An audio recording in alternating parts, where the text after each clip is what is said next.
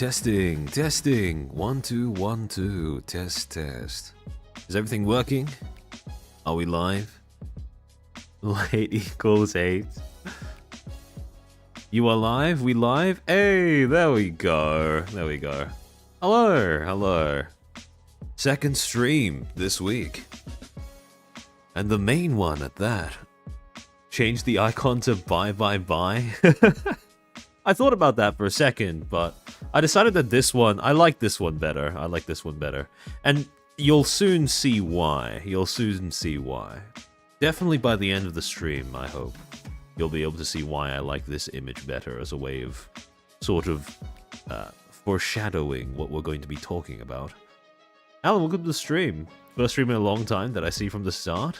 Oh, welcome in, welcome in. Luxury?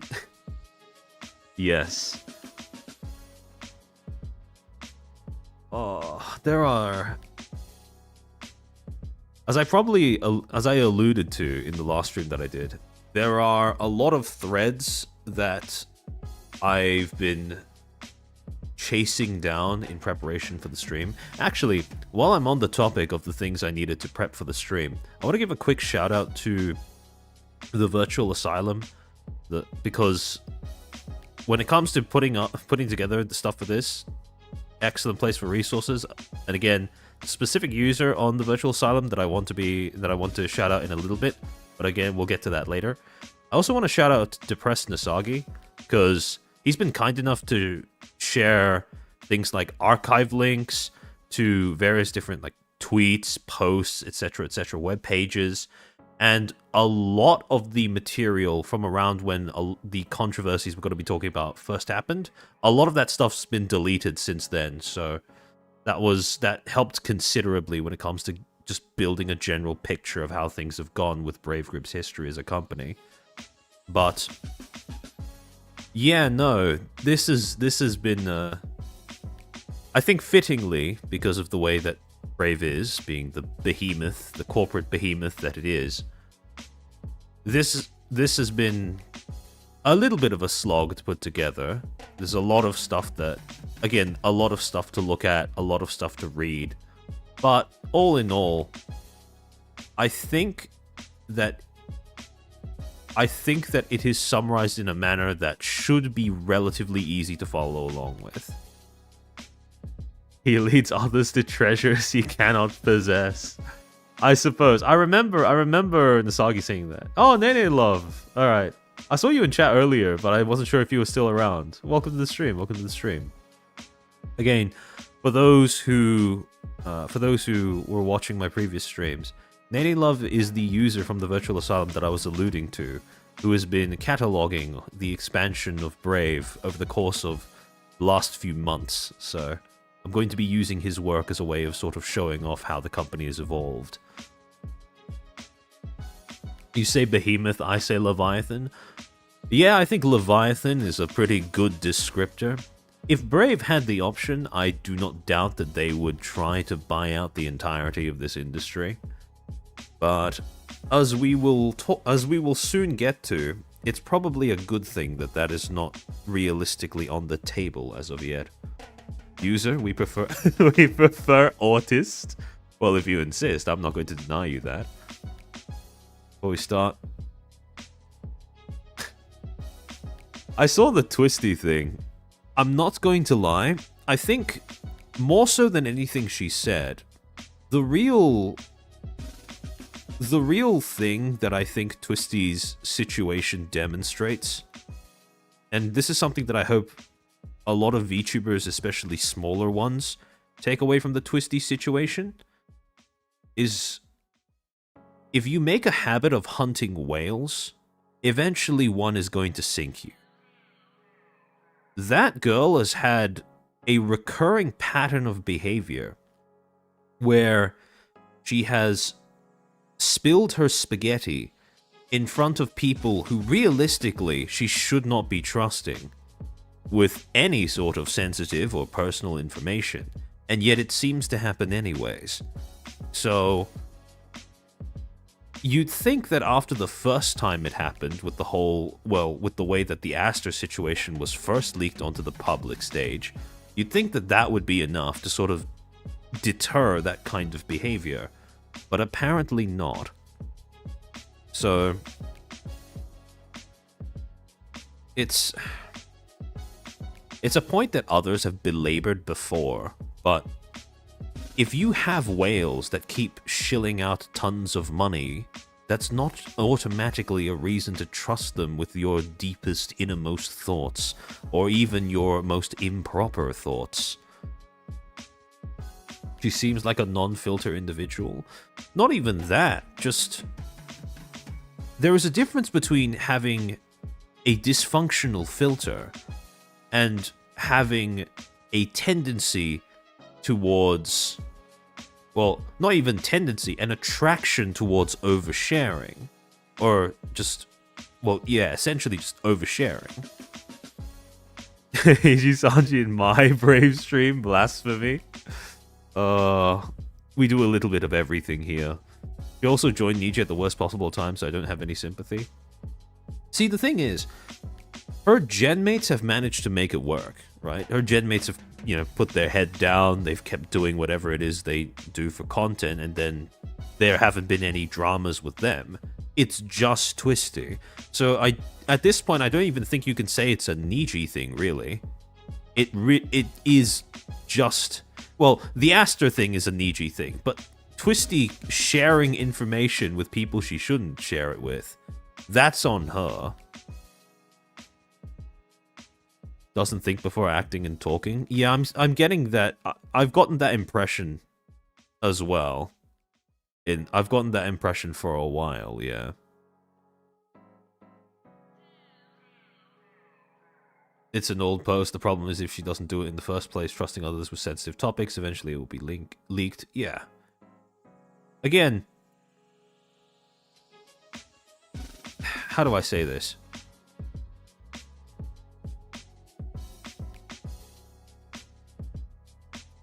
If she said that stuff in private, yeah, no shit. People are going to find, people are going to find that objectionable. But if it stays in private, it doesn't really harm anyone. Because everyone in the call had already consented to, hearing it out. I'm pretty sure based off of the tone of that conversation, this wasn't the first time that topic or that tone was taken with those topics in a conversation between those people. So there really was... I don't think that the thing that I take issue with more, which some people may think differently or feel differently about, is the fact that she decided to spill spaghetti in that manner in front of someone who she very obviously should not have trusted. Considering the fact that the recording isn't even, like people have been saying in chat, the recording isn't even recent. It's something that whoever took the recording has been sitting on for a while. So you have to wonder, why release it now if you've been holding on to it for all this time? Oh, Hero, welcome to the stream. You haven't really missed much. We're just yapping about random things. I forgot it started as an if. Brain needs more O2. The future, if there are more to be leaked, it won't be a surprise. Yeah. I mean, at this point, every single time Twisty gets into some sort of drama, it's always because she first chose to leak information, sensitive, personal, or any combination of those two, to just random whales in a Discord somewhere. And again, at a certain point, you can't really think... Okay, I understand thinking of her as a victim of circumstance, but I don't think that she should be regarded as a victim when it comes to making the voluntary decision to share things with people she shouldn't. Anytime someone says chairman, I can only think of Mao. Yeah, I had that reaction first few times as well. But I mean, I've kind of gotten used to it since. Burbo, I'd be careful about saying that Twisty's based. I don't think she is. I think she's just... To put it bluntly, I think she's just a little mentally ill. Mercurius, thank you for the 5. new armchair drinking game. Every time there is a how do I say this, take a shot drunk within an hour. Look, it's difficult to come up with ways of phrasing certain things in a way that properly conveys what I want to say sometimes when you're doing it on the fly. I'm actually starting to think that maybe it's intentional to a degree to not be forgotten, only to have it backfire. See, that's the thing, right? It's very difficult to tell how intentional it is because it has happened so many times and because the same mistake has been made so many times. So, I've gotten used to being compared to a dictator as a sentence you say in front of your parents to make them disappointed in you. Not... Well, I mean, I'm Chinese, so... Yeah, I know, it's just... I know, it's just funny, yeah. It's alright. I didn't think that you were being serious anyways, Burbo, don't worry. Yeah, don't get it twisted, get it? She comes off a little too impulsive. Yeah, she does. Although I can see why that might be, because she's just young. Because I'm pretty sure she's, you know, like, I'm pretty sure, I mean, I've heard that she's 20 or younger. So that's like really, really young. I can understand if, you know, if you're in your 18, 19, you know, that specific era of your life, if you're a little bit more impulsive with your decisions, but again, at a certain point, surely you gotta learn, right? Apparently the leaker is Shinoa channel, according to a friend who lives in JP and is unusually invested. Huh. Interesting. I mean, I've seen rats that point in either direction, right? That rats that say it's Shinoa, rats that say it's the random whale that was in the call with them. But again, either way, just it's at a point where I'm not certain that the girl has any sort of self-preservation instinct. Certainly not an occupational preservation instinct. But in any case, does 20 count as the TikTok generation? Does it have to be younger? I would class 20 as the TikTok. Honestly, I'd class like 21 and younger as the TikTok generation. We will never have Hachima levels of young VTubers in the West. I mean, I'm not certain that would work in the West. I'm not certain that would work in the West. People in the West seem to be they tend to be a lot more intolerant, towards that than people in the East.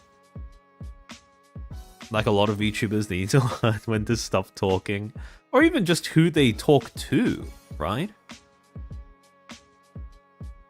Herb being twisty. Yeah.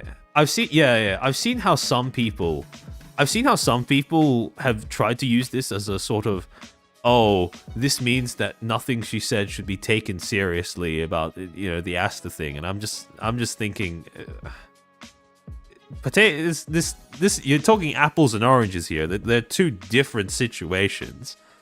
She can, you know, you can find her disagreeable and still consider that maybe the complaints that she was making in private were possibly based on something. But I mean, people don't like that kind of complexity, I suppose. Makes it more difficult to find a side to root for, so to speak. It does smell like someone who's never had an actual job before. Yeah, very much so. Barely out of that range. Good day, Armchair. It's been a while. Hello, Shirona. Welcome to the stream. It's not gonna happen. Are you using the word metastatic in the cancer sense? I am. Again, it is a descriptor that will become more clear in terms of why I've chosen it by the end of the stream. My takeaway from this is Twisty needs better friends. Not even better friends, she just needs better threat assessment. Or just... It's... How do I say this? When you're young and dumb, right? It is understandable if you haven't quite learned when to keep your mouth shut, right? Or how to phrase things in a way that is considerate to the people who are around you at the moment. You have to learn to communicate in a language that other people can understand. And when you are young and dumb, usually in your teenage years, through various social pressures, you end up learning that behavior. You end up forming a framework in your head for what you should say, what you shouldn't say, who you should say it to, etc., etc., etc. But again, you would expect that after being smacked down because you don't have that skill and you've had to find out face first what the consequences of that are, you'd think that after the first or second time that happens, you'd learn to stop. But no, apparently not. Do you think she can come back from this or no? Depends on what audience she's going for. If she's going for the OMG, she's so based audience, then probably not, since she's released a pretty limp-wristed apology along with it as well. And I mean, not having a spine is a death knell for trying to access an audience that, you know, celebrates when people just say what's on their mind. But also, there is no shot she's going to be able to go for a mainstream Niji audience, because she spent quite a bit of those clips just shitting on the Niji audience. Mind you, I don't think that her assessment of them is entirely wrong, but it's still not going to earn her any favors with that audience. And I don't think she's going to be able to go corpo again, because she's proven herself to be an immense liability when it comes to being able to keep information under wraps. So, I'll be honest, I'm not really seeing it. Gotta keep in mind she's from the social media generation, where they are all free to express themselves and may not have the bidey or time experience. Yeah, I do think that's one of the unpleasant side effects of having entire generations raised on iPad. They just never learn that there are times when you should just stop. Just, you know, if you have a pressing thought that you don't think will be received well, just at least, you know, save it for the right audience or the right time. Don't spill your spaghetti whenever and in front of whoever. We can fix her. We have the technology. I don't know, Burbo. I don't know. I don't think we quite have the technology to fix that just yet. Might not be very wrong, but she's now destroyed any audience. Yeah. No, absolutely. Absolutely. Now, granted, I'm not sure if she really had access to that Niji audience before. She is a very outspoken... she's a very outspoken lolicon. And the Niji audience tends to despise Lolly and Shota and stuff like that. So I don't think she was really going to have much of a chance with mainstream Niji audience, but oh well. Well, actually, she auditioned for Niji, right? She got accepted into Niji. She accepted the invitation to Niji. We also now know that she tried applying for other companies, like like the subject of this stream, funnily enough. And she didn't really have much. She had some pretty withering things to say about Brave. So she kind of, you know, she made her bed. Now she's lying in it, right? I thought they already hated her for the lolly stuff. Yeah, that's the impression I got as well. Apparently, being silent has to become an ability rather than inherent skill for some reason. Yeah, because on social media, I mean, think about it, right? The environment that you're raised... If you are raised on social media, the environment is basically one where the main currency is not money, but attention. And if you're silent, that means you're not getting attention. So, if you have a kid who's been raised on social media, it's probably how they're going to end up developing. Freedom of expression does not mean freedom of consequence? Yeah, exactly. I don't know if the leaked call was during a stream or a private call. It sounded like it was part of a private call.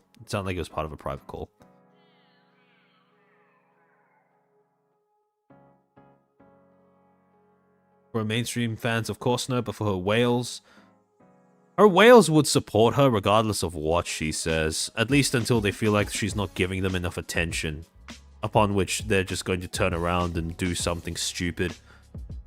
This is why I said, right, the main thing that VTubers should be taking away from this, in my opinion at least, is don't put too many eggs in the whale basket.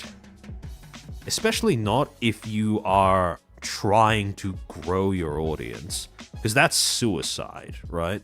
Just don't do that. At the end of the day, even if someone gives you, if someone is willing to give you a lot of money in order to support what you do, by all means, acknowledge, appreciate, thank them for it. But that is a show that they appreciate your content.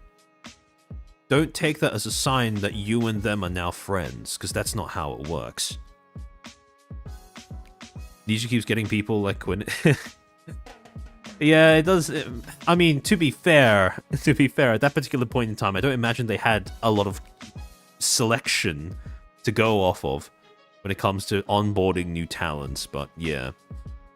What even is her audience? That's quite beyond my understanding. Outright horrid people tend to have whales. DSP loves leaning on them. I mean, they have no alternative, right? And to be fair, I don't think that just because you rely on whales necessarily means you're a horrible person. You could just be naive. But, yeah. I.e., you don't get to bitch when it's your turn to face consequences. Yeah, that's a pretty good way of phrasing it, right? Part of the reason why I don't subscribe to the idea of perceiving people as, like, perpetual victims is because there has to be some point where you start to appreciate their agency, right? You start to respect the fact that they are still an autonomous human being. They've made decisions for themselves that have had consequences that may be averse for them, but they're still consequences of their own actions, their own choices regardless. And I find that on social media especially, because victimhood is a premium currency for the rhetoric, the rhetorical potency of your message, people tend to overlook little things like agency when other people, when bad things start happening to people. But in any case, wasn't Twisty hired before Selengate? I'm not sure, I don't quite remember. But I would assume that if they were in the basement, so to speak, they probably could have opted out if things got especially bad with the company. She'll have fans in the same way DSP has fans. Yeah, I can see that becoming a thing. There's nothing like the perfect victim, never forget it. Yeah. Speaking of perpetual victims, yeah, I saw that, Zuli, I saw. Although again, I think it's fine to just ignore it, because at this point, it's cringe, but it's just relatively harmless tourism at this point. But in any case, holy, we've been yapping for more than 20 minutes. All right, let me pull up the slides. All right, everything's working. Excellent. Okay. I mean, there's a reason the wave was 3 and not 4. Yeah, that's what I was thinking as well. Alright, so, before we start, as per usual, when we are discussing a topic where I'm going to be critical of entities and or individuals, few disclaimers to begin with. First, do not attempt to harass and or contact any of the people or entities mentioned during the stream in any way, shape, or form. Second, all text, videos, and images shown during the stream are included for the purposes of critique and or commentary and are thus protected under fair use. Blade, thank you for the 10. Sadly, Twisty will be terminated, same as Zion. I mentioned from Rima stream, there's a breaking point and Nietzsche don't care, my Uvite about certain talents. Yeah. I mean, I could probably see that happening, especially given recent events, but it would be... The thing that I'm interested in, above all, is how Niji manages to juggle Twisty's departure and the investigation that they've had ongoing for months now with no follow-up, so... But yeah. Third, all information / material shown over the course of this stream was posted and or addressed by the subjects of the stream on a public platform and or remains publicly available / traceable, hence its inclusion here. 4.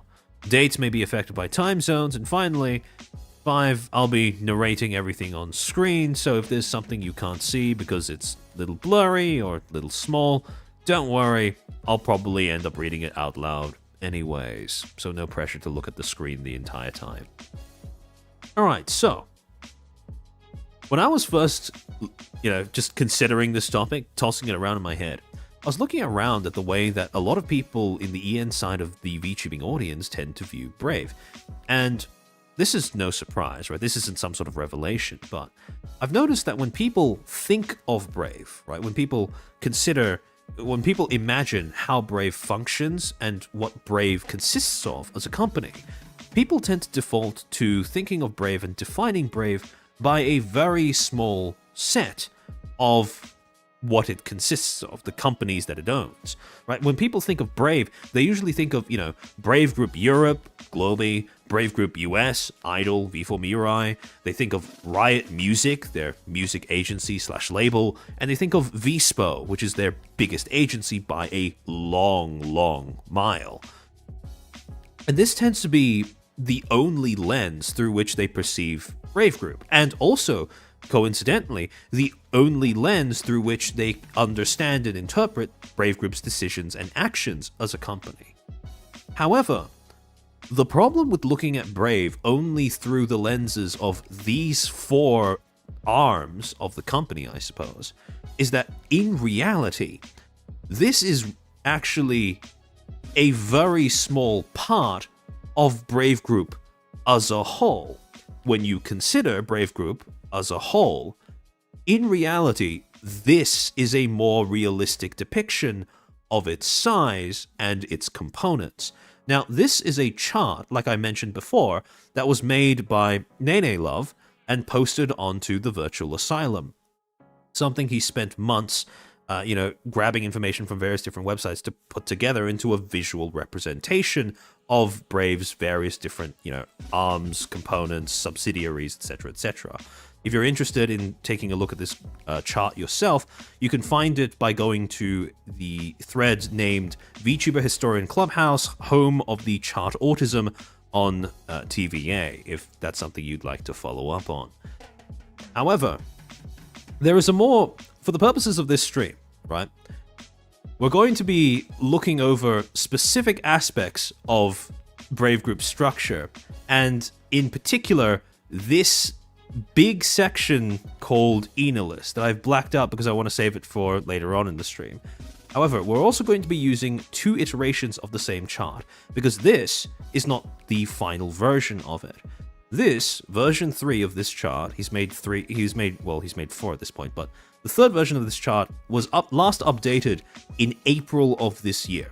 However, since then, and as a special consideration out of deference to when I was doing the stream, he's managed to crunch out an even more updated version that is now ready as of, it's updated for the 13th of June 2025, which is, a lot of things are pretty much the same. Big picture still the same. However, there are a few key differences with this iteration of Brave Group's corporate structure that, again, we will get to later on in the stream. But the overall point that I want to make by showing this is that when it comes to evaluating the way that Brave operates as a company, if you are to consider it in terms of the full context of, the corporate responsibilities it has, the subsidiaries it needs to look after, the various different arms it has when it comes to trying to reach audiences across the world, you can't simply interpret it through the lenses of just, Globee, Idol, V4 Mirai, VSPO, and Riot Music, because there is much, much more to Brave than just that. However, as per usual when we do one of these streams, before we get into, Brave proper, I want to take a moment to just outline some of the concepts that I think will be useful in terms of understanding some of the, shall we say, reservations that I have about the way that Brave has operated in the past and continues to operate today. And it starts with this paper. An academic paper by the name of, titled Rebranding Strategies and Their Boomerang Effect, The Curious Case of Burberry, written by a woman called Luminita Altanu. Now, essentially, this was a paper that focused on examining how companies rebrand, why they do that, and more importantly, whether rebranding a company can actually, whether rebranding a company can add to or preserve their existing brand reputation or brand value. And one point in particular that the paper takes time to stress is asking the question, where does the value of a brand and or trademark actually come from? And, you know, when you examine this question just at a surface level, the answer is pretty obvious, right? Like, it comes from your audience. No shit, Sherlock. However, when you actually start diving into the, you know, how to answer this question specifically, one of the things that the paper does, which I think is something that is worth emphasizing, even though it might seem quite obvious, is the fact that brands and trademarks are not actually the same thing. Yes, there is overlap, but fundamentally they pertain to different concepts. A brand, simply put, is how your publics conceptualize you, whereas a trademark is a sign, symbol, or icon that, if registered, grants its owner exclusionary rights. Now, essentially what that means is if you are able to register a trademark, you now own that thing. It is an asset that you can control, and it is an asset that you can use in order to make sure that there aren't other brands or other trademarks that end up becoming too similar to yours. It is a degree of exclusivity and, more importantly, distinctiveness that you now have a legal right to. And the reason why I make this distinction in the first place is because when you are thinking about trademarks, right, it is very important to understand that a trademark only has value because of the brand. In other words, there is no point in trying to come up with, market or enforce your right to a sign, symbol, or icon if there is no brand value attached to that icon. And where do you get that brand value from? You get it from your audience. Essentially what ends up happening is brands and trademarks are two components of a company's overall image that feed into one another in a constant cycle. First, you have a company that comes up with a trademark, and then they end up investing resources in the form of marketing in order to broadcast, that trademark as well as how they want the public to think about it to their audience. And then that audience ends up essentially investing value back into the trademark in the form of reputation. They absorb your messaging, they form a conception of what you are and how to define you in their heads, and then that definition that they hold, that conceptualization of what you are and what you sell, ends up becoming part of what gives your trademark value. It's part of what makes you unique, and that is the thing that you're actually able to defend when you have the legal rights to a trademark. Now, this whole process of the interplay between trademarks and brands is part of a whole larger thing when it comes to the way that media academics conceptualize the way that the whole practice of marketing has developed over time. See, broadly speaking, some academics in media have split the development of modern day marketing as we know it into two broad sort of eras, right? Between, the turn of the 20th century and the 1950s, you have what's called the product manufacturing era. This is a period where products were mostly bought and sold on the basis of their utility. The way that you were able to gain control over a demographic, a consumer demographic, as a marketer, as a service or product provider, was to create the best product you can.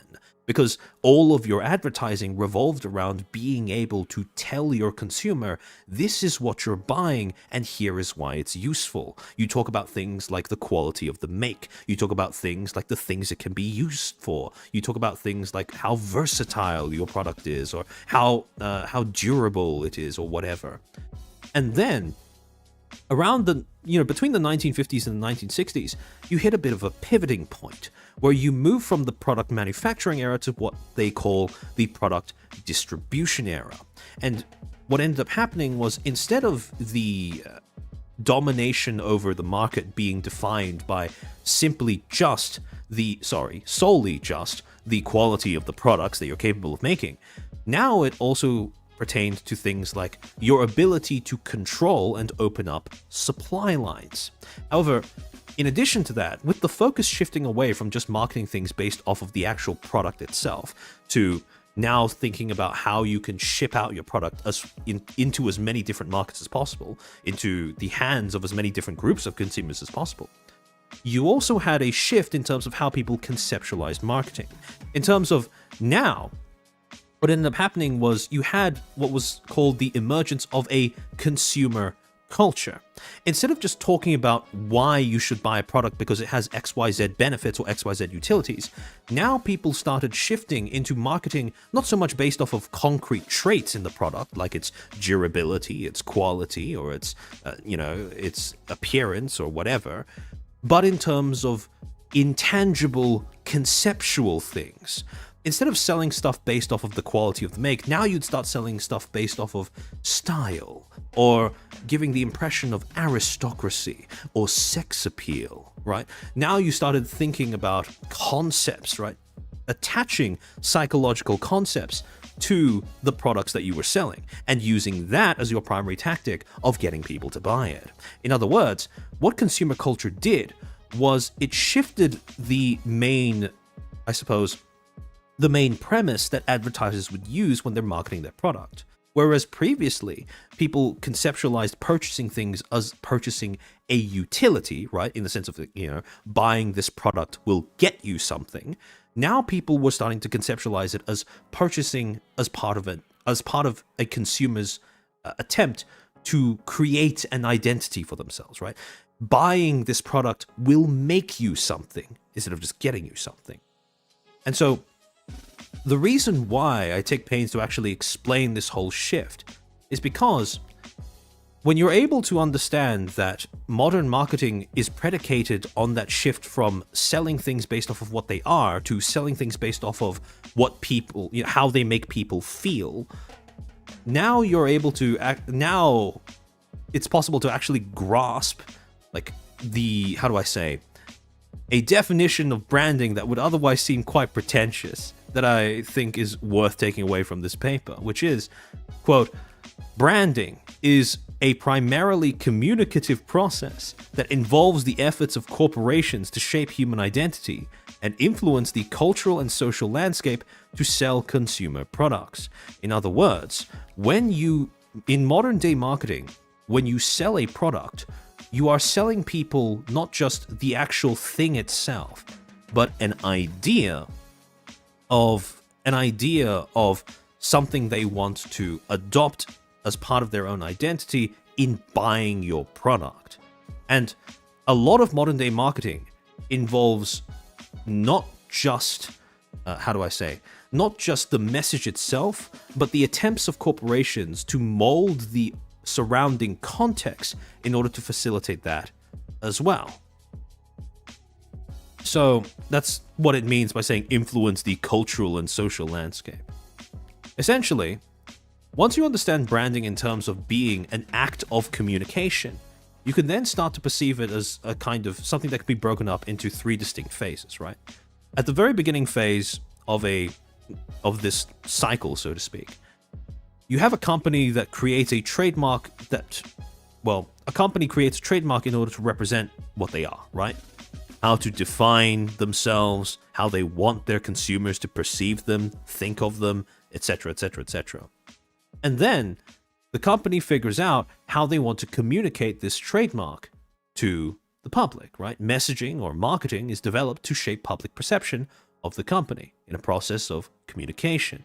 Then, when that communication actually reaches the public, there is a process of interpretation. The public takes in that information and then forms their views on the company. And from that view, a brand is now solidified. It goes from just being this sort of inanimate object, this trademark, this sign that doesn't have any meanings attached to it, to now actually having meaning that has been sort of infused into the thing. And then, ideally, what ends up happening is consolidation. The public forms their views on the company. A brand is solidified that the company actually wants to have. And as a result, what that does is it reinforces the stranglehold that the company has over the market. And it helps the company sell more shit to more people, because now more people have a clear idea of what they're getting when they choose to buy from said company. However, all of this is just a really, really long way of trying to hammer home the point that even something as basic as a trademark, like something as basic as just seeing a company's name and or icon, is itself an act of communication. One that a marketing department somewhere has probably spent weeks, if not months, investing time and resources into to try and shape your initial reaction, whatever that may be. And when you start to perceive trademarks themselves, company names and symbols, as an act of communication, that is one of the first steps in order to become a more conscious consumer, right? The first step is seeing a brand or a trademark and then going, okay, this is an act of communication. From there, you're then capable of going, okay, what is being communicated? And to whom, which is an equally important question. And then finally, this is the intended end goal of all of this, which is being able to ask, okay, I get that this is an act of communication, I get who it's being communicated to, I get what the message is, but why is this being communicated? And in a similar vein to wanting to, set up that definition of what branding is, when you're able to understand that, a trademark is supposed to be an act of communication in and of itself, what that then allows you to do is kind of reframe the way that you perceive even something as simple as a brand name. Because one of the definitions of a brand name that the paper offers, which again I think is quite worth mentioning, is a prompt for consumers to ground their imagined future experiences and attachments relating to the brand. Now, what that means is when you are coming up with a name for your company or your product, that is your opening gambit at trying to set the expectations of your audience. That name is going to be the thing that audiences will end up using as a foundation upon which every single imagined interaction with your brand is going to be built. If you get your brand name right, then everything else in your marketing, communication, communicative process with the public becomes much more easier and much more streamlined. But if you get it wrong, then that creates problems. And that brings us quite neatly back to the main topic of the stream. Now, a lot of people, when they're talking about Brave Group, and especially if they're talking about Brave Group's past controversies before they became, popular in the West, will know that Brave Group was not always the name of the company. Back in June of 2020, Brave Group went by a different name, Unlimited Inc. or Unlimited Co. And again, for those who have dug into Brave Group to any degree, you'll probably end up finding this as, one of the first things, one of the first bits of information about the company that you end up coming across. This is all on their public website, by the way, so you can actually track this yourself and confirm it if you'd like. However, something that even the people who've discussed Brave Group's prior controversies haven't seemed to have mentioned is that this, Unlimited, this isn't Brave Group's first name either. See, way back when the company was founded in 2017, Unlimited Co. went by yet another different name. And this name, the name that Brave Group started off with way back in 2017, when the company was first founded, was Virtual YouTuber Inc. Now, some people, upon seeing that, may have a similar reaction to the one that I had when I first found this out, which was, what the fuck? If you are a company that sells VTubers, if you are a company that is predicated on VTubers, why would you change your name from Virtual YouTuber Inc.? That is the equivalent of if McDonald's was allowed to call themselves the fast food company, or if, I don't know, if Amazon was able to call themselves eShopping Co. or something along those lines. Again, probably not the best examples, but you get what I mean, right? This, especially in 2017, when the genre of entertainment, the medium, wasn't even that defined yet, if you had the chance to call yourself Virtual YouTuber Inc., why would you not go with that name? And so, Activate could have actually sued them for that if it wasn't Japan. So they basically invented the term VTuber. Yeah, but the other thing is as well, this was a name that only lasted for just over a year before they decided to change it, right? And presumably, if they were able to get that registered, that I would assume that they were able to actually get that trademarked, and then choosing to give that up is a decision that, personally, I can't quite understand. And so, when I found this out, right, obviously, again, if you were to put this back into the framework of the concepts we just discussed, right? Brand being how your audience conceptualizes you, and trademark being your opening gambit to shape how you're conceptualized. At this particular point in time, right, for some reason, in December of 2018, Brave Group decided that Virtual YouTuber Inc. was better slapped out of the minds of their audience with Unlimited. For some reason, they felt like Unlimited was a better representation of what they were and what they sold than Virtual YouTubers Inc. And now, usually, when a company does something like that, right? When a company rebrands itself by changing its name, changing its symbology, it is usually in an attempt to better align their messaging, right? Their communications with what it is they intend to sell. And when it comes to understanding what it is that Unlimited was trying to sell, best place to go would be to their website.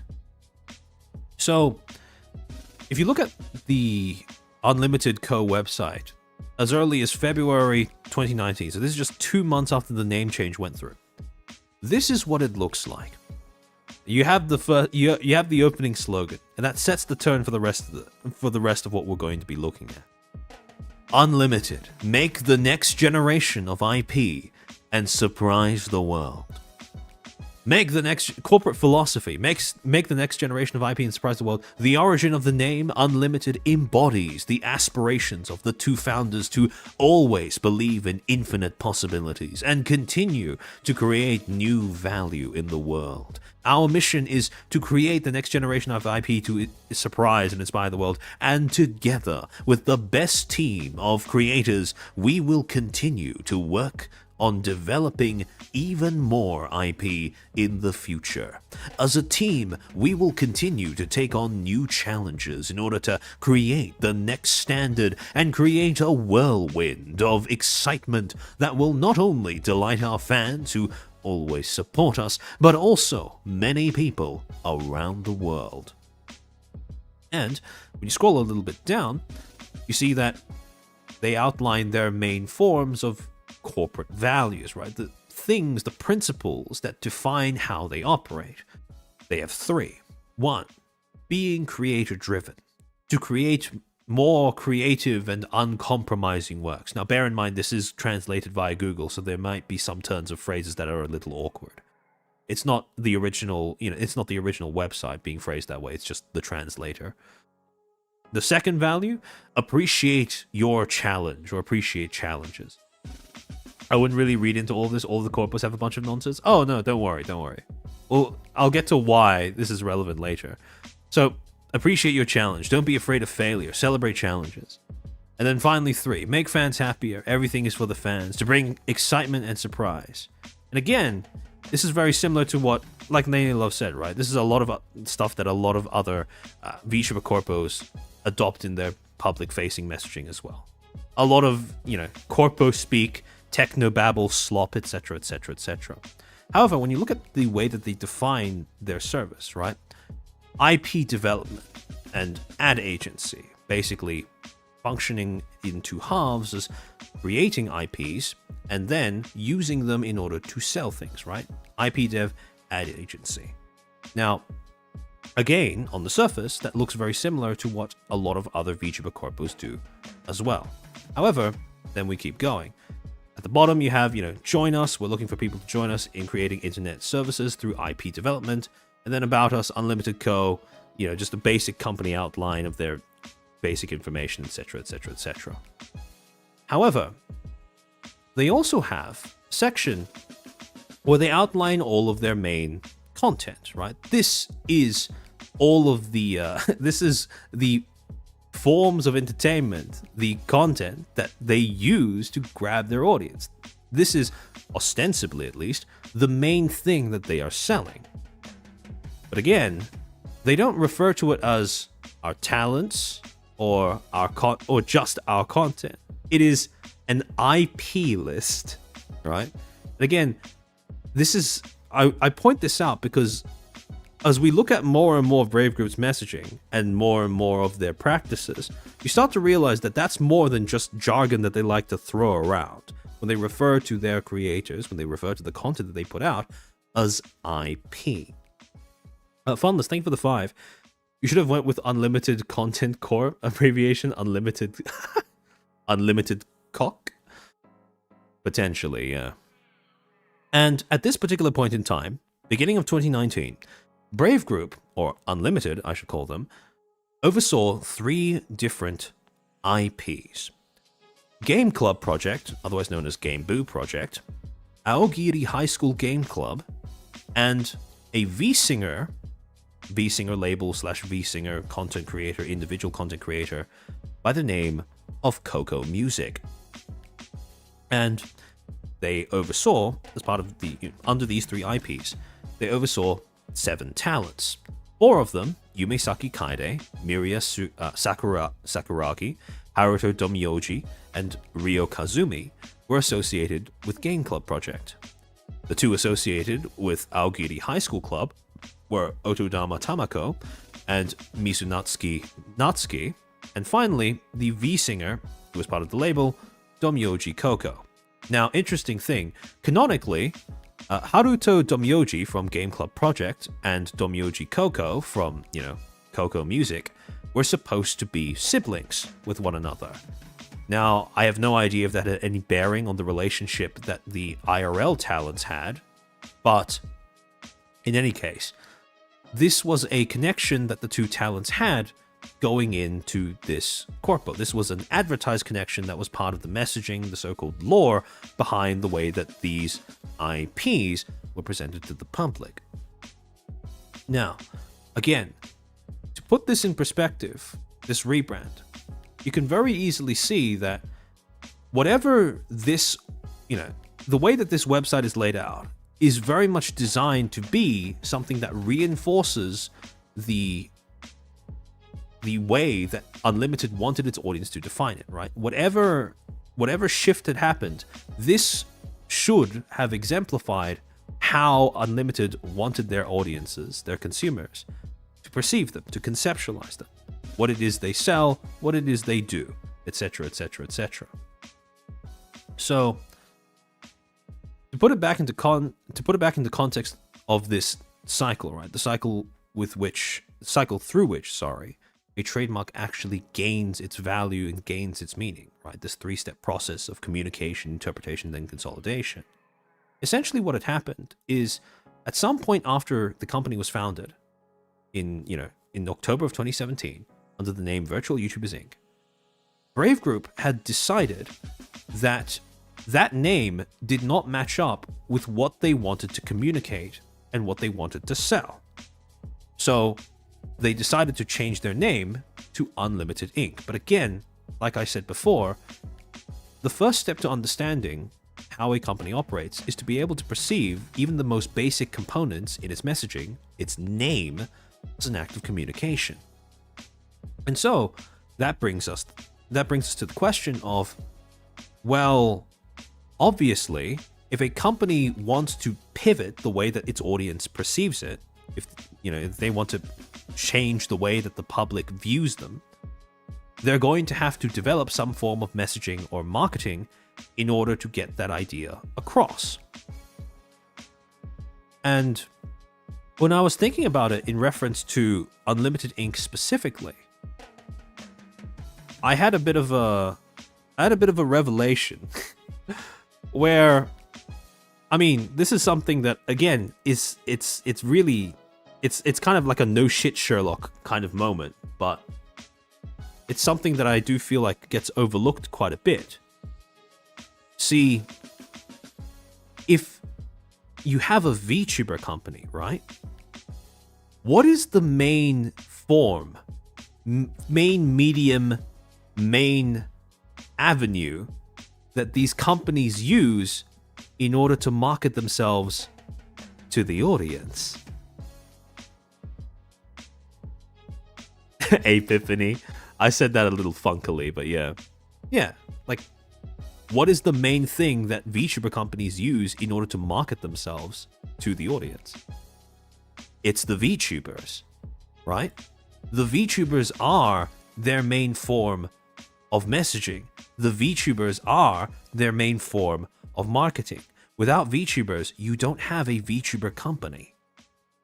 But inversely, I realized that when I was thinking of VTuber companies and how they communicate, I had taken for granted the fact that they are a VTuber company. Now, what I mean by that is, and this is perhaps the most, this might sound a little pretentious, right? But when I realized that a VTuber company doesn't really have any way, well, doesn't really have any potent way of trying to market a message to the public besides just using their talents, right? Perhaps the most radical perspective shift that you would need to adopt in order to start making head or tail out of what Brave Group is doing as a company is understanding that for Brave, right? VTubers aren't Brave Group's main product. They are Brave Group's main marketing tool. Because it requires you to step away from, and again, being a fan of a VTuber is going to make it very hard for you to do this, right? It's not, and I say this from experience because this was like a very basic concept that I had to kind of wrangle with for a little bit before I was even able to come across this idea in the first place. But understanding talents as marketing tools for their company, not talents, but VTubers specifically as marketing tools for the company, is essential for understanding how those companies operate. Because, specifically when it comes to Brave, right? When you understand that VTubers are not their main product, but rather their main marketing tool, what that then allows you to understand is Brave Group is not a VTuber company. Brave Group is an IP company. And this is why I kept harping on about their initial, the initial messaging. The fact that they pivoted their name from, Virtual YouTubers Inc. to Unlimited, combined with the way that they sell themselves, the way that they sell their services on their website, which is accessible to all potential audiences, whether they be, possible shareholders or possible viewers or whatever, right? The way that Brave Group defines itself is that they sell IP, and VTubers are an enabler of that. Again, this is a pretty drastic shift in how you perceive what Brave Group is and what it does. But I would make the argument that this is an essential perspective shift in order to begin to understand why they make the decisions that they make. Right? Understanding that the main thing that they are selling is not VTubers, it's IP. Now, this has a number of uncomfortable implications, but again, we'll get to that later. Nail of no? What do you mean by that? Do they have a plan to franchise out their IPs? Well, I mean, every VTuber company franchises out their IP to a certain extent. However, again, as we'll get to in a second, there is a difference between selling VTubers as the main product, right? In the sense of, investing in the talents themselves, right? Yes, you are viewing sorry, how do I say this? There is a difference between viewing the IP as an asset, right? An asset that you can get value out of, an asset that you can sell to an audience, versus IPs being the final product, the main product that you are selling, right? VTubers are marketers as focused as the viewers are curated by the VTuber, opening up sales channels specific to curated VTubers. Yeah, basically. VTubers function as both a marketing tool and marketers themselves, right? They are marketing and marketers, right? However, there is a slight difference depending on the company's focus in either of those two directions. If you use your VTubers as marketers, well, sorry, how do I say this? Companies that use their VTubers as marketers generally differ slightly in terms of their modus operandi compared to companies that use their VTubers as just marketing. And to get into the idea of what I mean by, using VTubers to sell IPs, or even the idea of VTubers as an IP, because that is something that we've talked about ad nauseum, at least on the EN side of the corposphere. This is something we've talked about like an endless amount. When you think about VTubers and the way that they function as an IP, one way of conceptualizing them is they kind of lie on a spectrum between traditional celebrities and influencers, right? You have your average content creators, your flesh tubers, right? You have your PewDiePies, your Nikocado Avocados, your Jedi Marbles, etc. And on the opposite end, you have characters and mascots, right? Actual, just fictional characters that might function, cartoons and various different fictional characters that you make up for various different purposes, whether it be entertainment or just marketing, right? Whether it be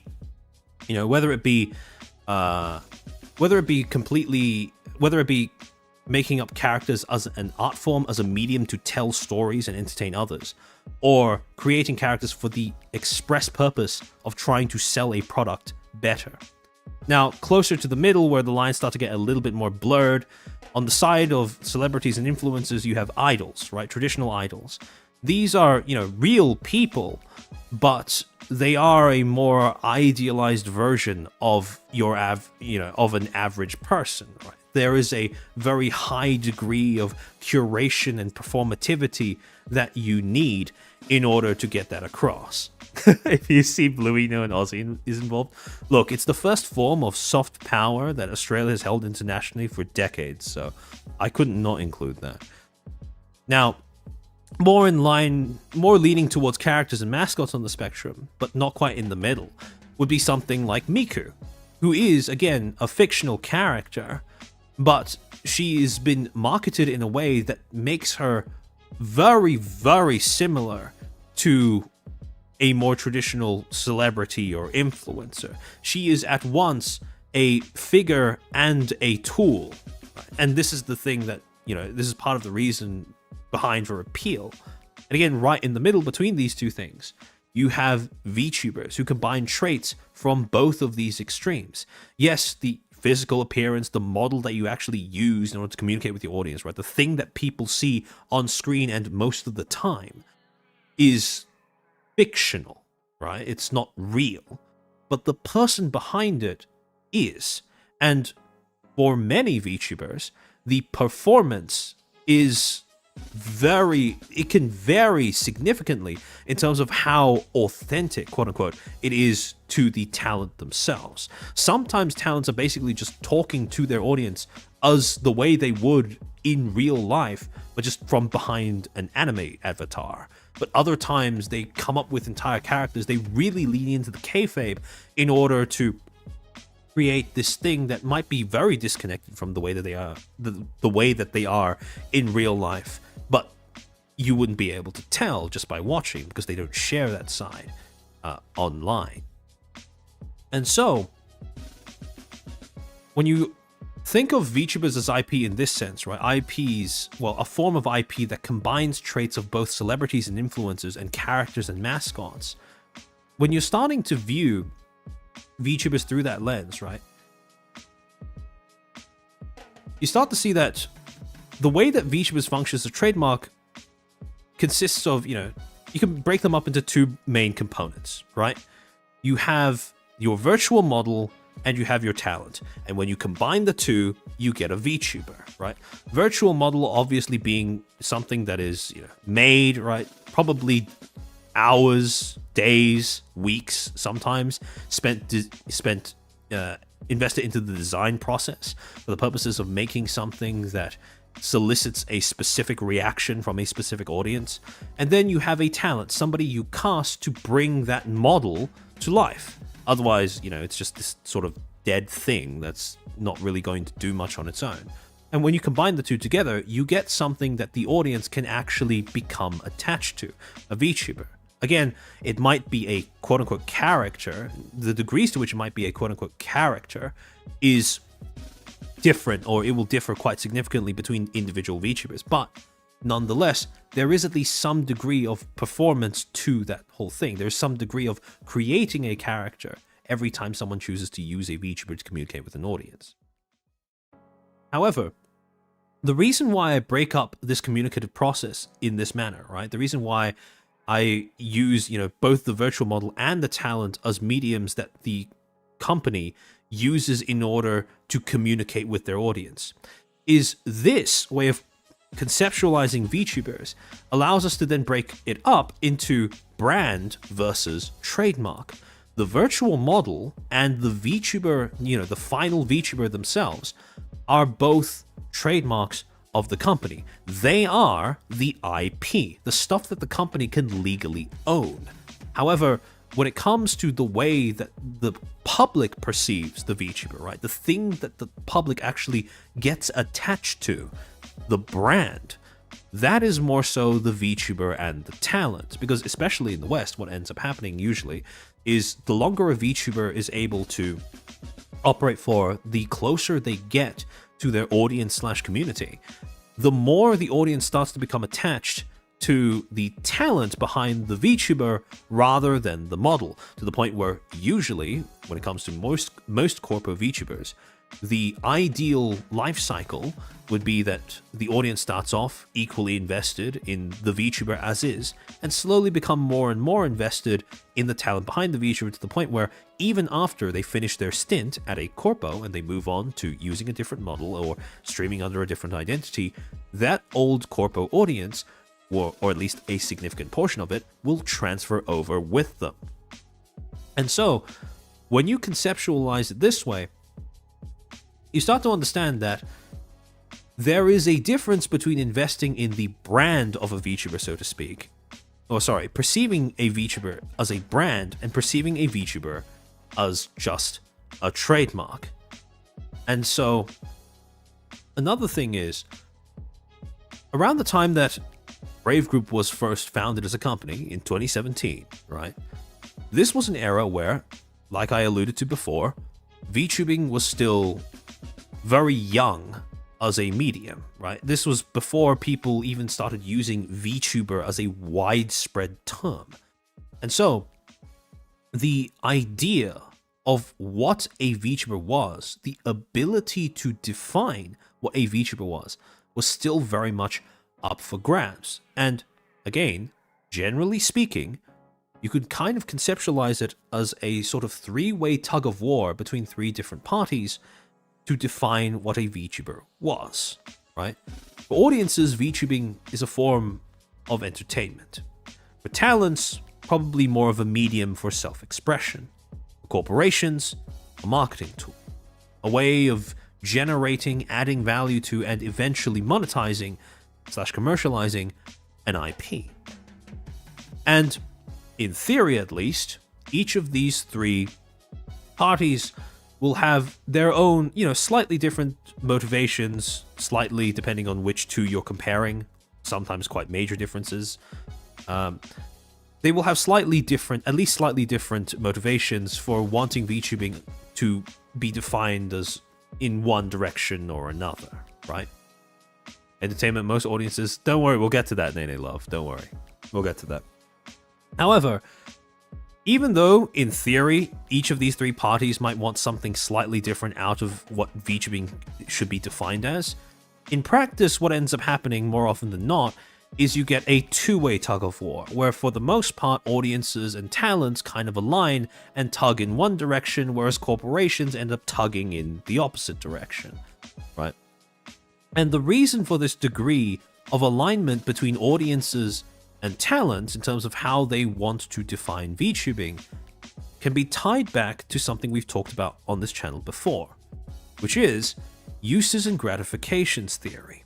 Basically, very simply put, UGT is the idea that when people engage with any form of media, they always do so for a reason. Now again, that sounds pretty self-evident, right? Otherwise, why would you bother engaging with it? But perceiving these, basically classifying these reasons gives you extra purchase when it comes to understanding how and why people engage with certain forms of media the way that they do. In other words, every time someone engages with a form of media, what they're essentially doing is trying to fulfill a set of needs that they have, right? And generally speaking, according to UGT, these needs can be separated into 7 broad categories: relaxation, habit, escapism, trend chasing, self-expression, companionship, and social interaction. Now, I'm going to reference a paper that I've talked about on stream before, but in 2024, a research paper was published titled VTuber Concept Review: The New Frontier of Virtual Entertainment, where a bunch of people got together and tried to define why VTubing is popular. Now, as the years have gone by, papers like this have become more and more common, and they have been, useful to varying degrees when it comes to actually understanding VTubing. Some of these papers can be painfully out of touch with the way that the industry works, and some of them can be, honestly quite useful applications of academic theory to this industry. However, there is one particular section of this paper that I thought was quite, phrased quite well. VTuber content helps in the communication of individuals with difficulties in social interaction through a symbolic interactionism based on 3 concepts. Now, to take that from academic speak and translate that into, human language, what that essentially means is basically just when people... VTubing is an industry and a medium that inherently appeals towards those who have trouble, being social in real life, right? And the way that VTubing specifically as a medium facilitates this is mainly through 3 different avenues, right? The way that this paper phrases it are the interpretation of the character, the self-vision of the spectator, and how those meanings are shaped by the people around them. But essentially what these translate to are 3 different needs that were listed out in the UGT. Self-expression, when it talks about interpretation of the character; companionship, when it talks about self-vision of the spectator, basically how you perceive yourself relative to the content creator you are watching; and finally, how these meanings are shaped by the people around them, right? This idea of watching as a communal experience rather than just something you do on your own in complete isolation. This is why people tune into live streams, right? This is why people chat, because they want to be part of a larger, this thing that lots of people are participating in all at the same time, right? Social interaction. Not quite social, in the truest sense of the word, right? When you're actually just interacting with someone else in front of you, but it's still social nonetheless. Just because it's over a screen doesn't reduce that factor of it. Okay, not thinking for the 2. Brave Group is the EA/Disney of VTubing. Changed my mind. Honestly, I've come to that conclusion myself as well after looking into it a little bit more. And this is the reason why, when it comes to VTubers, talents and audiences being so aligned with one another, this is likely why that is. Because when you look at all three of these, these needs, right? Self-expression, companionship, and social interaction, both viewers and talents get an equal degree of, are equally enabled to fulfill these needs by engaging with the media, right? You have that talent persona interplay for self-expression, right? Talent gets to decide how much of themselves as a person they choose to invest into the way that they appear on screen in front of their audience. They can take it 100% towards, immersing themselves in kayfabe, or they can basically just use VTubing as a sort of second skin while they behave the exact same way they would, just offline. Then you have the Oshi fan identification. You have that idea of companionship, right? This idea that you have even if you just use a VTuber stream as background noise, that factor of having someone talking there, even if you're by yourself, that is a way of filling in the silence, reducing that sense of isolation that for many VTuber fans is a core reason why they engage with the media. And finally, you have fandom / community. You have the fact that, VTubing leads to the creation of fandoms and communities, which enables actual social interaction, right? Which is just an audience being able to engage with other people who are also, watching the same thing, invested in the same thing, and hopefully giving you an avenue to make friends and interact with others, etc., etc., etc. And all of these things put together, when you are able to combine these three needs in the same medium, what you get is a very, very potent avenue or escapism, which is, in my opinion at least, the foundational value of the medium itself. Because VTubing is an industry and a medium that, even upon cursory examination, appeals very, very strongly to anyone with any degree of dissatisfaction with the reality of their everyday life. It is a medium that is designed to give you something else. The underlying principle is that the way you exist online does not have to be tied to the way that you exist in real life. Now, whether that extends insofar as just, wanting to preserve your privacy, or something a bit more philosophical than that, such as, wanting to find a way of expressing yourself that you can't quite get in the flesh, it could be either, or it could be anything in between the two.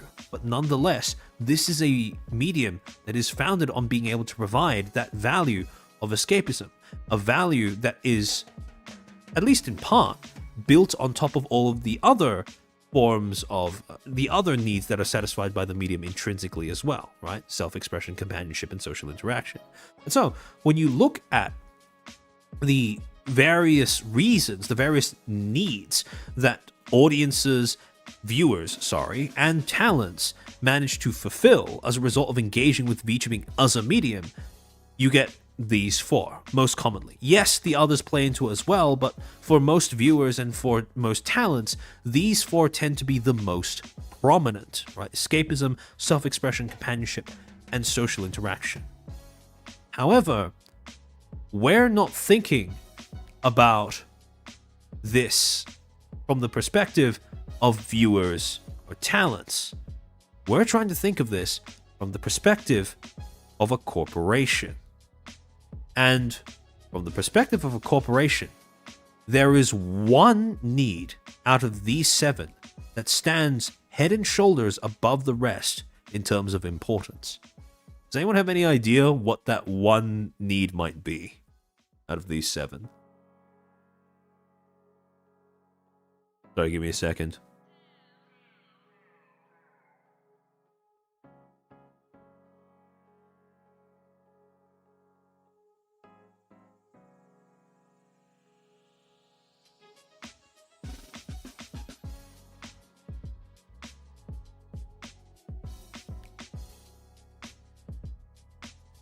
Rias Gremory? Yes.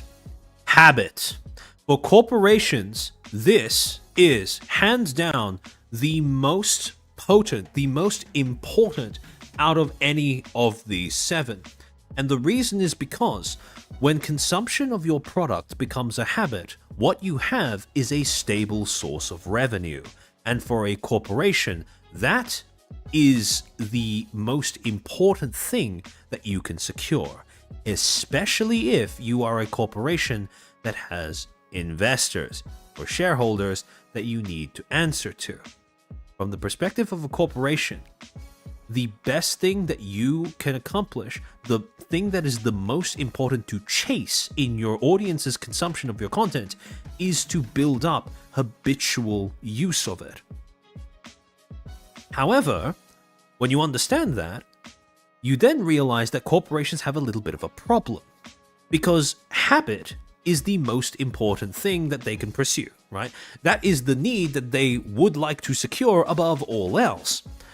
But the problem is that requires you to keep putting out content at a consistent, and sometimes in severe cases at a constant rate,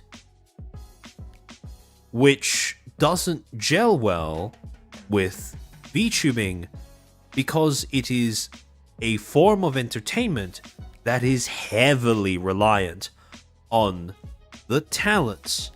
And I mean, talents are many things, right? They give your medium the human touch that it needs in order to actually be appealing to somebody, to not be uncanny. But talents are, they're fleshy, they're messy. They will inevitably burn out at some point. Well, every talent has a limit. And so, as a corporation, when it comes to trying to monetize this medium, you have a fundamental obstacle in that the weakest link in the chain, the talent, is also the only part of the whole messaging, the whole medium, that you can't really get rid of. Because the talent is what actually gives the VTuber, it's half of the brand, right? Well, more than half, the longer they stream for. So you can't actually replace a talent, because without a talent, you don't have a VTuber. You don't have something that your audience can connect to. You can't do it.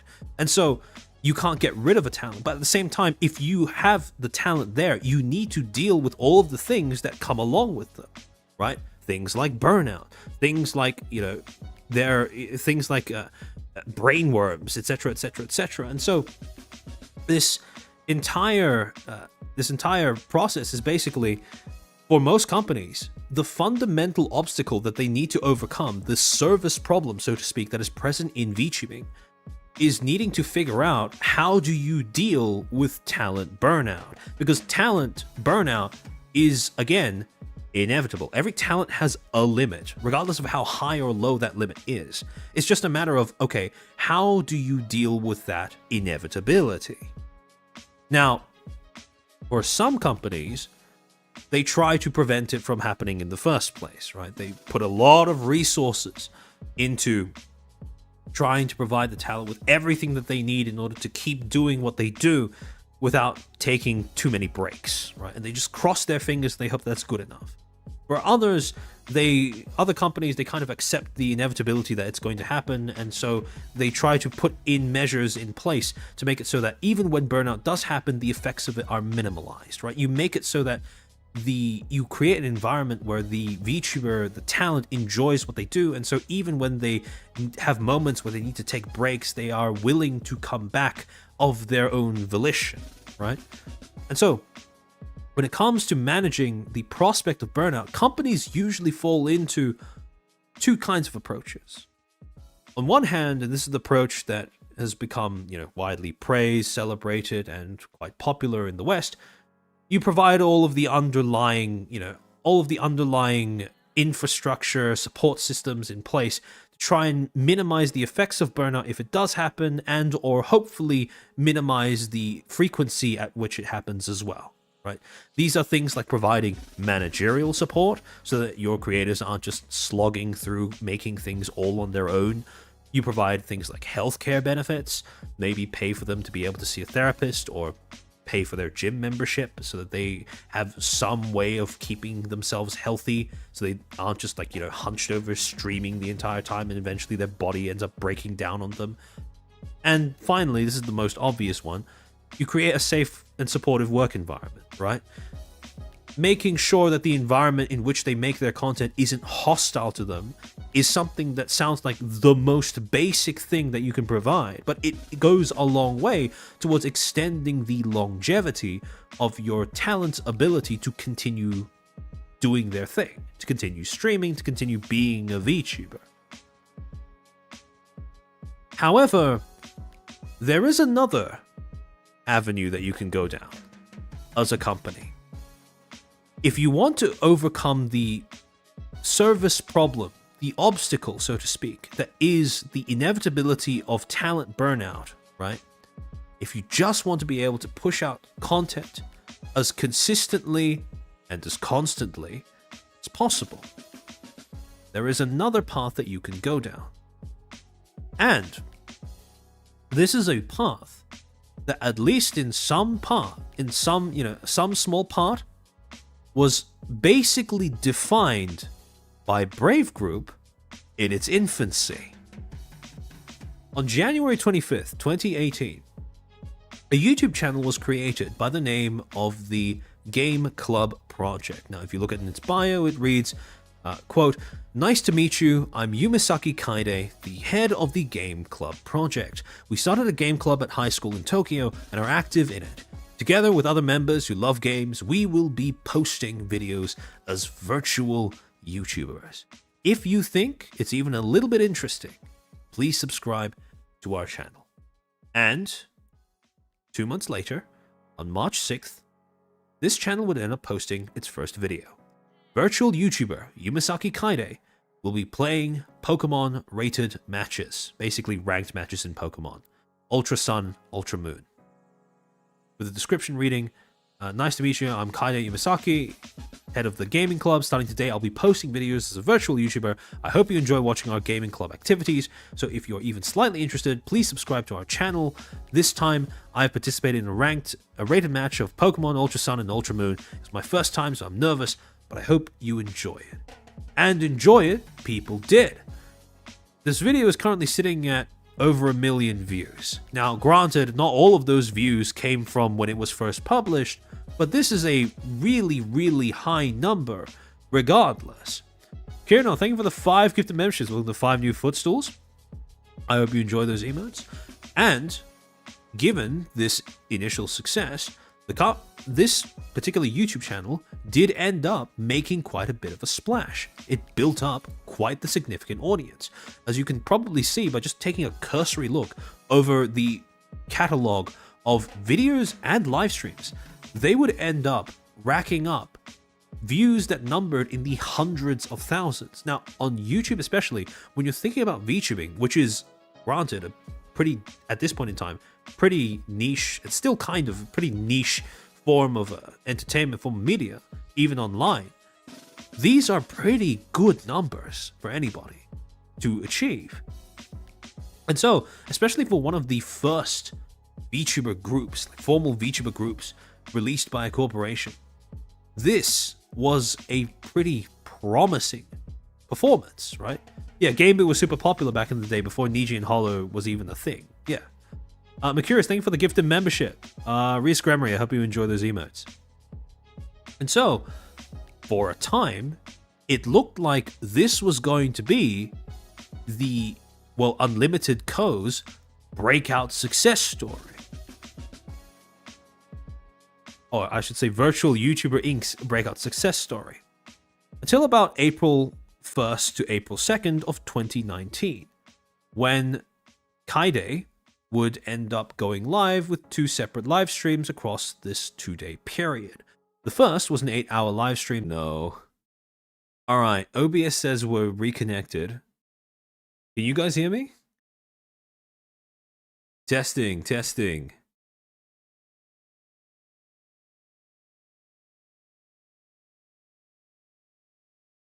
Testing, testing. 1 2 1 2. Test, test. We're back? We're back? Alright, excellent. We're back. Alright. For some reason, chat is telling me that I can't reconnect, but I can see it on my... Nope, can't hear you at all. Alright, there we go, there we go. Agamata, death sentence. Alright, okay, I just needed to pop out the chat, so now it's fixed. I am going to have many stern words with my ISP after this. I can see why people might commit hate crimes after having a bad ISP for a while. Okay, hold on. Never. There we go. There we go. All right, it's working again. It's working again. Oh, dual streaming? Yeah, no. I don't know if dual streaming would have fixed this because it was just my, I don't know, something was going on with my modem or something along those lines. But yeah. All right, never mind. Squad found me. All right. In any case, blame the ISP. Of course. Who else would I blame? How many times have you had a stern word with them this year? Twice. Twice. Evidently... Evidently we need a third. Is it hate if you...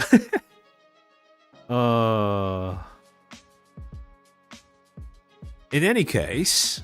Alright, so back to what I was saying before. Hold on. When did I cut out exactly? Because I didn't... The OBS pop-up happened, and I'm not sure how soon after I disconnected that pop-up actually, you know... went up.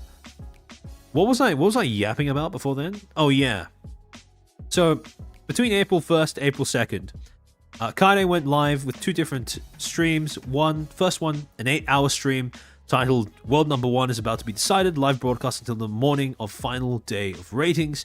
And then the second one, the very next day, 4 hours long, titled Pokemon Ultra Sun and Moon, World Number 1 is about to be decided, live broadcast until the morning of the final day of ratings, second half. Now, on the surface, this doesn't seem like anything out of the ordinary.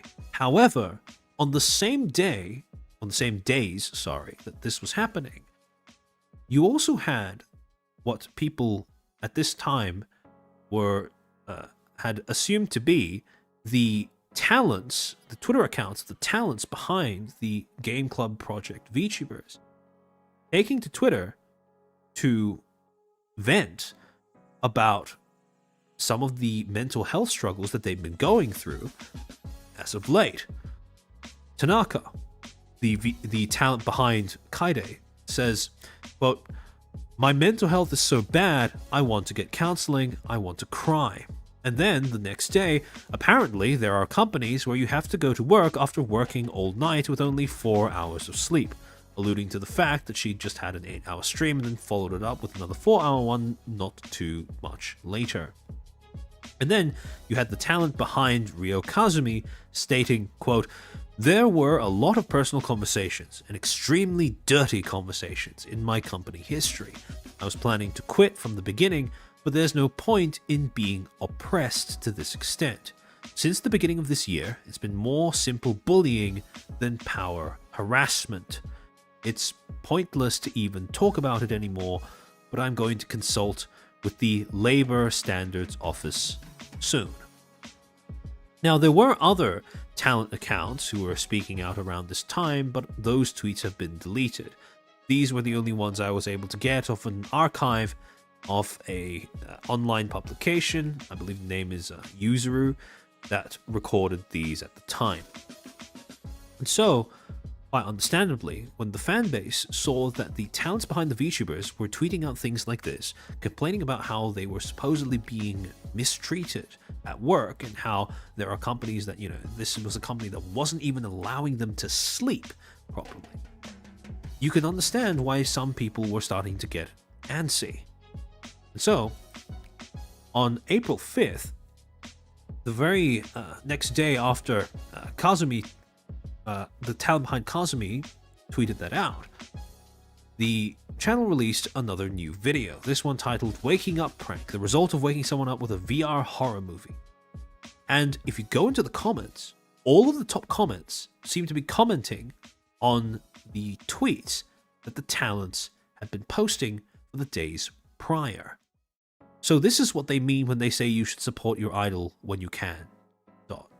Thank you for your hard work this year. I learned about the Game Club through an online article. I became interested in VTubers and started watching a lot of videos and streams. I especially think that I was able to achieve my goal of updating my personal rating thanks to the many video uploaders, including the club president, which was Kaide. Also, thank you for uploading great videos to viewers in a difficult environment. I hope we'll get to see the 5 members of the game club, including Coco, having fun on another occasion. Basically, Domyoji Coco, the V singer, was basically regarded as an honorary 5th member of the Tokyo Game Club, even though technically she wasn't.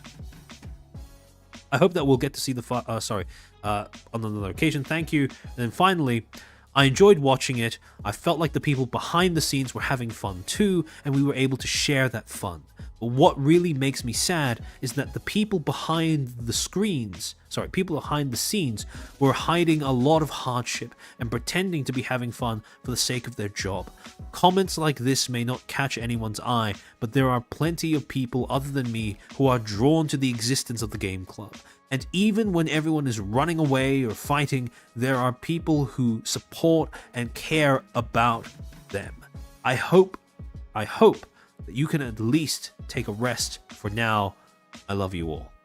Again, just messages of support, basically outlining that they know that something's gone wrong, etc, etc, etc.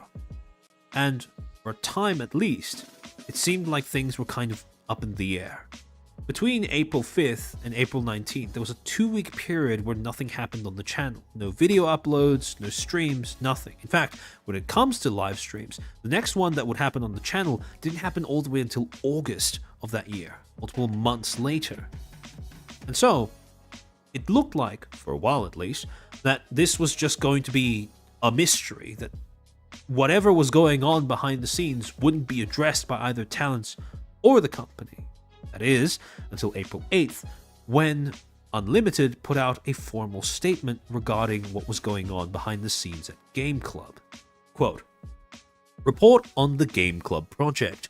Recently, a series of messages have been sent to our management team by the voice acting staff of the Game Club project on the internet, including on Twitter. We would like to deeply apologize for causing great concern and inconvenience to those who support the Game Club project and would like to report the current situation. We are currently in the process of discussing with our voice acting staff and understanding the actual situation to clarify our responsibility as a company and areas for improvement, and are proceeding with discussions including improvements to working conditions and the work environment. We will report back to you on the results of our discussions with the voice acting staff as soon as there is any progress, so we ask for your patience for a little while longer. We will do our utmost to ensure that all staff involved in the Game Club project, including the voice acting staff, are able to resume activities in a positive and satisfactory manner, and that all fans who support us can feel at ease as soon as possible. Unlimited Inc. CEO, that should say Kaito Noguchi." Then, same day, they posted a bit of a longer follow-up, few additions, few addendums onto that initial report. Quote, "We would like to inform our fans and all concerned parties of the progress of this series of events. Today, we met again with the voice acting staff to confirm the situation and discuss future directions. Based on that, we plan to be able to provide a final statement from our company on April 11th. We are very sorry that we cannot deliver a conclusion to you so quickly, but we are in a positive discussion. We would appreciate it if you give us a little more time. We apologize for causing you concern and inconvenience, and thank you for your patience." Recently, oh wait, sorry, I read this out of order, my bad. So this is actually supposed to be read in the reverse order, where the second part comes first, chronologically speaking. Recently, a series of messages have been sent to our management team by the voice acting staff of the Game Club project on the internet, including on Twitter. We would like to deeply apologize for causing great concern and inconvenience to those who support the Game Club project and would like to report the current situation. We're currently in the process of discussing with our voice acting staff and understanding the actual situation to clarify our responsibility as a company and areas for improvement. We are proceeding with discussions, including improvements to working conditions in the work environment. We will report back to you, etc., etc., etc. Right? Positive is code for we fired all of them behind the scenes. Well, at this particular stage in time, right, there was still a little bit of reason to hold out hope that maybe they would be able to, behind the scenes, the talents and the management would be able to come together and come to some sort of compromise or arrangement. Because come April 11th, they did follow up by saying, "We would like to sincerely apologize for the concern and inconvenience caused by everyone regarding this series of events. We are truly sorry. We would like to report that in response to this incident, we have had sincere discussions with the voice acting staff and have mutually confirmed that they will continue their activities in the future." And so, this, for a lot of people, signaled that regardless of whatever problems existed prior, the talents were at least willing to let bygones be bygones. And there was at least some chance that we would get a continuation of what had been happening in the past without too much drama. Then they would add on a little bit more to this, saying, on April 5th, 2019, 4 voice actors from the Game Club project requested to resign from their jobs, stating that they had repeatedly engaged in communication with the production staff that they perceived as inconsiderate and bullying. In particular, his words and actions that showed disrespect for the voice acting staff caused them mental distress. Based on these findings, through discussions with the voice acting staff and an understanding of the actual situation, it was discovered that there had been inappropriate communication, as pointed out, that there was no one in a position to properly manage the content and workload of the voice acting staff and share information with them, which resulted in an excessive workload being imposed on the voice acting staff. We recognize that these problems arose not as a result of individual issues, but due to the structure and culture of the company as a whole. And we have reflected on the fact that unless we correct this, the future development of the company, that is the game project, will be impossible. Now, in some ways, this is a rather promising statement, corporate as it is, because they actually do admit to some form of wrongdoing, right? There has been inappropriate communication, as pointed out. No one was in a position to properly manage the content and workload of the voice acting, share information, excessive workload being imposed on the voice acting staff. So they do acknowledge that there are intrinsic problems. However, on the other hand, there is also a very concerning dispersing of responsibility. There was no one in a position to properly manage the content and workload, despite the fact that, according to the talents, there was a very specific member of management that was responsible for causing them mental distress. There isn't really, yes, there was an acknowledgement of inappropriate communication, but it then ends up teetering off into, there was no one really in a position to do their job properly regarding this, which ended up making our voice actors a bit more stressed than they should have been, etc., etc. And then also, again, on one hand, it is a positive thing to recognize that there are, that this isn't going to be solved by just getting rid of one individual per se, right? That there is probably an issue with the structure and culture of the company as a whole, and it is good to acknowledge that unless they correct that, the company probably isn't going to last for very long. However, yet again, the lack of, I hate using this word, but the lack of accountability when it comes to identifying individual actors in this scenario that ended up causing the talents an inordinate amount of stress is a little concerning. Because if that individual was a problem and they are not being removed, then there's no telling how long the problem is going to continue on for. The next section of the announcement goes, what's next? In order to resolve the above issues, we have decided to establish a new department dedicated to management. You know what this needs? You know what this situation needs? The situation where there was no one around who understood that they needed to give information to the talents in a way that helped them understand what they needed to do and what they didn't need to do, etc., etc. More bureaucracy. That's what we need. A new department. That'll surely fix the problem of no one knowing how, what they're doing or what to say. Separate from our business line, and assign managers to be in charge of our voice acting staff in order to ensure that the workload is kept appropriate. Now, again, the more astute among you may realize the workload wasn't the issue, right? Or it wasn't the only issue. The workload only emerged because they had poor communicative processes, because management was not able to communicate with the talents in a way that was concise and accurate to their expectations. And as a result, you would expect that maybe the opposite would be the solution. Maybe streamlining the communicative process to prevent that kind of gridlock would be the way to go forward. But no, apparently at this point in time, Unlimited thought the best way to fix this problem was to create a new department and allocate more managers to be in charge of the voice acting staff. I'm way behind in the VOD, but there's no way Google would have let them keep the brand name Virtual YouTuber Inc. Maybe. But again, I did find it to be a pretty interesting, pretty interesting alternate path that the company could have gone down if they had managed to keep that name.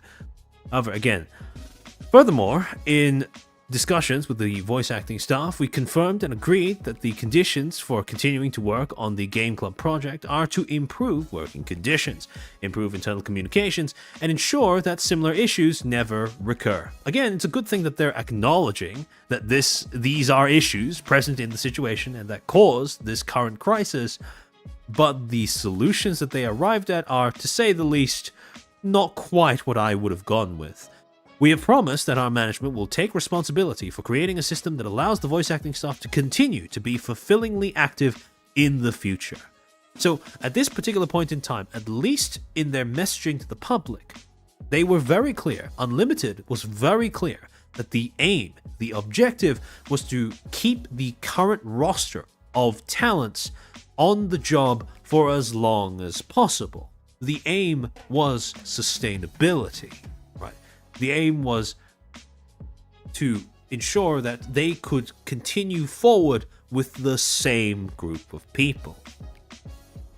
The statement ends by saying, quote, "Although this incident was raised by the voice acting staff, essentially it stems from the fact that Game Club Project was run in a way that disregarded respect, proper treatment, and communication for everyone involved in the Game Club Project, including the voice acting staff, production staff, and cooperating companies who contributed to creating the Game Club project. In the name of business growth and professionalism, we believe that this is not an issue limited to the voice acting staff. Furthermore, we have come to a strong realization that the safety and health of not only our voice actors but all of our staff comes first. And that is only with this as our basic premise that we can continue to deliver content that pleases our fans." Again, this is perfect. This is a great thing to be able to say as a company in a statement about something that has gone wrong, right? Coming out and actually saying, yep, we understand that without our talents, we don't really have a product, right? We understand we need to look after them. We need to make sure that they don't burn out, that we don't treat them like objects, etc., etc., etc., etc., right? This was very promising at the time, because here you had a company that seemed to understand the fact that its main asset is a human one. Quote, "Once again, we would like to apologize to our fans and all those involved for the inconvenience and concern that this incident has caused. We are truly sorry. We are determined to resolve this issue and work with all our staff to provide you with even more amazing content than ever before. So we hope you will continue to support the Game Club project." And starting from April 19th, the content would resume. The voice actors came back, the channel started posting videos again, and for a time, at least, it seemed like nothing had really changed, that Brave Group, or Unlimited, had actually managed to work something out with the talents permanently. And then, on June 29th, a video was posted onto the channel titled "Anime. Are you still thinking of a catchy title?" And on the surface, nothing really seemed to be that different.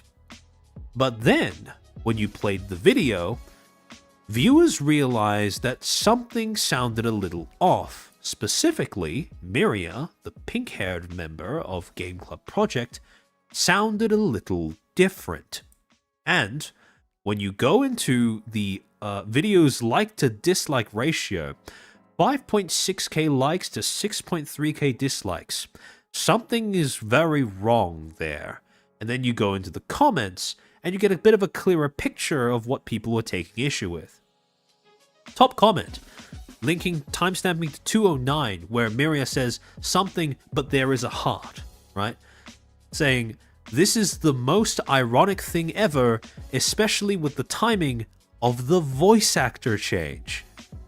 Second comment, it was only after I lost her that I realized how much I loved Miria's voice. Third comment, if the voice actress really wanted to retire, I wish she'd ended it nicely by transferring schools or something and had a new member join. The new voice actress isn't bad, but it feels like a dead person's body is being spoken through by someone else. And fourth comment, VTubers are not anime characters. They are connected to the fans through daily interactions. They spend time together on social media, at events, and create content with their fans. They also have the opportunity to talk about old memories, and in live broadcasts, the brilliance of their souls is reflected in their charm. Changing only the voice actor means that it's just a character. Brave Group Unlimited Co. had decided to swap out the voice actor for Miria. And this was immediately reacted adversely to by the audience. Wait, this happened before or after I was not here for these days? I think this was, well, in terms of the controversy, I think this was around the same time. I don't quite remember, but like Nanny Love is saying in chat, I was never replaced. There were rumors that she was going to be replaced, but it never actually ended up going through. This, however, ended up going through. In spite of what was said in the earlier statement about understanding that their main asset... Oh, before? Okay, thanks. So yeah, despite what was said in the previous statement about how they understand their main asset is a human one, they want to, forge onwards by making sure that the existing talents are happy, etc., etc. Now you had what seemed like a very underhanded way of trying to undercut that. But this wasn't it. Because on July 8th, Game Club Project would end up posting another video titled "Congratulations, manga adaptation decided." I almost said the Western way of pronouncing that. Yume Saki will be released in a magazine. And this was a short kind of trailer/skit that involved all 4 of the Game Club members. But, yet again, when you opened up the video and you took a peek at the like and dislike ratio, holy shit, this one was even worse than the previous video that we just looked at. 3.1k likes to 16,000 dislikes. And, yet again, when you go into the comments, you start to see why. Cherry blossoms are falling, the weather is gloomy, people are leaving, where is the wind blowing, where are the dreams? Maybe this low rating is more directed at the company than the video or the game club. Domyoji Haruto and Sakuragi Miria are still there, but Haruka's and Aho Pink are gone. That last comment, by the way, to explain what the commenter meant, essentially what they were alluding to was the fact that now it wasn't just Miria that had her voice replaced. Now, the talent behind Haruto Domyoji, the dark-haired male member of the Game Club project, had been replaced as well. Basically, I don't know what Haruka means in this context, but I know, for example, what they were basically saying here is that yes, the IPs are still there on screen, but, and then using the affectionate nicknames for these talents, right? Aho Pink, which translates to Pink Idiot, affectionate, are gone, right? The soul behind the characters are gone. It's just, the IPs that remain. And so, when you look at these two examples side by side, what you realize is this was the alternative way that a VTuber company can circumvent the obstacle of talent burnout, where instead of investing your resources in either trying to minimize the possibility or minimize the length of an episode of burnout, Instead, you simply just quote-unquote recast the actor. If one of your talents is burning out and can't make content anymore, no problem. Just tap them out and get somebody else in. And this was the approach that Unlimited Co., which was what Brave Group was known as back then, ended up trying their hand at. We just looked it up. It went down. User iDrama went down a few days later, so literally same week. Yeah. Actually, now that you point out that those two events happened in such close proximity to one another, I wonder if the Brave Group thing ended up sort of causing audiences to be more on edge and explode harder over the Keys No Eye thing as well. But in any case, this was an approach that they had gone for, but this was also an approach towards fixing this problem, fixing in quotation marks, this problem that audiences absolutely despised. Because over the following days and weeks, what would end up happening is people started mass unsubscribing from Game Club Project. Now, at this point in time, right, according to the online publication that I referenced earlier, Utera, which preserved the tweets that the talents were making about their situation, right? At this point in time, early April of 2019, Game Club Project had 410,000 subscribers, or somewhere around there. Currently, if you look at the channel, it has 260,000. Now, granted, not all of that would probably be unsubscriptions from this specific controversy. There have been others since then, and there have been other reasons for people to unsubscribe, not least because, simply it became a dead channel eventually. But even if it was only half of that amount, minus 75,000 to 150,000 subscribers is a lot. And the thing is, it wasn't even just confined to the Game Club Project channel. No, this movement of mass unsubscribing in protest to what Brave Group Unlimited was doing ended up spreading over to the other IPs that they were that they had running along in the background as well. People were mass unsubscribing from Aogiri High School Game Club, as well as from Coco Music's, Domyoji Coco's channel. And again, the message was really, really clear. Don't do this, we hate it. For even months after this whole controversy took place, every time the talent behind Miria would every time a video would be uploaded with Miria in it, it would get mass disliked into oblivion, to the point where the ratio was always, at best case scenarios, 50-50 between the two. And, well, again, I just want to emphasize, right? When people talk about wanting to change company behavior, this includes me in the previous instances where I've said that. If you actually want to protest the actions of a company, this is what it looks like. And for the actors, the new talents behind, the VTubers in Game Club Project, this was probably a really rough time to continue trying to make content, right? They probably had dreams of, making it big as a VTuber, etc., and those dreams were kind of crushed, right? Because, again, they'd essentially been told to grow they'd been told to grow crops on salted earth, right? But make no mistake, if you ever are in a situation where you want to protest against the actions of a company and you actually want to create incentives for them to change, if you want to make your protest tangible, significant, you are going to have to attack their bottom line. And that is also, by extension, going to involve risking crushing the dreams of at least some of the people involved. This is what successful protest looks like. Mass unsubscriptions, dislike bombing, cancelling memberships and other forms of monetary support, withholding donations. If you want to protest the actions of a company, this is how you are going to have to do it. It's not going to be pretty, but this is the only thing that works. Joey K, thank you for the 10. If a VTuber agency tried to recast my Oshi, not only would I unsub the channel, the company would be dead to me. Oh, don't worry, because you're not alone in that. See, the audience was pretty clear, right? A lot of viewers of these channels made it very, very clear that they did not at all want this to go ahead, that they were not going to tolerate this in the slightest. But it wasn't just the viewers that had an issue with this decision.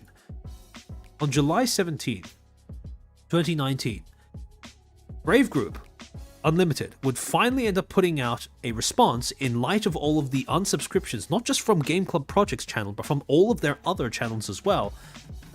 All of that, all of those protests would end up finally causing them to put out a public statement and address what was going on.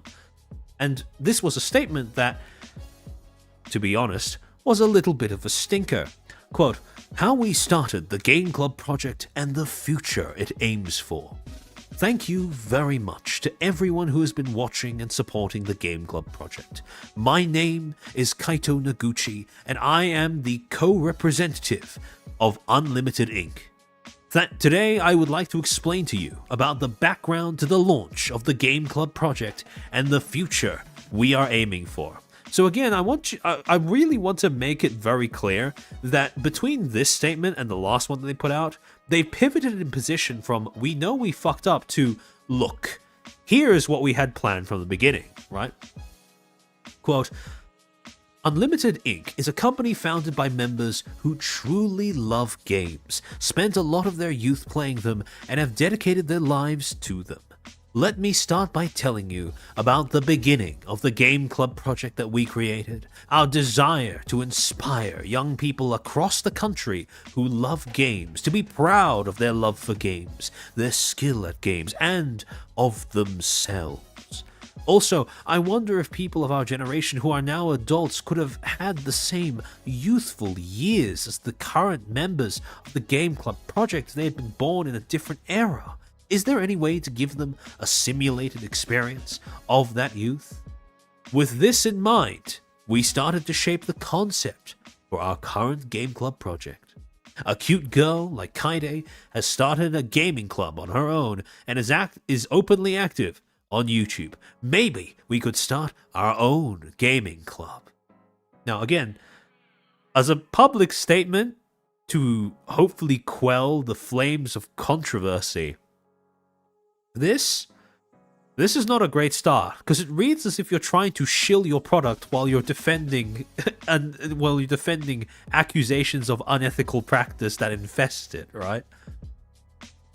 To continue, "We also hope that through our work, courageous students like that would emerge and carry the future of esports in Japan.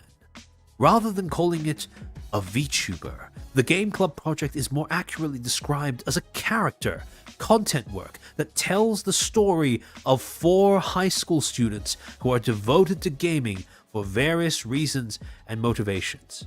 And this line in this statement is what convinces me that even if Unlimited didn't have any issues with copyright surrounding calling themselves Virtual YouTubers Inc., even if they didn't have any SEO problems with calling themselves Virtual YouTubers Inc., they still would have changed the name. Because what he is describing and what has essentially been memed on by some members of the fanbase at the time is trying to make the argument they're not VTubers, they're C-tubers. They're not virtual YouTubers, they're character tubers. Basically like, cartoons, right? You have a voice actor, you have a character that they play online, and that's how it works. They love Vispo foreshadow? Yeah, it's kind of interesting to see how early on the whole "we want to be the esports VTubers" type thing they had going on in terms of their business plan and their intended direction. To go on, for example, our club president Kaide was always an honor student and had high expectations from her parents, classmates, and teachers, so there was a time in junior high school when she was unable to devote her all to games. You want to know how this statement comes off? This is basically saying, don't be mad at us. Look at the lore, right? It's just a shame that they don't seem to have registered that that's the way the statement reads before they ended up putting it out. Quote, Studying basketball and gaming. Even if you are an honor student, it's very difficult to balance these three. As a result, she was not able to achieve satisfactory results in either basketball or gaming. At such times, what do you really want to do? Is it studying, basketball, or gaming? Or is it to continue to live up to the expectations of those around you? She was troubled for a while. After much deliberation, she came to the answer: you only live once in your life. Stop shilling the product, get on with it, Lamau. Exactly. As an address in response to a controversy, this statement absolutely blows for that reason, right? Parents, teachers, and friends don't matter. Do what you love to the best of your ability. So she took the entrance exam for her current high school because the school atmosphere was so liberal that she could start a gaming club, with the reason that she wanted to seriously devote herself to gaming as a club activity in a proper environment where she could not make excuses. She passed the exam, started her own gaming club. Every day she works hard with her friends in club activities, aiming to be the best gamer, with the club motto of have fun and be serious. On the other hand, even if we had a storyline like the one above, we are not a professional animation production company, and because animation always tells a story from a god's point of view, wouldn't it inevitably lack a strong message or empathy? What the hell is this fan fiction? Yeah, Noguchi has quite a bent for writing, doesn't he? This was a problem, we felt.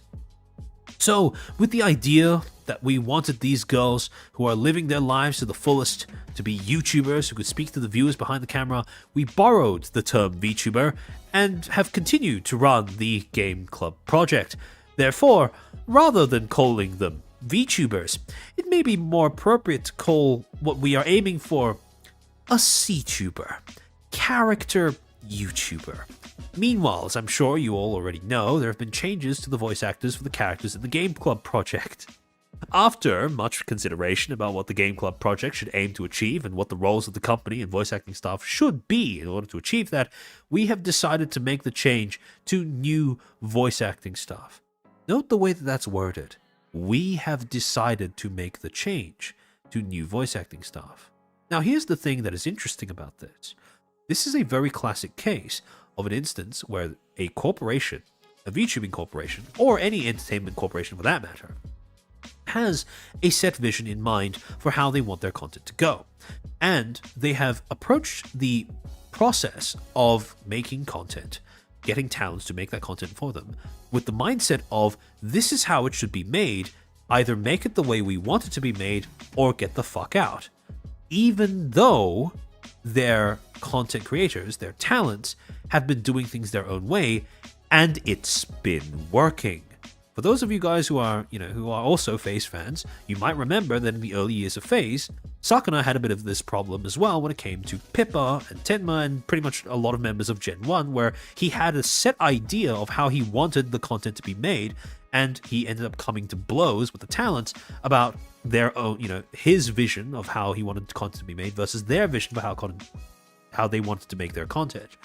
Now, with FaZe, they eventually ended up resolving that in a mutually agreeable way where Sakuna would basically throw his hands up and go, you know what, you guys are making the content. If you guys can bring in the results, who am I to say differently, right?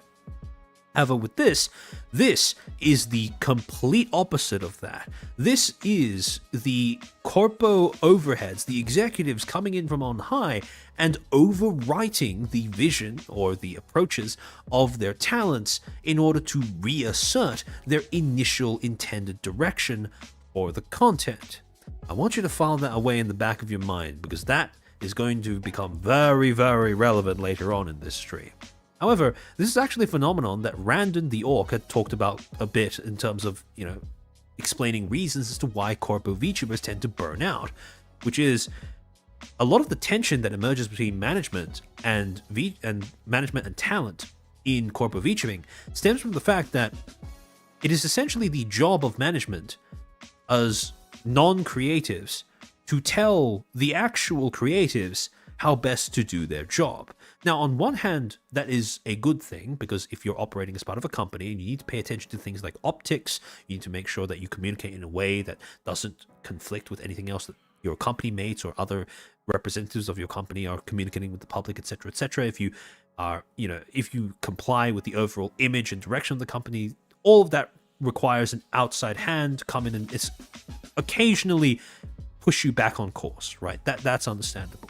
But when it comes to outright dictating what content you should make and what you should be, what you should present yourself as, that's when it starts to become a bit too constrictive. And that's where the differences between what management envisions and what the talent envisions can start to create problems for the relationship between the two.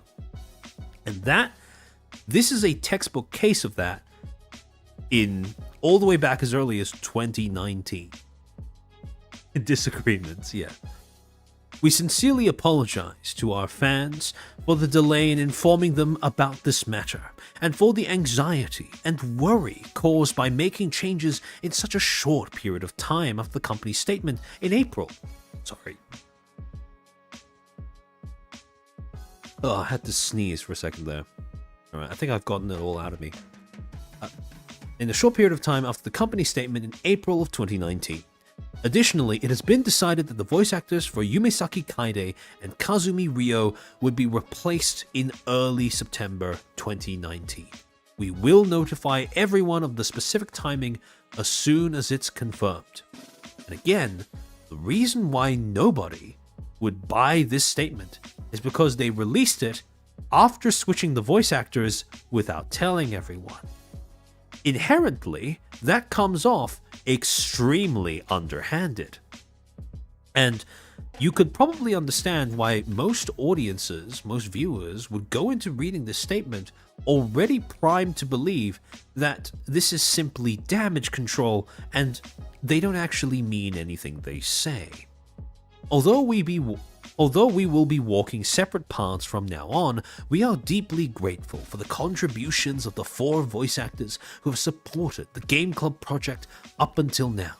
Thank you so much. The VTuber industry is an expanding field of diverse values and worldviews, but if we define Unlimited as a character content management company, note how much they're taking pains to not say VTuber.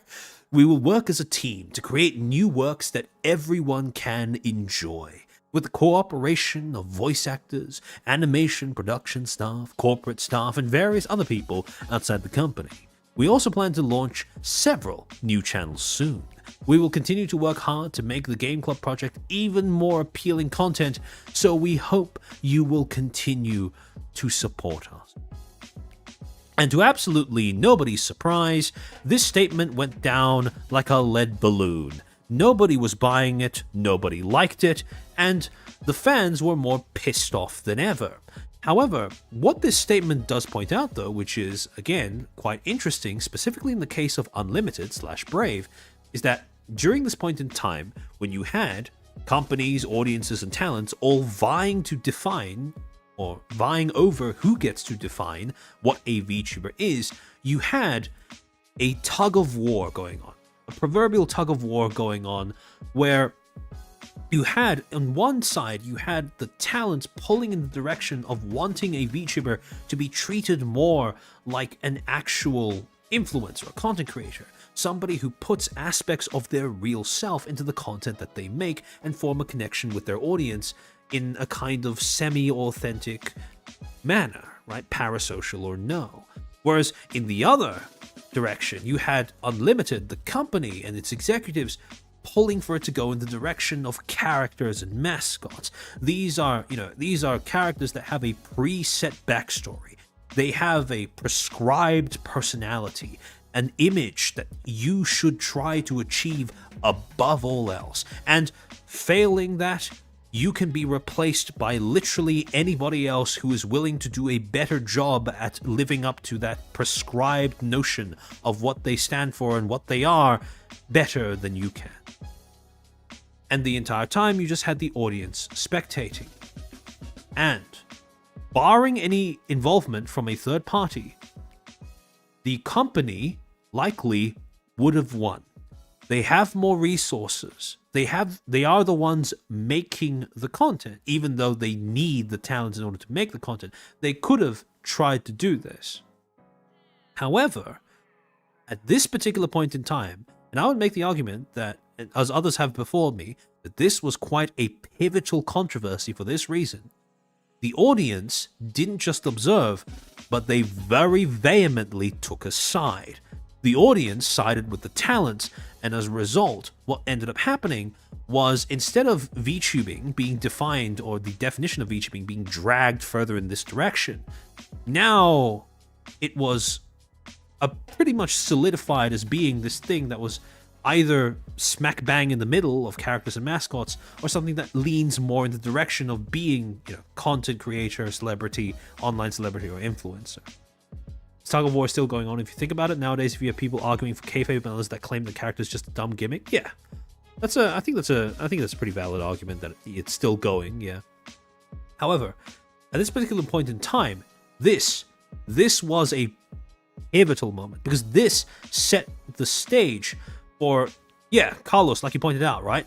The taboo to crop up. One of the strongest, most fundamental taboos that exist in the industry right now is the idea of trying to replace the quote-unquote voice actor behind the VTuber, because nobody supports that, and people react really, really adversely to even the suggestion of that nowadays. And I think in large part, this helped to set that strong precedent that this is not something that audiences in this industry are going to tolerate. And so, what ended up happening is, this is one of the pivotal reasons, I would say, as to why we have the definition of a VTuber that we currently have. Why, especially, Hero, like you pointed out, why skinwalking is as much of a sin as it is regarded as today. However, as I alluded to earlier, it wasn't just the audiences that hated this, it was the other talents as well. Because on December 9th of 2019, just a few months after that announcement was made in July talking about C-tubers instead of VTubers and yada yada yada, Unlimited released the following announcement regarding the departure of Domyoji Coco. Quote, "Thank you very much for always supporting and listening to Domyoji Coco and Coco Music. We are pleased to announce that the current artist, Coco Domyoji, will be graduating on December 9th of 2019. Additionally, the video posted today will be the last video by the current artist. I would like to express my deepest gratitude to the current artists who have supported Domyoji Coco's activities up to this point. Thank you very much. The details of this graduation are explained below." And here's where things get interesting, because the first thing that they say is, quote, "Around July 2019, we received a message from the agency to which Domyoji Coco currently belongs, stating she wanted to focus on her activities with her band, which she's currently working on at the same time, and that as a result, it would become difficult for her to continue working as Domyoji Coco." What that means is basically, around July of 2019, we were informed that she would like to leave. Now, whether you buy what they're saying here, which is, oh, she wanted to leave to pursue her own passions, right? Whether you buy that, up to you. Personally, I don't buy that at all. But, again, timing is really interesting on that one, because what happened in July of 2019? Oh wait, that's right. The voice actor behind Haruto Domyoji got replaced, and Brave Group put out that god-awful statement about it. So, it has been very widely speculated that the reason why the original talent behind Domyoji Coco departed was, at least in part, out of protest to Brave Group Unlimited trying to implement that policy of replacing the talents behind the VTubers. Yeah, Naylove. Domyoji has a really convoluted history because she was part of Unlimited, got replaced, joined Riot, then joined Blitzwing, then got terminated that same year. Yeah. So, the statement then goes on to say, as this project has been run to make the most of the current artist's singing and acting skills, again, take note of that phrase, current artist. We held numerous discussions with the agency to see if we could somehow continue the project and made various proposals. The agency also considered every possible way to continue the project, including changing the way they approached it. However, it was difficult for both parties to continue the project in a way that made the most of both, so ultimately we respected the thoughts and wishes of the agency and the current artist and decided to put an end to Domyoji Koko's activities here, which led to this announcement. Regarding the future, Domyoji Koko is partnering with a major music agency and is considering collaborating with them to run projects.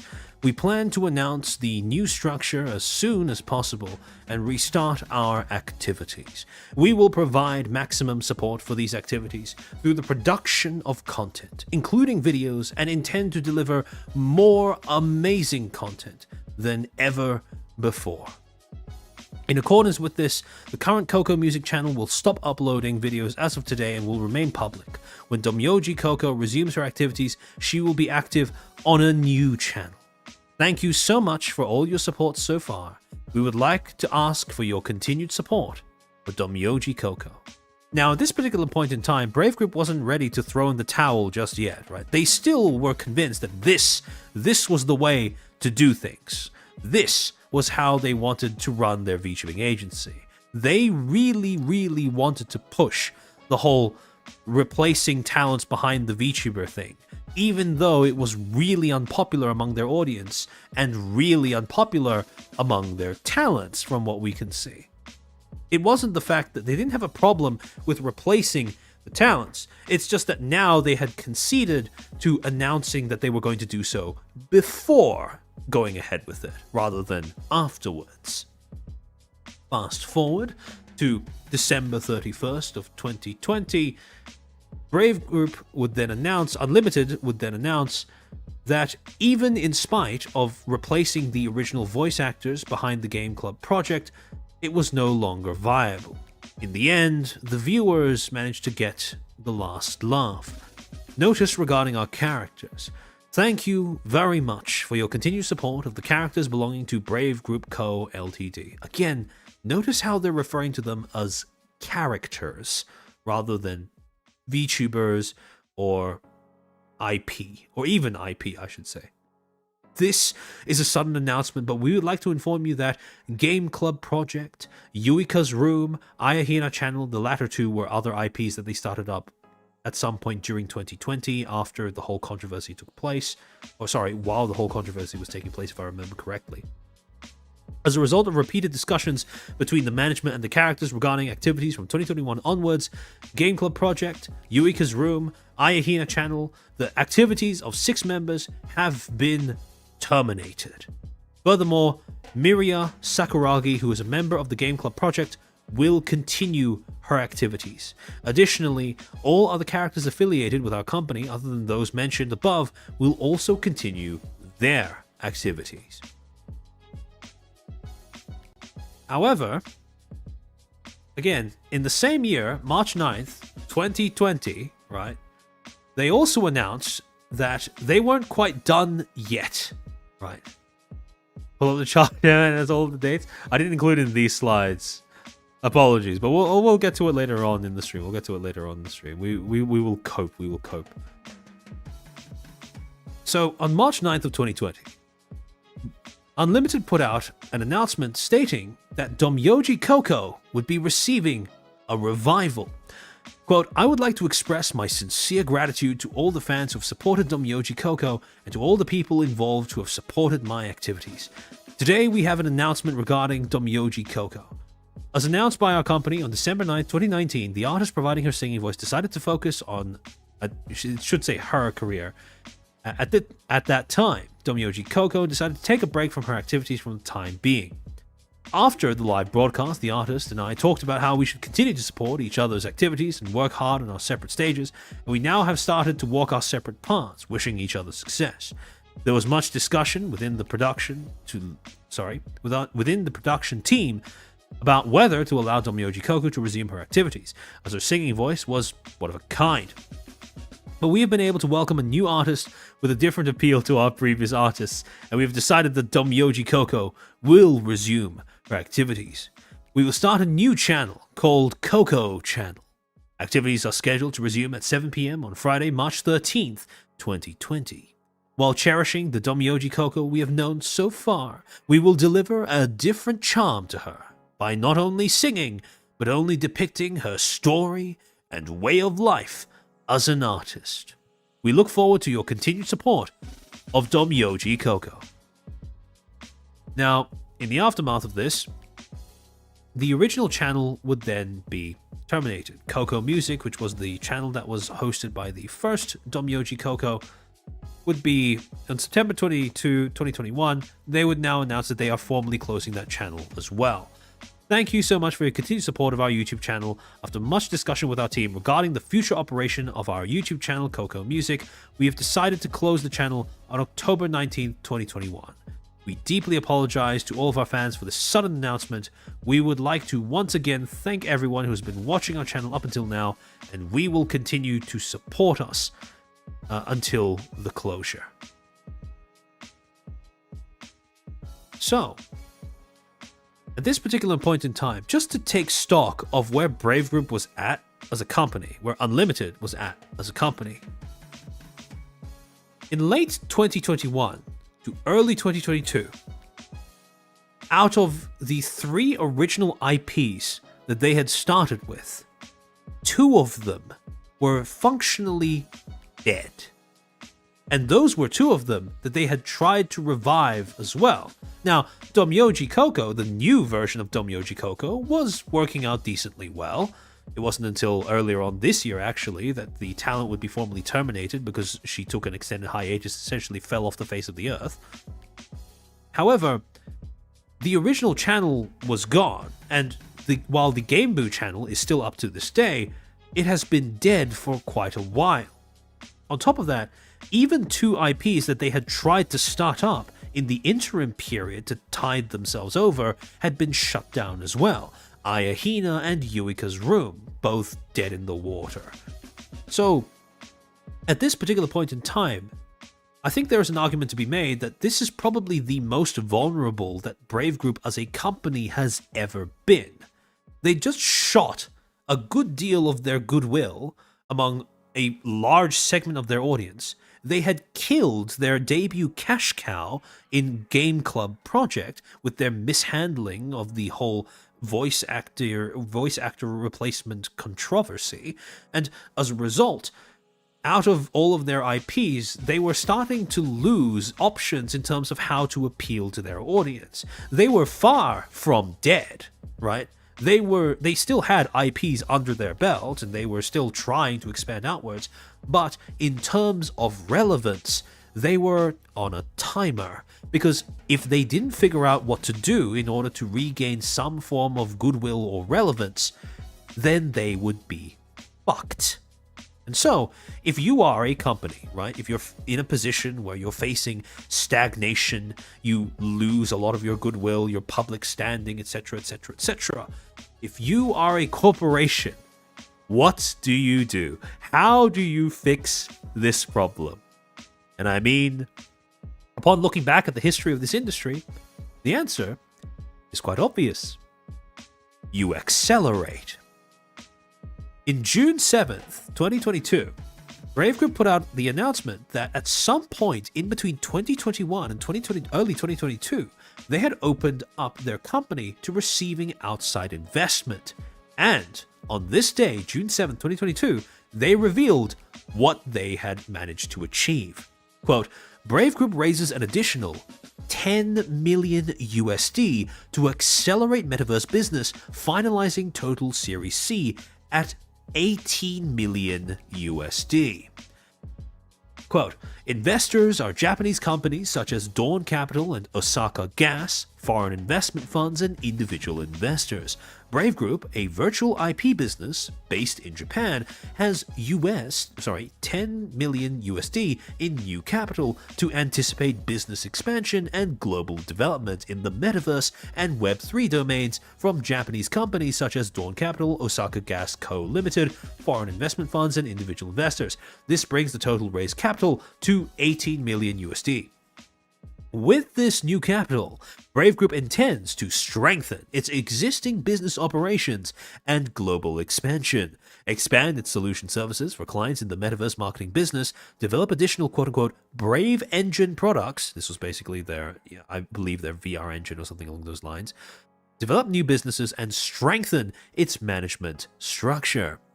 With business moves by Brave Group recently including collaborating with My Anime List, which operates one of the largest anime communities, and in May 2022 formed a business alliance with Billboard Indonesia, the Indonesian version of Billboard, to strengthen alliances for global development.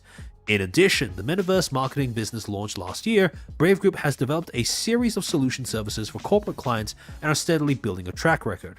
What this basically means is Brave Group had pivoted yet again. They'd gone from VTubers to CTubers to now all in on the virtual IP business, plus a little bit of, tech bro corpo slop sprinkled in there for effect. However, the real kicker comes later, in terms of what they actually spent this money on. Quote, for this fundraising, general partner Dawn Capital Atsuki Ventures Inc., Kazuhiro Ishikuda said, as the boundary between real and virtual life disappears, the form of entertainment will also change. New IP KOLs are expected to be born. As the metaverse market grows globally, we believe that the Brave Group's content will be at the center of this enthusiastic virtual communities that are born, expected to be born. That will emerge. Sorry. I had a stroke for a second. We hope that the strength of the anime and manga culture that Japan has cultivated over the years will be brought to the world virtually. Senior General Manager Innovation Department Osaka Gas Co. Limited Yuichi Sakamoto said, quote, thank you for the opportunity to be a part of Brave Group's grand challenge. As the spread of the COVID-19 redefines the way we live our lives, goodbye monetization, we are focusing on the metaverse as the next generation communication alternative to the real world. We are looking forward. Zuline, speaking of which, anyone notice how the talks of the metaverse just died off? Yeah, it is quite funny how hard it's fallen off of a cliff over the past year or so. We look forward to working with Brave Group to realize lifestyles and businesses that respond to the new normal by accompanying our customers' changing lifestyles and business styles and developing services and solutions that are best suited to each customer. Managing Executive Officer of Saison Ventures Inc., Shunji Ashikaga said, quote, thank you very much for giving us the opportunity to join Brave Group, which is strongly involved in the virtual IP business and the metaverse market. I'm very pleased to be working with you because of Noguchi-san's strong sales skills for enterprise and enthusiasm. I believe that its business will have a great impact, not only in Asia, but the whole world in the future. We are looking forward to working together with you in the card business so that we can help you in your endeavors. Let's create a fun world together. And then they include a bunch of testimonials from random people who are friendly with Brave and or its executive team, including the CEO of Reality Inc., Mr. The translation calls him DJ Rio, but a person who we are very familiar with on this channel.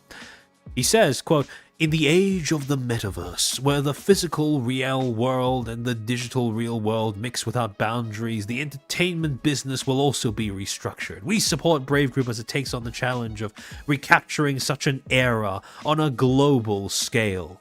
CEO of Nanamue Inc., Takahiro Ishihama said, I support Brave Group to become a democratized IP. In the recent upsurge of NFT, Japanese originated IPs are struggling. Should have drawn a few monkeys and sold those instead. The reason is simple. It is inconvenient for NFT holders to use them freely. This has resulted in IPX NFT that cannot be owned by the holders in the middle of the market. I'm very excited to hear this story because Brave Group, led by Mr. Noguchi, has the ability to launch a global brand that matches the recent context, IP in the era of democratization. With 0 to 1, I will give them my full support. Democracy's cringe based. CEO. Oh, sorry. Give me a second. I scrolled too far. CEO of Ninest Inc. Interesting name. Kyosuke Kato says, in the past, Japan gave birth to many characters, which are loved by people all over the world. And as VR slash. Sorry, give me a second.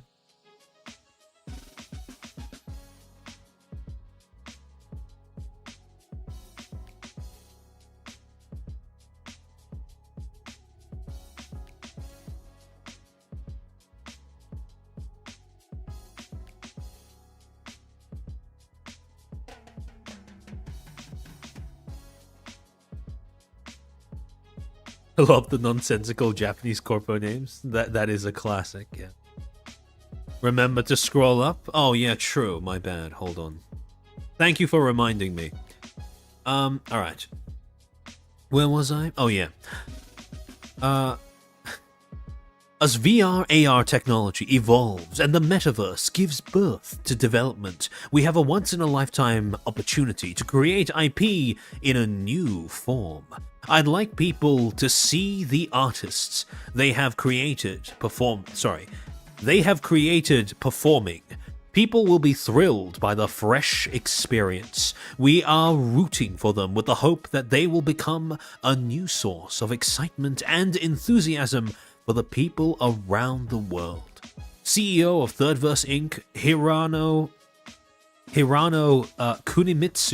Kunimitsu said, I am convinced that Brave Group will be one of the companies that can create a new type of entertainment, IPX Metaverse, in the coming Metaverse era. I am looking forward to working with you as one of the most encouraging members of the Brave Group, who will be responsible for bringing new entertainment from Japan to the world. Group President and CEO of Septeni Holdings Co. Limited, Koki Sato, said, one of the entrepreneurs aiming to create IP that will spread from smartphones to the world, centered on manga and anime. I truly share the vision that Brave Group has set forth. I will continue to support Brave Group in creating businesses that originated in Japan and reach the world, centering on virtual IP in the great ocean of the metaverse. I respect you, Mr. Noguchi. CEO of Reiwa Travel, Takaya Shinozuka, said, Mr. Noguchi is an entrepreneur with a proven track record of doing hard work, and the Brave Group team is full of attractive people who will surely realize the grand vision that we have set forth. I am confident they will bring about a revolution in the IP and metaverse industry. Taku Takahashi says, I'm very excited about the updates that Brave Group has made to fit the modern entertainment world. I'm very excited to be a part of it. I look forward to seeing the company become the center of an era in which the barriers between the internet and the real world are disappearing, and I look forward to seeing the company's success in the world. For this fundraising, Keito Noguchi, CEO of Brave Group, said, through this fundraising, we will work to maximize the impact of Brave Group's IP not only in Japan, but also in the world. We have many other new initiatives in the works, so please look forward to the brand new, reborn Brave Group. And what did they use this funding on? A series of acquisitions, because there's nothing that is as potent to jump-starting your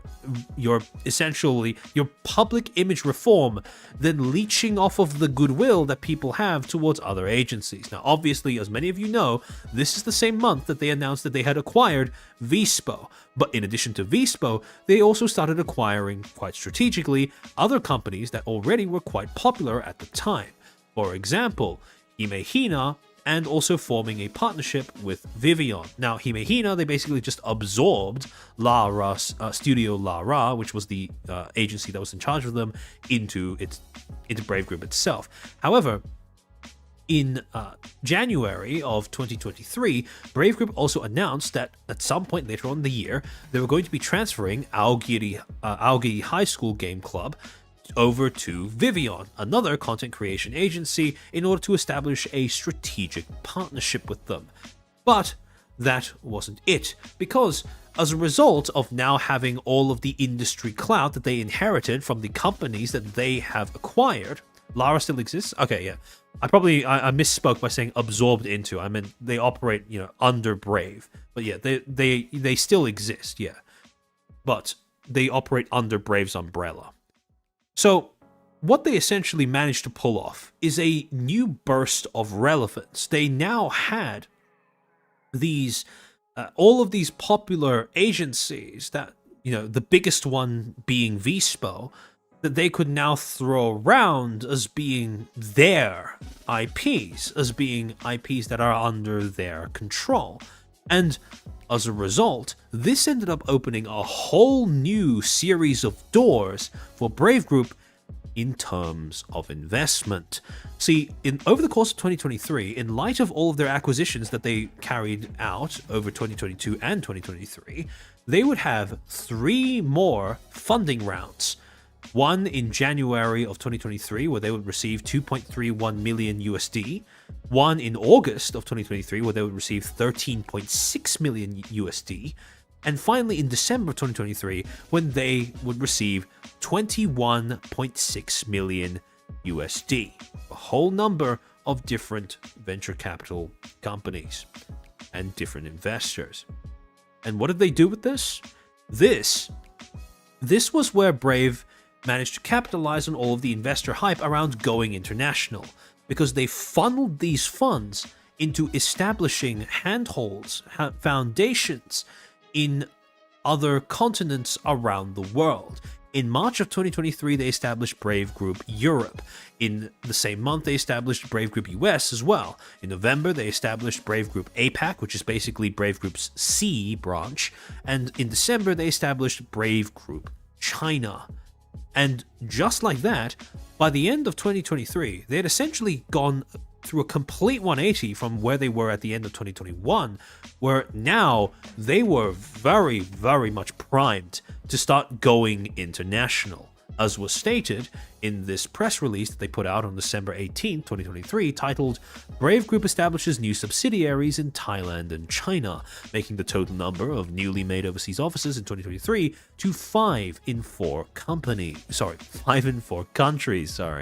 Total number of global offices has now reached 10 in 5 countries as of when I was reading this article, which was earlier this year.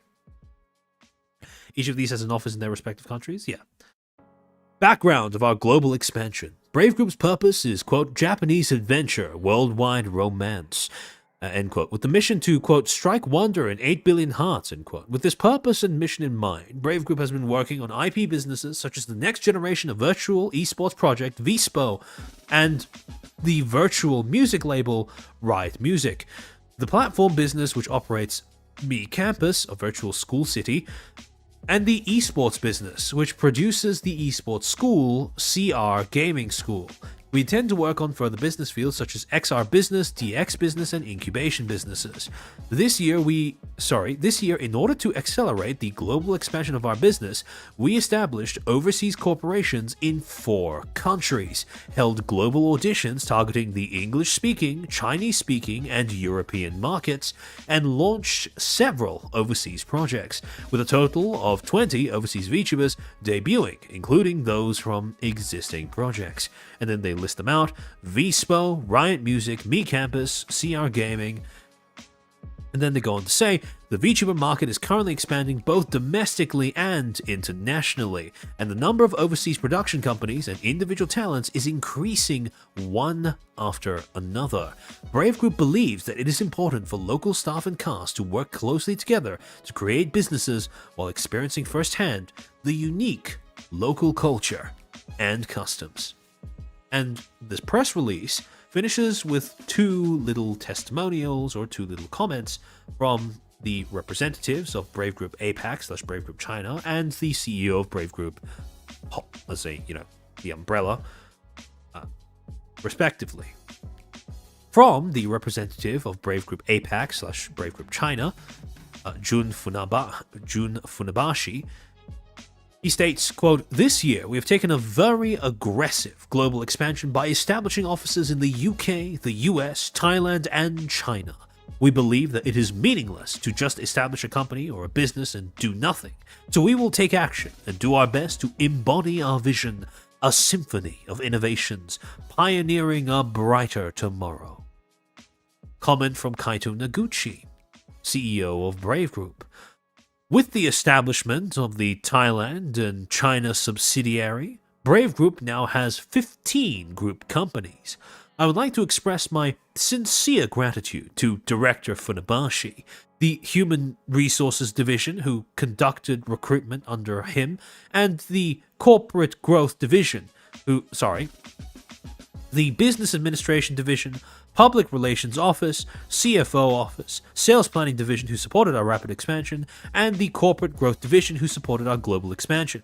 Thanks to them, we have been able to continue to integrate management and create new businesses, despite our size and startup status. In 2023, we have laid foundation for the 0 to 1 phase, so we will push forwards as a united company to make a leap forward from 1 to 10 to 100 in 2024. Now, the interesting thing is, the way that they started sort of entering into the inside of the market, the way that they tried to introduce themselves, one of the first things that they did was an interview that they conducted that was published in March 14th in VTuber News Drop. The one of the VTuber magazines, newspapers that are currently in the space. One of two, I believe, that are operating in the space. This was an article titled Spotlight, Brave Group's Vision to be the Top VTuber Company.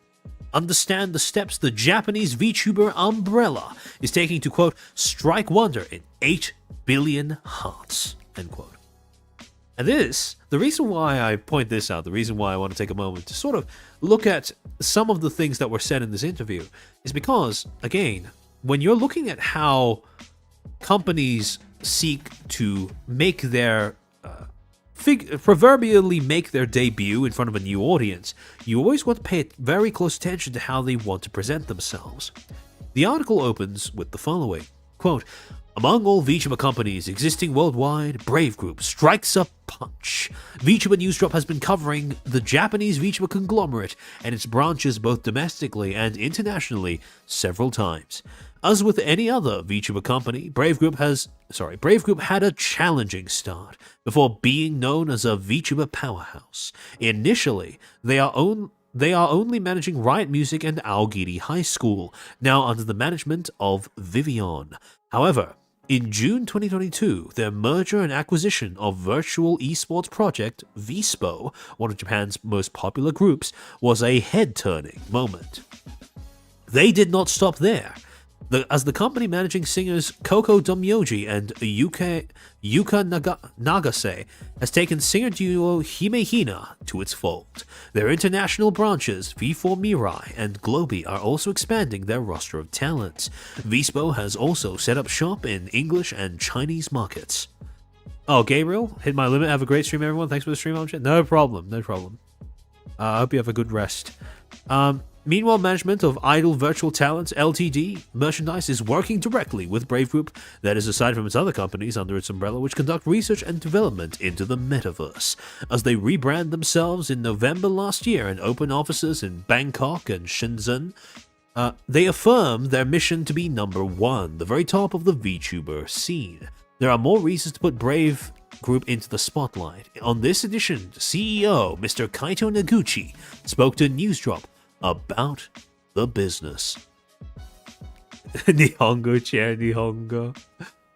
Alright, so as you can tell right from the start, it's, very classic press release type thing, right? Where it's kind of hyping them up a little bit. However, there's one specific section later on this article that I found to be quite interesting given recent events. And that is a section titled Challenges in Establishing Presence Abroad. So, this whole article is laid out in the structure of a backgrounder, and for those who remember from when I was talking about backgrounders during the stream that I did on the first stream that I did on Nexus, a backgrounder is a variant of a press release that exists for the purpose of giving your audience a closer degree of insight into how your business operates. It's supposed to double dip into, being a PR fluff piece, but also kind of giving your audience a better idea as to the nitty-gritty of your operations. And the way that it's usually structured is a sort of question-answer type thing. And so, this section of the article starts with the question: in your overseas expansion, what limitations has Brave Group faced in penetrating these foreign VTuber markets, and what general strategies would these subsidiaries employ to stand out regionally? To which Noguchi replies, quote, "Our strategy also includes setting up local offices in key regions and running operations locally. More often than not, international VTubers are managed from Japan, and this could lead to issues with management, due not only to time zones, but also by giving the talents a sense of too much distance. By having local offices and staff, we can overcome most of these issues. As relative newcomers to the global market, we need to differentiate ourselves from other agencies by creating a favorable environment and nurturing strong relationships with our talents, and mobilize our resources to help produce content such as music videos, live concerts, and events on par with the high quality of those produced in Japan. As a company, we need to be able to show to independent talents the benefits of working together with us by showcasing both the resources and support we can provide them with. Additionally, we have set up recording studios for 3D streams and other kinds of content, a major advantage still out of reach for many indies and even other agencies. We hope that this can show the level of commitment we are bringing in order to help our affiliated talents become successful VTubers." Now, the paragraph that tickles me is when Noguchi says, "Oh, more often than not, international VTubers are managed from Japan, and that creates problems, which we've fixed by setting up local offices." Which is really, really funny in hindsight, considering that that is complete bullshit, based off the fact that we now know that, at least when it comes to Brave Group Europe, 4 out of 5 of their executive officers operate out of Japan and not in the UK. Of those 5, only one of them actually operates out of the United Kingdom, and it's the guy by the name of Mr. Bacon. So there's that. Also, when you look at the many of the top executives who are in charge of Brave Group US, they are also based in Japan and not in the US. Now, the support staff, the managers who actually speak to the towns on a daily basis, those are based in their respective countries, that is true. But that wasn't what Noguchi was saying. He was talking about leadership. When he talks about managing from Japan, I'm quite certain that he is referring to the executive branch. And this doesn't exactly fix that problem. So that was a little bit of a lie. That was a little teensy weensy bit of bullshit. However, that aside though, initially in 2024, Brave Group was actually really well set to debut onto the EN VTubing scene to general goodwill. Not only because many people in the EN side of the VTubing audience, weren't really familiar with their prior controversies, but also because the way that most people in the EN side of the industry became aware of Brave Group over the course of 2024 can be kind of traced back to 3 main events, all of which ended up becoming PR wins for Brave. Now, the first thing was not so much one event per se, but rather a compounding of just consistent head down content creation from 2 of the branches that they'd established overseas to cater to the English-speaking audience, V4 Mirai and Globy. Now, over the course of 2024, neither one of these 2 companies grew by a significant amount all at once. Oh yeah, I should mention, both of these are homegrown, right? They were started by Brave, they weren't acquired by Brave. So, Both of these, they didn't really have any sort of sudden explosion of growth over 2024, but they just grew incrementally and really consistently without any sort of dramas associated with either company.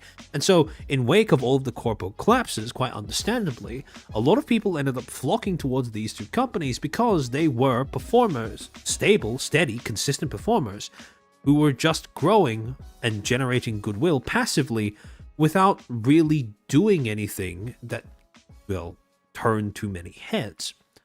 So that was the first thing, the underlying source of goodwill in the West that Brave Group was very much benefiting from. The second thing, though, was the audition leak that they had when they hosted auditions sometime around June of 2024. Now, some people may look at this and go, why is this a PR win? The reasoning behind me classing it in this manner is because when this happened, Brave Group was relatively quick in addressing it, but on top of that, they also stated that as a result of them accidentally leaking the information of the people who applied for who auditioned for a position under one of their agencies, one of their branches, they would end up compensating anyone who had needed to change a phone number or move as a result of this informational leak by essentially paying for their move and or the cost of changing their number. And the thing is, there didn't really seem to be any sort of significant fallout from this leak. It was a yab, make no mistake, but the way that Brave Group handled it was also pretty widely approved because of the fact that this seemed like an example of a company actually taking accountability for its own actions by providing monetary compensation to the people who had been affected by a fuck-up. And so, what ended up happening is the leaks actually ended up turning out to be a net positive for the way that most people in the West viewed Brave, rather than a net negative. And then finally, the last thing, the most obvious thing, Brave's acquisition of Idol. Now, when Brave acquired Idol, or when it was announced in August of 2024, this was already a time in the year where a lot of companies had risen, fallen, and people were starting to feel that sense of corpo collapse fatigue. And seeing a company that had a lot of people had become relatively attached to, right? Idol was, sort of held up as one of very few mid-sized corpos that had some sort of a fan base attached to it. And so people were really relieved to see that this company wouldn't join the pile of corpo corpses that had been building up steadily over the course of the entirety of 2024. And when Brave Group swooped in and acquired it, this was pretty much a very, very easy injection of goodwill among the EN audience. A lot of people may have been aware of this at the time, and certainly more and more people over time have become aware of this. But had it not been for Brave Group acquiring Idol 100% would have collapsed. Idol is no Vispo. Idol is no Himehina. Idol was run like garbage by its previous owner. And as a result, again, without Brave choosing to buy it up, it would have died. And people have become more and more aware of that as time has gone on. Certainly there was a sizable section of Idol's audience that suspected as much all the way back in 2024 when Brave first announced that it was acquiring it. And so between these three factors, what ended up happening was pretty much throughout the entirety of 2024, especially in the wake of all of the other corporate actors in this space shitting themselves, or many of the other corporate actors in this space shitting themselves, Brave Group ended up emerging as this sort of slow and steady, stable giant, right? Where people would generally view them with a lot of, with a very positive lens, very favorable lens. Again, a lot of EN audiences were not aware of the prior controversies that they'd been involved in, but then again, they'd also done a pretty good job of scrubbing things before making their debut onto the EN scene. However, then, after all of this, then came 2025. And the year opened with Brave Group being hit with a double whammy of not just the Globy terminations, but also a rather disturbing and a rather surprising allegation coming out from the ex-lead manager at Idol EN. So, at the end of 2024, you had an ongoing controversy, kind of a simmering controversy to do with mass demonetizations. Some people started suspecting Brave of botting, but that never really broke out into the mainstream, right? Into mainstream talking points about what's going on in the corposphere on the EN side of VTubing. However, with the advent of these two controversies, now, for the first time, I would say, Brave Group was starting to face a lot of heat from the EN side, because a lot of people in the EN audience were completely blindsided by both of these. So, to give a refresher, the Globy terminations, some of the things that ended up coming out over the course of the Globy terminations, well, the most obvious thing, one that we've talked about ad nauseum over the course of multiple different streams in the past, is the fact that the termination notice that they released, so they terminated two talents, right? Lilo Olilo, if I'm saying her name right, and also Squirmimi, Snail Girl, and I forget, some sort of lolly. But in any case, both of those talents were terminated. However, the thing that was really unusual was the termination statement itself and how bare bones it was. To read it out, official statement from Globy: we regret to inform you that after careful consideration, we have made the difficult decision to part ways with Olilo Lulu. Yeah, there we go, that's her name. Olilo Lulu and Squirmimi. We would like to thank Olilo Lulu and Squirmimi for their time with Globy and appreciate the support they've received from their fans. We understand this news may be disappointing. We appreciate your understanding and continued support. So again, very obviously missing a lot of things. 1, is this a termination or graduation? 2, why? 3, what's going to happen with memberships and merch and donathons, etc., etc., etc. Right, so 3 things that you would normally include in any other termination, graduation notice, completely absent here. And because of that, myself included, there were quite a number of people who looked at this notice and thought, okay, that looks like a rush job. Then, the two talents went onto their respective Twitch channels, their PLs, whatever, Hobo Barbie and Sealy, respectively. Hobo Barbie for Squirmimi, Sealy for Olilu Lulu. And they started spilling the beans about various hardships that they allegedly experienced while at Globy. They alleged mistreatment from management, and also they alleged that Brave Group had been engaging in multiple unethical business practices, including botting their talents to get their sub numbers up, giving them silencing contracts after disagreements with management, and also illegal non-competes. I want you to remember all those things. They'll become very relevant later. And then, on the other hand, so this was all like a big surprise, right? And then, what ended up happening was a lot of people didn't really know what to think. Because on one hand, these were some pretty serious allegations. But on the other hand, at least one of the two, Squirmimi / Hobo Barbie, had been behaving extremely erratically while vocalizing these allegations as well. So people didn't really know if their word was worth taking seriously about the, Brave Group / Globy engaging in these practices. And then, in April, we would get another surprise announcement, this time from Lani, the ex-lead manager at Idol EN, stating, regarding my termination from Brave Group US, where she alleged that she had come across recordings of executives at Brave Group discussing the possibility of fabricating an NDA breach on her part in order to justify terminating her.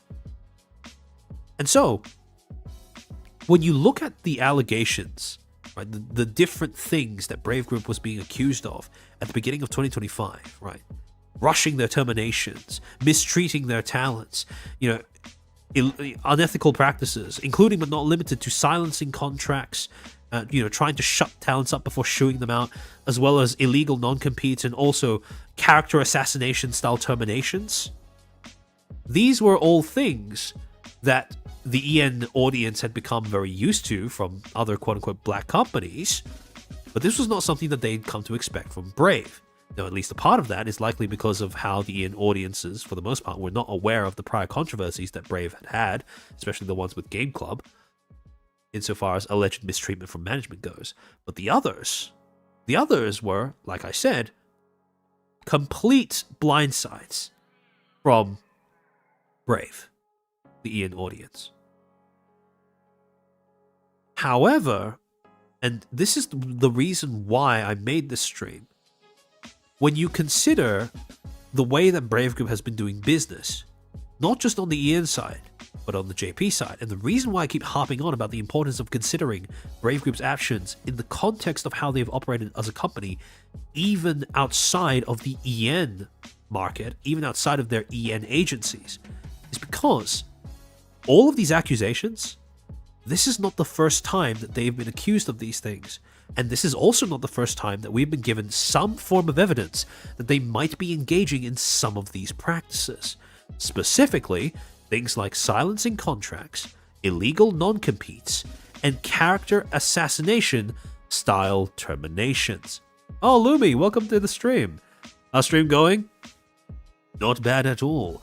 We're about to dive into one of the less talked about controversies from Brave Group's JP side that I think would go quite a long ways towards orienting and contextualizing what is currently going on here. So a lot of the reason why people didn't know what to think or what to believe when these accusations about Brave Group came out stemmed from the fact that they didn't have any information as to whether it's a realistic accusation to begin with, because they had no reference point to consider if Brave Group had ever done these things in the past. And the funny thing is, there is a chance that they might have, because this is not the first time that they've tried to do these things. And in order to understand that, I'm going to have to go all the way back, yet again, to Brave JP 2020, right? Remember when I talked about Domyoji Coco, Brave Group's first V-Singer project? Well, after they revived her, part of their way of trying to revitalize the whole V-Singer branch of Brave was to release a new talent alongside the recasted voice actor for Domyoji Coco.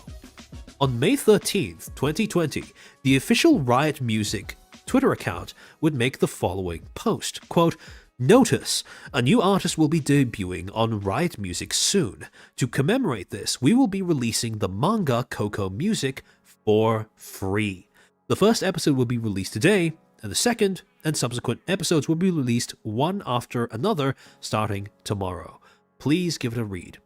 And what they would do is essentially release this sort of debut lore manga that would explain, give a little bit of backstory that this new talent, this new V-Singer, Saki Ashizawa, would be debuting alongside the new and improved Domyoji Coco. And this person, Saki Ashizawa, would go on to become the second one of Brave Group's breakout, defining banner V-Singers, alongside Domyoji Coco. 1 week later, debuts, releases her first cover, Gunjo Biori, if I'm saying that correctly, single by Tokyo Jian. And again, modest views for that video at the time. However, over the course of the next 2 years, Saki Ashizawa would go hard on the grind, building her channel up to almost 300k subscribers around the end of 2022. She had multiple covers that had amassed over 5 million views. She had multiple covers that had amassed over 1 million views each, one of which, Hated by Life itself, amassing 8.7 million views, almost 10 million views. This was a talent that really knew what she was doing. And this was yet another example of a Brave Group quote-unquote IP basically gaining a life of its own as a result of the talent of the person behind the VTuber. So, for a while, you would think, right, You'd think that with this, with all of this going on, things would be going hunky dory, fine and dandy, etc., etc., etc. However, in November of 2022, specifically November 16th of 2022, Saki Ashizawa would go live with a karaoke stream, a 1 hour long karaoke stream, where she basically just, sing and yap for a little bit. And the stream itself, nothing too weird, nothing earth shattering. However, what was really unusual was not so long after the stream ended, on the very same day that she had that stream, Riot Music's official Twitter account would end up posting a termination notice for Saki Ashizawa. And the termination notice is quite the read. Sorry, give me a second to just hydrate before we get into this.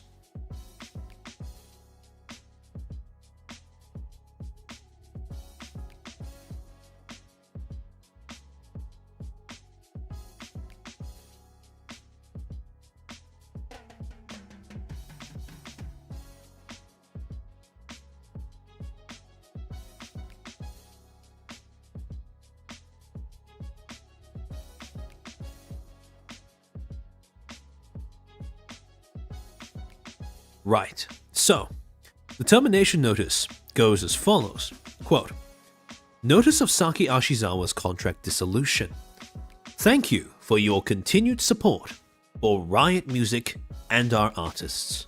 Super Yellow Inc., the company who operates Riot Music, has confirmed a significant breach of contract conducted by the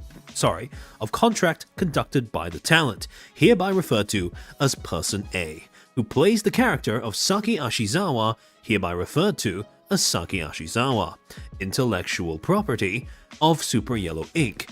Due to the nature of the violation, as of today, the 17th of November 2022, dates off by a little bit, the contract has been terminated.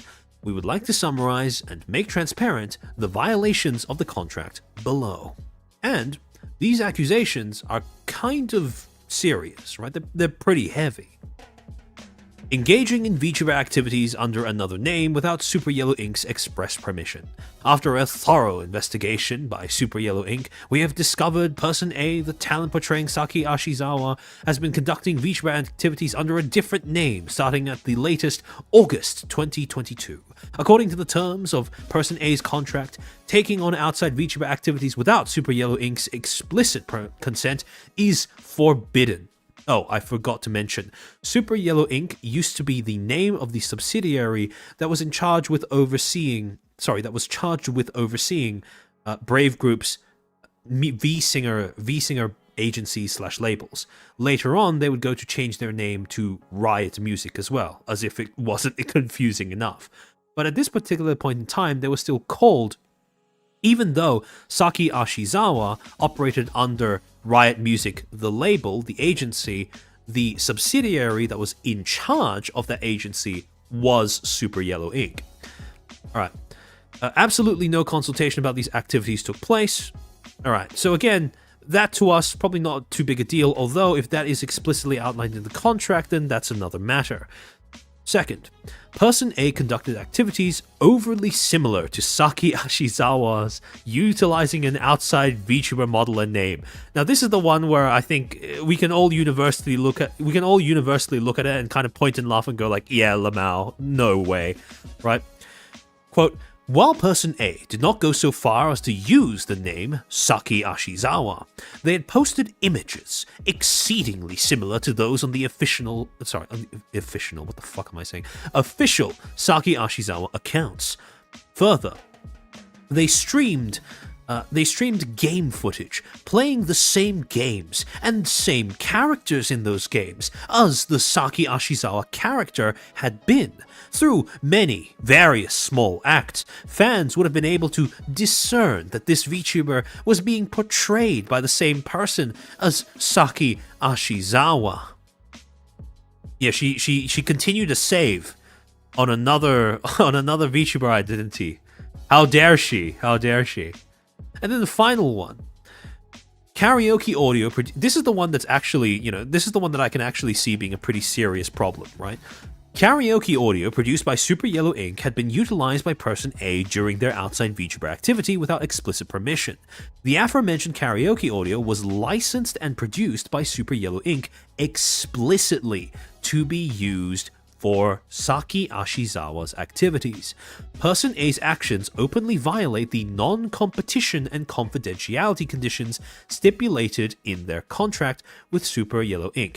Now I want you to remember that. It specifically invokes the non-competition conditions in their contract.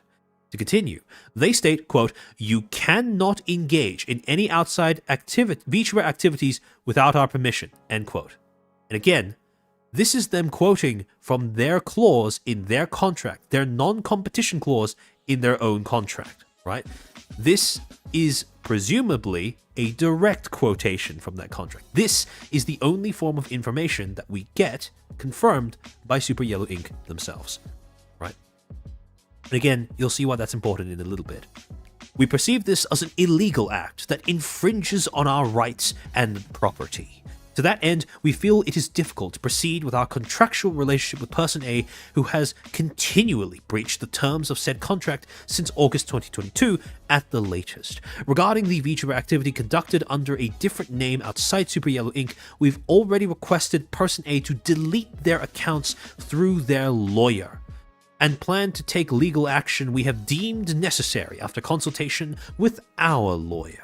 As of now, the following SNS channels associated with Saki Ashizawa will stop being updated. The information on all of these below channels will be deleted on the 31st of December 2022, no longer viewable to the public. Note, all other accounts on various SNS platforms bearing the name Saki Ashizawa are not official, and we have either already asked or shall immediately request their removal. Then they list a bunch of platforms: YouTube, Twitter, TikTok, Line, and they say, "We deeply apologize for the concern and inconvenience this may cause to everyone." Now, in terms of what we've seen from termination notices in recent years, specifically over the course of the last year, this does seem to be kind of extreme, right? However, for the most part, there are quite, well, I wouldn't say understandable, but there are definitely, there is an attempt to outline this as a professional disagreement, right? You can kind of see, like, again, it's become unfashionable, for good reason, I would say, to go into this much detail as to which parts of the contract were breached by the talent, which led to, the termination.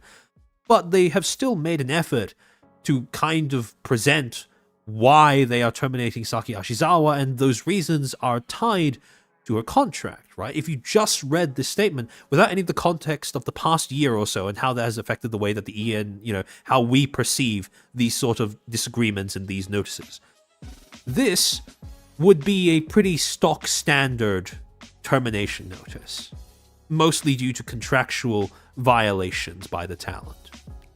At least that would be my assessment of it, were it not for the fact that it keeps going. See, after this point, they could have ended the termination notice here, and it would have been perfectly fine.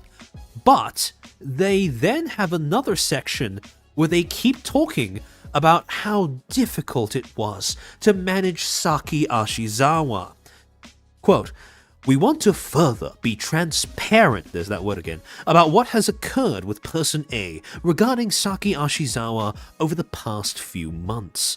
In early September 2022, Person A informed us of their wishes to no longer continue with their contract conducting activities as Saki Ashizawa. At this time, Person A motioned for us to rescind the non-competition agreement post-termination of contract on the basis that this non-competition stipulation was illegal, as it remained in effect after the termination of said contract." Now, basically, what Person A, or the talent behind Saki, was saying was because the non-competition clause, as was written in the contract, persisted even after the contract was terminated, it was illegal, and as a result, she was asking them to nullify the contract entirely as a result of that. And so, They then go on to say, after consulting with our lawyer, we offered to person A our explanation that this was not an illegal stipulation and provided legal documentation as to why, as well as why we could not immediately revoke our contract. However, we wanted to take person A's desires into account and offered an alternative arrangement that would ease the non-competition clause. Person A responded to our offer by saying, quote, I have already consulted with my lawyer, cancelled the entire agreement as the non-competition stipulation is illegal, end quote. We had responded to person A by saying, quote, based on our explanation, we would like you to consult with your lawyer once again and would appreciate their cooperation in discussions with our lawyer, end quote. However, we received no further response from person A's lawyer and the situation stagnated for some time. Now, at this point in time, yes, it's long, yes, they're essaying, but it's still related to the contractual dispute about the non-competition clause. That, however, drops as they go on to the next paragraph and counting. Additionally, we had been preparing for several months to hold a special birthday live concert for Saki Ashizawa. Our team remained ready to put on this event until this serious breach of contract was discovered. Regarding the VTuber... Oh wait, sorry. I lost my place on the page there. To further clarify about... Person A themselves informed us on October 23rd, 2022, quote, I would like the birthday live concert to be held at this particular time, end quote. However, discussions about when to formally dissolve their contract had not continued, so we communicated to them it was impossible to commit to their requested time, not knowing when Person A's activities with Super Yellow Ink would come to an end. When we discussed this position with person A and informed them of, quote, not being able to commit to this time frame, end quote, they proposed the idea of simply, quote, not holding the birthday live concert event, end quote. Following this, person A, as Saki Ashizawa, on a publicly viewable streaming broadcasted, repeatedly claimed it was entirely Riot Music / Super Yellow Ink's fault the Saki Ashizawa birthday live concert was not held. Additionally, we were able to confirm they made a number of comments that undermined our reputation and unnecessarily critiqued the other members of Riot Music. As we outlined above, at no time did Super Yellow Ink decide to not hold this birthday live concert, even after person A. Why does it sound like a jealous ex-girlfriend? See, that's the question I had in the back of my mind when I was reading this for the first time. As we outlined above, at no point, even after person A informed us of their desire for a contract termination and them submitting, quote, live event opt-out forums, we didn't give up on the possibility of hosting this event until the very end. We opted to remain quiet about these ongoing internal discussions in order to protect the credibility of our intellectual property, Saki Ashizawa, and, by extension, person A. At this point, we have no choice but to state their claims are completely untrue, and we openly deny them. The next day, October 24, 2022, Super Yellow Ink received a letter dated October 21st, 2022, that person A would only communicate through their lawyer going forward. From then on, our communications have been handled by our respective lawyers. In our following correspondence, Super Yellow Ink has maintained the view that the non-complete clause remains legal. However, we have clearly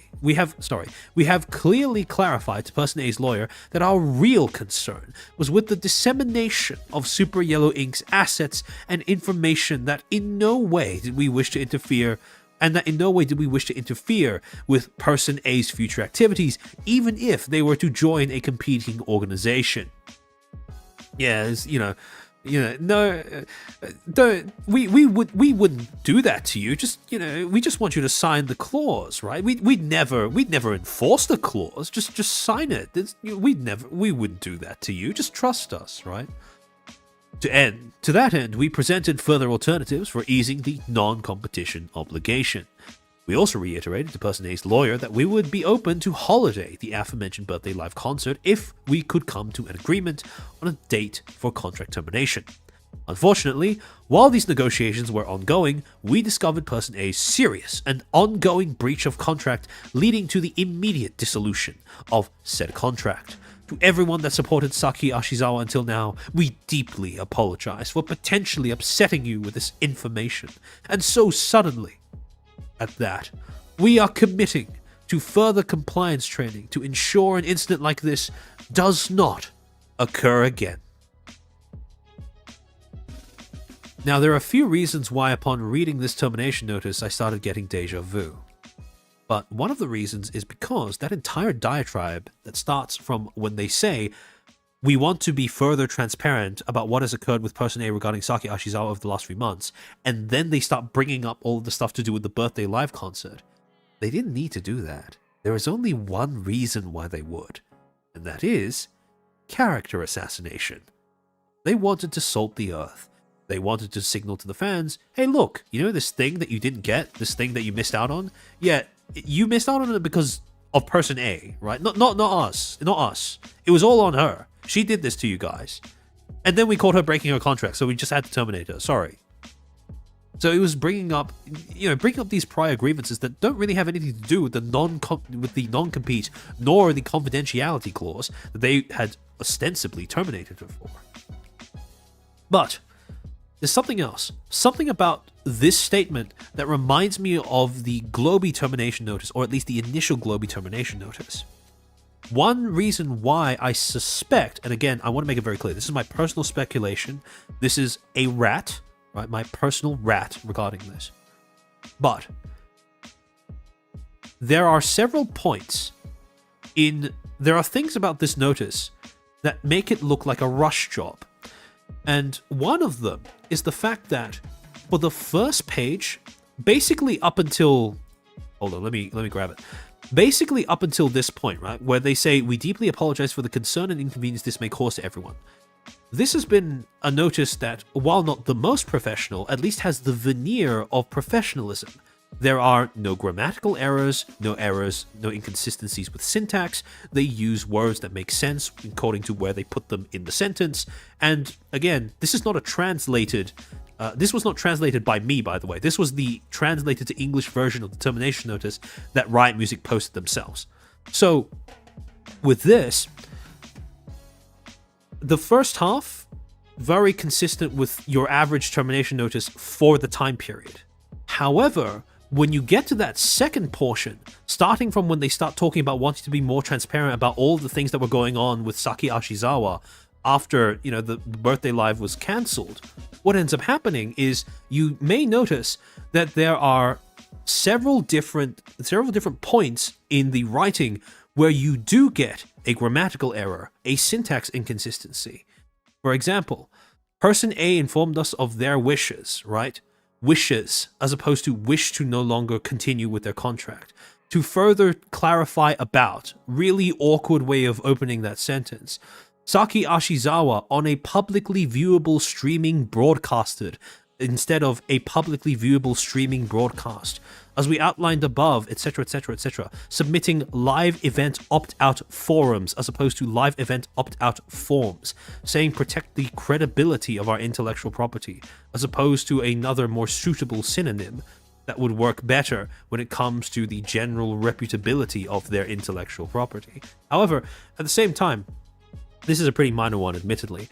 However, again, starting from this section, you start to get these little inconsistencies. And to me, at least, this indicates to me that the earlier section is probably what their average termination statement looks like. The one that they have templated and ready to go. Oh, Ultra Derek, welcome to the stream. Welcome Raiders. Welcome Cat Editor Raiders. But yeah, no, we're talking through Riot Music's very first termination of a talent and why the notice is, despite being, technically different from Globy's initial termination notice, there are a few things that make it seem very reminiscent of it. So again, the earlier part looks like something that they would have templated, but this section seems improvised. This section seems like it hasn't been looked over to the same degree, at least, as the initial part of the termination notice. And I can imagine if this was hurriedly tacked on at the end after they realized that now was probably the time where they wanted to terminate Saki Ashizawa.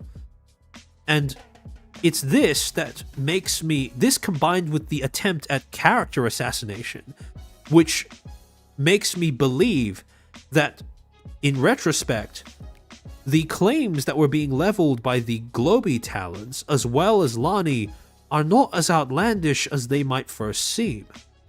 Because Brave Group has proven in the past that they are willing to indulge in character assassination as a way of terminating whoever they wish to get rid of.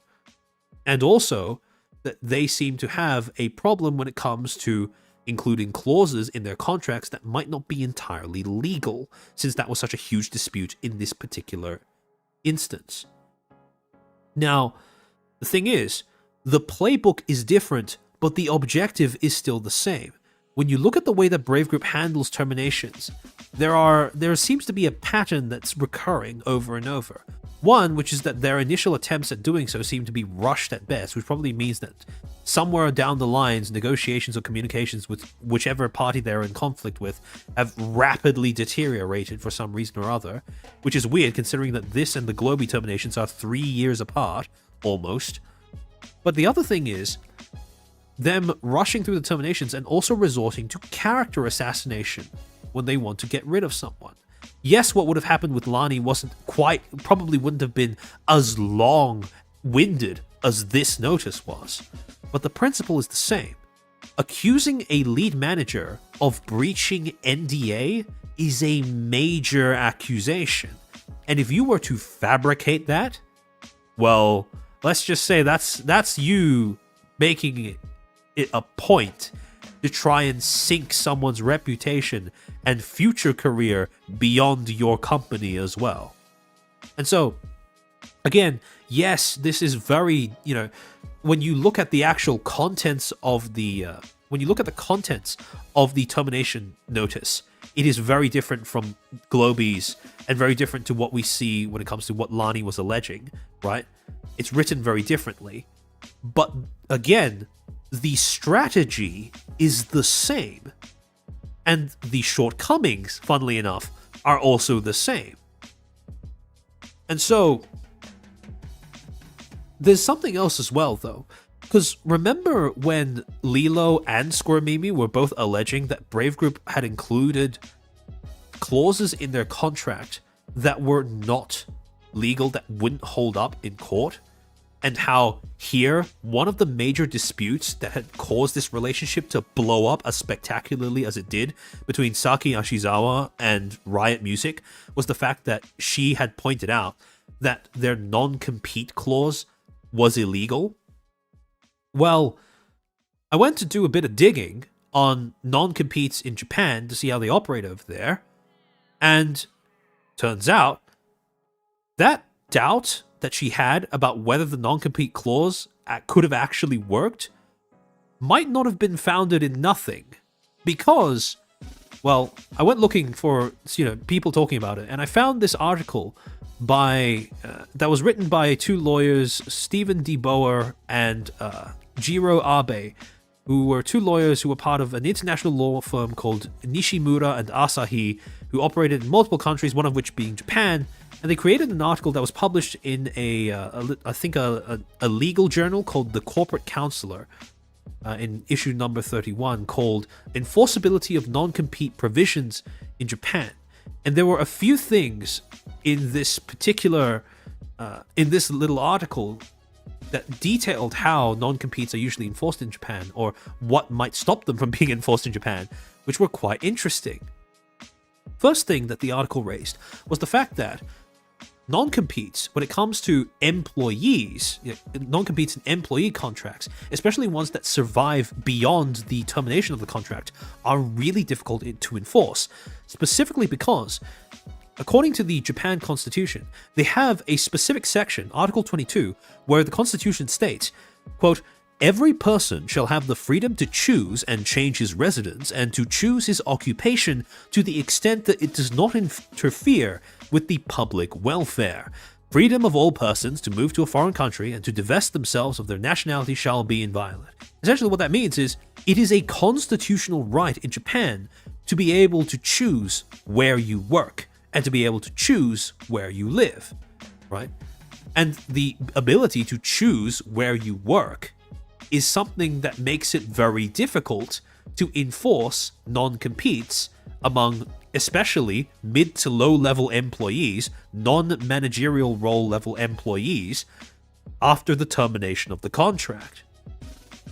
So the specific section that they have about employment agreements goes as following. Quote, "That's most countries' law?" Yeah, fair enough. Although I don't know a lot about law in most other countries. I was just looking into this specifically because of this stream. Quote, "An employer in Japan is legally entitled to insist that its employees devote all of their working time for the company's benefit and not undertake competitive activities after hours during the course of their employment. Post-employment restrictions are less clear-cut." And this is where Riot Music might have had a leg to stand on, as they were talking about, Saki Ashizawa streaming on her own account and, using assets like, for example, licensed music that had been made for Saki Ashizawa outside of her Saki Ashizawa activities. Like, that makes sense. However, the problem is in the enduring nature of the non-compete in the way that it was written in the contract. Quote, "While there is no express statutory provision that prohibits an employer from imposing a non-competition clause after an employee leaves a country, Article 22 of the Constitution of Japan states that, quote, every person shall have the freedom to choose and change his occupation to the extent that it does not interfere with the public welfare. Consequently, there is less certainty as to the enforceability of non-compete clauses in Japan that restrain an employee after the expiration or termination of employment, as there will be a delicate public policy balancing act between protecting a person's constitutional right to enjoy any occupation while at the same time preserving public welfare." Now, I don't know about you, but I don't think a VTuber streaming on a different VTuber account is going to threaten public welfare all too much. But to continue, Japanese courts have considered various factors when determining the enforceability of post-employment non-compete clauses, including 1. Whether there is a legitimate interest of the company that requires protection, for example, know-how, trade secrets, customer relationships. 2. The position held by the employee, i.e., whether the employee had access to high-level information in the company, regardless of title. 3. The geographical scope of the non-compete. 4. The duration of the non-compete and how long the person was employed.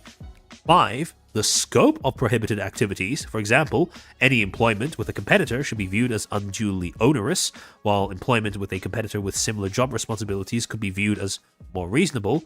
Basically, what that means is if you are taking a job at another company that is very different from your job, and if your non-compete stops you from doing that, then that's considered to be too much.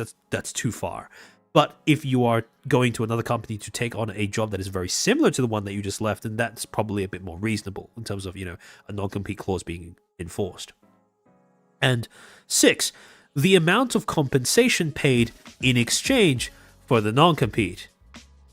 While the weight of each of these above factors will vary depending on the facts and circumstances, generally speaking, Japanese courts tend to place greater emphasis on whether the employee was sufficiently compensated for compliance with the non-compete covenant and the duration of the non-compete. And if you guys remember, when Riot Music quoted, presumably, from their own contract and the non-compete clause that they included in there, they did not state what sort, if any, compensation they would be giving to person A to enforce the non-compete after the contract ends. They did not specify the scope of the non-compete beyond just, you cannot be a VTuber, right? While you cannot be a VTuber while you're under our contract, and they didn't even specify how that would manifest, how those restrictions would manifest after the contract ended. They didn't specify how long the non-compete clause would go for, etc., etc., etc. And again, this is why, in my opinion at least, quoting from their contract was a mistake, because it is enough to show that there was a clause there, presumably, because they are the ones quoting themselves, but it does not give any information that would imply that it was a non-compete clause that could actually be enforced in light of what we now see about the way that Japanese courts approach the enforcement of non-compete clauses that survive termination. To continue, if a company can successfully argue that the employee held a well-compensated senior position and his or her salary included a meaningful payment for the post-employment non-compete clause, then a post-employment non-compete lasting up to 12 to 18 months often will be viewed by a Japanese court as justifiable on public policy grounds. Now, I don't know about you, but I have a very strong suspicion that if Brave Group terminates a talent, they are not paying them extra in order to compensate them for upholding the non-compete clause. I have no proof of this, I just have a suspicion. To continue, post-employment non-compete clauses exceeding 2 years under most circumstances are often struck down by Japanese courts. However, if a reasonable payment is made that equates to meaningful additional compensation for the longer restrictive covenant period, either in a lump sum or through periodic payments, then the duration of a post-employment non-compete clause could be extended.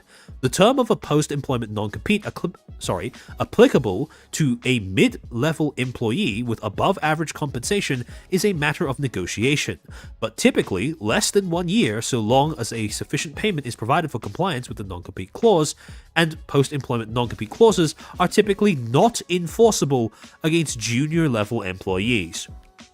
Now, granted, I don't think Saki Ashizawa counts as a junior-level employee, right? Meaningful as in big enough to matter? Yep, thanks. Also for context, Nani Love is a lawyer, so it's good to have one in chat to basically explain some things here and there. But yeah, no. So essentially, I don't think that Saki Ashizawa would classify as a junior level employee, but she certainly isn't managerial level by very definition of the relationship between VTuber and the company that is managing them.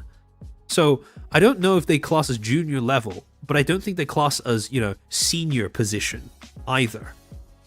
Applying for the above factors, in 2016, the Osaka District Court held that a non-compete clause in an employment agreement was unenforceable on public policy grounds because it was too restrictive and unfair from a social and moral standpoint to the employee. The Osaka District Court voided the 3-year non-compete clause because 1. The employee did not hold a managerial position and had worked at the company for only 1 year before his departure. Now, Saki Ashizawa Person A had worked at Riot Music for, May of 2020 to November of 2022, so just under 2 years, right? Wait, no. Opposite, just over 2 years. So, not quite the same there. But on the other hand, she also didn't hold a managerial position. So I can see why that would not... I could see why that isn't too much of a thing. So I forget that he is a lawyer, not just some Mexican shit poster. Don't rely on me too much. I don't argue in court or any of these nonsense. Fair enough. But curious, thank you for the gift and membership. Mimoe Falcon, I hope you enjoy those emotes. But to continue. 2. The non-compete clause did not have a geographical limitation. And yet again, Riot Music's decision to quote a sentence out of their non-compete clause without including any information that would actually point to it being enforceable is, in hindsight, a pretty massive mistake. Because this is yet another reason as to why there is reasonable doubt as to whether it was even enforceable. 3. The company paid the employee an aggregate amount of only 30,000 Japanese yen, a special allowance of Japanese yen 2,200 per month during the employment term, as additional compensation for compliance with the non-compete clause. Now again, when Riot Music quoted their own non-compete clause in their contract, there was zero mention of any sort of compensation. As a result, yet again, we have another reason to doubt whether that clause would have actually been enforceable, and another reason to believe what Person A was saying and why they wanted the contract annulled. To go on, a non-compete clause does not always need to appear in an employment agreement. An employee whose clause still could be subject to a non-compete a non-compete obligation if the company's work rules include such a restrictive covenant. In Japan, a company's work rules are equivalent to an employee handbook and are binding on all employees as a condition to accepting employment and do not require an employee's explicit consent, because the work rules are typically cross-referenced in an employment agreement, and the employee normally agrees under the executed employment agreement to comply with the company's work rules. Basically, what that means is if you sign an employment agreement, then that automatically means that you agree to comply with the employee handbook, right? While a work rule that applies to a non-compete obligation for the duration of the employment term should be enforceable, this is why I said that Riot Music has a point if they're talking about person A using Saki Ashizawa assets like licensed music outside of Saki Ashizawa activities while they're still a part of the company. That makes sense, right? However, a generic post-employment non-compete obligation that does not adequately take into account the factors listed above, which Japanese courts often consider when evaluating the enforceability of a post-employment non-compete clause, is susceptible to being adjudicated invalid due to a lack of precision. And again, this is why Riot Music quoting that one sentence out of their clause was, in my opinion, a huge error, since generic criteria applied against a subject employee may not be sufficiently granular to pass Japanese court review. If anyone among the audience who read that notice looked this up, because again, this was an article that was published a year before the termination happened, right? If anyone looked something like this up, they would have more, not less, reason to question Super Yellow's justification of terminating person A. Because the more you read, the more clear it becomes that at least the evidence that Super Yellow quoted in their termination notice was not enough to suggest that that non-compete clause was even legal.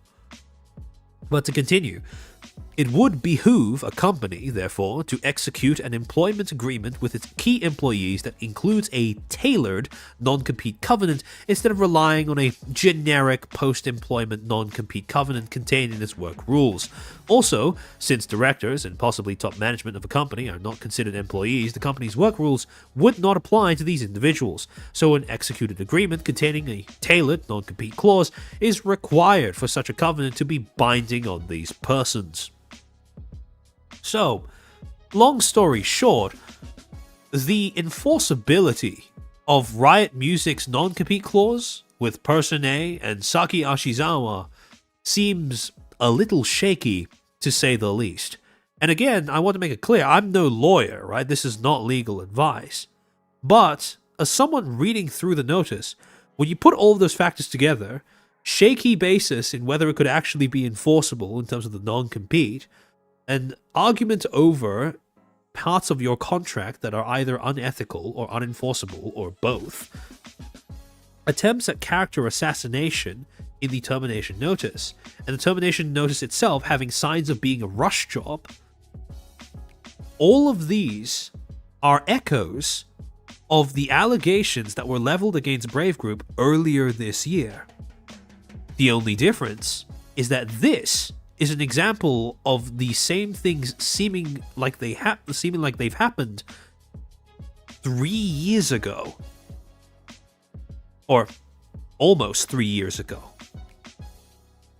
And so, when you look at the reactions that a lot of people had to this initial, a lot of the initial reactions that people had to this termination notice, right? People saying, if you bully people like this, who wouldn't leave? I wouldn't put a penny in your products anymore. She was the one that brought a lot of overseas viewers into Riot's fan base. The least you could do is give her some kind of leeway or a slap on the hand instead of fire her, especially knowing what you guys did to her over the past few months. And then, no birthday live, no new song. Suzuna's live on Saki's birthday, Unlimited never changed their ways, huh? Are you going to make someone else use Saki's model too? Basically, you had a lot of people who were displeased. But again, you didn't really see a lot of examples of someone going through the notice and then realizing that, hold on, not only is the way that the notice itself composed kind of shady, but the justifications that they use for the clauses that caused the issue in the first place don't seem to be all that solid either. And this ties into a broader phenomenon that you can observe with Brave when you take into account all of these past controversies that it has had right up until earlier on this year. That is, that in a very similar vein to when we talked about Bond Live earlier on this year in January, Brave Group, as a company, functions as a black box. Now, again, as a bit of a refresher to the people who may have watched the stream a while ago or who might be new to the stream, a black box system is basically a media term that pertains to any sort of closed system where you have no way of observing what the internal mechanisms are. The only information that you have access to are the inputs and the outputs. And from only those two little bits of information, you have to try and essentially reverse engineer how the system works. You might not always get it right, but that's the function. The whole point about a black box system is that it stops people from being able to see how it works. It stops people from being able to predict what's going to happen next. Now, the thing is with Brave, what you saw when it comes to the Globy terminations and the news to come out from Lani, the allegations to be leveled against Brave Group there, is you were very much seeing a black box system in effect. For some reason, something had happened inside Brave Group that had caused this outcome, this output. However, people had no clue as to, people were completely, like I said before, taken completely off guard. They did not see this coming, at least among the EN audience. And I would make the argument that whenever you have an output that you can't anticipate in a black box system, that is usually a symptom of not having enough data to go off of. Essentially, the best chance you have at trying to minimize the degree to which the black box system is a mystical thing is you try to get as much data as possible. Because you have to reverse engineer how the mechanisms work using just input and output, the only way that you can possibly guess is with enough examples of input and output. Right? If you don't have sufficient data, you can't reverse engineer the mechanism. And so, what people were lacking, the thing that people lacked, which made them vulnerable to being surprised by something like this, was data. They needed more examples of Brave Group doing similar things in the past. And this is why, again, right at the beginning of the stream, I said that if you want to understand how Brave Group operates, if you want to understand the rationale behind their decisions, you have to look at the company as a whole, both in the way that it operates in front of the EN audience and the way that it operates in front of the JP audience, and the way that it has done so for the years that it has been active. This is Hollow 2? Yeah. Again, black box system is just like, it's not designed to be unique to any company or other. It is very common in this space. The more watertight your information systems are, the more your company is a black box. However, again, for this particular example, this is part of why people seem to be so surprised whenever Brave Group does something that seems unethical. Because again, they don't have access, it's a black box system and they don't have access to sufficient data. Only when you start factoring in things like the way that Brave Group handled Game Club Project, the way that Brave Group handled Coco's channel, the way that they handled Saki Ashizawa's termination. Only when you start factoring in all those additional outputs do you begin to have some degree of ability to start understanding where something like this might come from. Because when you factor all of these things in together, when you put them all in a line and you go, okay, these are patterns of similar behavior, similar decisions, similar practices, modus operandi, that span years. And to be fair, the people at the top of the executive structure at Brave Group hasn't really changed all that much. But when you have that recurring pattern that isn't confined to just a short span of time, but occurs over the course of 2022, 2020, 2022, 2025, like a period of 5 years or even 3 years at minimum, there is something going on there that is a bit more systemic than just one or two bad apples. And so, when it comes to, like I said, understanding why things happen the way they do at Brave, you have to try and find more data to open up this black box system. Case in point, something that happened only a few days ago, on June 9th, when Idol Corp put out a formal announcement stating that 3 of their talents, Cody Confetti, Kai Saikota, and Nikki Ray, were graduating from the company. Now, when this announcement was first made, a lot of the reactions to this announcement among the EN audience could be summed up broadly in the form of these 2 tweets. Triggerpoint saying, "What the hell happened to Idol?" and Toledo posting the the all caps, "Why'd I have to wake up to X graduating from X Corpo?" with the gif of the guy looking around in surprise. Now, full context, right? Because I don't want to take people out of context for the stream. This was, a joke, and it was a joke that was specifically in response to a post that Kai made earlier saying, "Not gonna lie, since I submitted my graduation notice, I've been thinking about that one guy on Twitter that always tweets out, 'Why did I wake up to blank graduating?' with that one gif of, I think, Caleb City surprised, and I keep thinking about it happening to me. It's been something that's, not gonna lie, kept me laughing and in good spirits, so shout out to that guy. I hope I get a tweet." Right? So this was a joke. However, think about the EN audience that I think a lot of us have kind of observed over the past year in particular, is that while this may be a joke, it is unironically a depressingly accurate encapsulation of large swaths of the EN VTubing audience. Perpetually on the back foot, constantly surprised, never quite building up any sort of pattern recognition to the level where it would allow you to prejudice yourself against bad actors until you've already opened up your wallet, at which point it is likely too late. And that could work fine for a time, perhaps an indefinite amount of time, until or unless the objective shifts to trying to fix a problem. Because you can be mystified by something, or you can try to change it. You can't be both. And the problem is,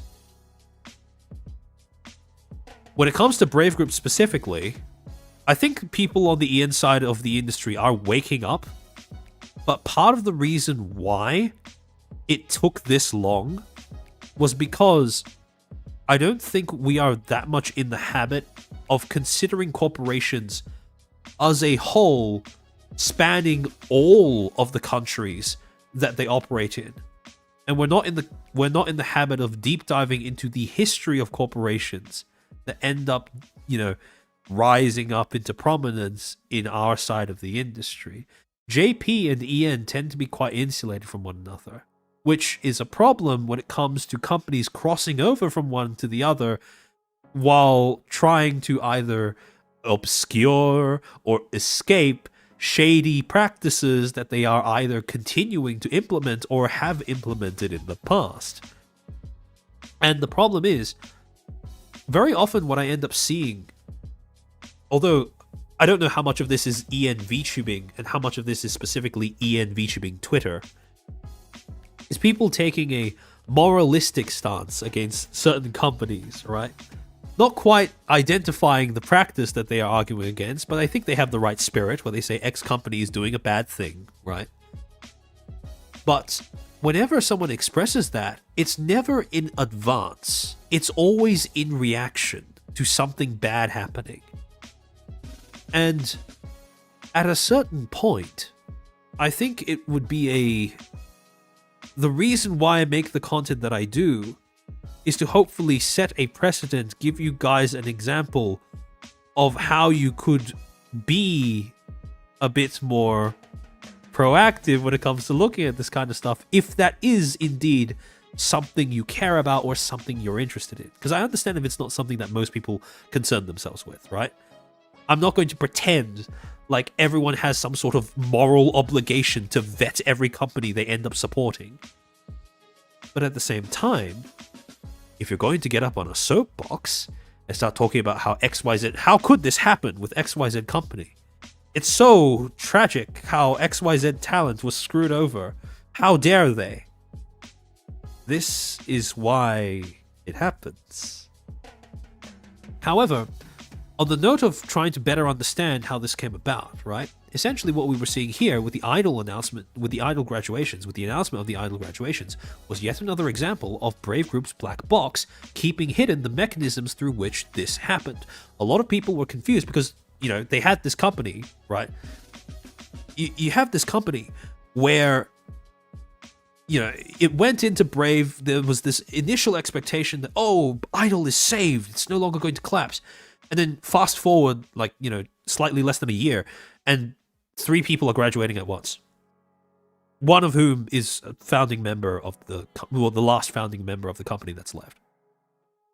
And a lot of people don't seem to understand how could this have happened. Again, that's a perfectly fine reaction. If that's where you want to stop, that's, again, understandable. That's most fans probably would do that. However, if you want to try to understand why this happens, what you're going to need, again, is more data. And when it comes to getting more data to understand what's going on with Idle, you need to look at what Brave Group has done with some of the other companies that it has acquired. See, before, when I made a distinction between Brave Group acquiring companies like Vispo and Brave Group acquiring companies like Idle, is that, broadly speaking, there are 2 ways that a Brave Group acquisition can turn out over time. But before we get into that, first thing, when you want to undo a black box system, right? First thing you note is are the different ways in which the black box, quote unquote, defends itself, right? The different things that the black box system builds up around itself as a way of deterring scrutiny, as a way of deterring people digging in deeper to find out how it works. So, generally speaking, right, when it comes to sealing a black box, media academics have sort of come up with 3 broad rings of defense, I suppose, around the system. On the outermost ring, you have legal enforcement of secrecy. This is often the most effective, but also the least subtle, right? Because, no shit, if you have an NDA, if you have a contract, you're going to know that it's there, it's going to be right in front of you, you can bring it to a lawyer to get it checked out. Now, if you end up signing it, that's not going to do you an awful lot of good, but, you know, it's still the case that it's really difficult to hide. It's really difficult to hide, right? Because, yes, you can make it full of jargon, you can make it convoluted as fuck, but they still have the option of taking it to someone who is qualified to read it, so that they can read it on their behalf. On the second innermost ring, you have controlling access to information. Now, this is where you don't rely on things like threats, but you simply try to eliminate, try to throttle the amount of people that have the opportunity to get anywhere near the mechanisms of your system, right? This is, again, not really subtle, but a little bit more subtle than saying, don't talk about this or we'll sue you. And then finally, on the innermost ring, you have obfuscation of data and mechanisms. This is something that goes as deep as just the way that you operate as an individual, as a company. Little practices, behaviors, ways of phrasing things when you communicate, all of these things that don't add up to a lie, but make it a hell of a lot more difficult to reach the truth. And so when it comes to legal enforcement of secrecy, this is pretty obvious, right? You have contracts and NDAs. However, the second innermost ring, right? The innermost ring of Brave Group's black box, specifically, obfuscation of data and mechanisms.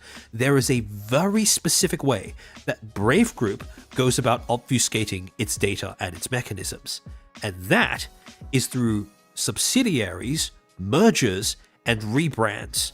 Very, very deliberate uses of all 3 of these things. However, like I said before, understanding how a black box works is one thing. Actually getting the data to try and unravel a black box is quite another. And in order to unravel this black box around what's going on with Idle as a Brave Group acquisition, we need to look at other acquisitions. Other acquisitions that aren't like Vispo or Himehina, where they're already successful even without Brave Group's intervention. And for that, we go to something called Enalis. Now, this is where the true insanity begins with Brave.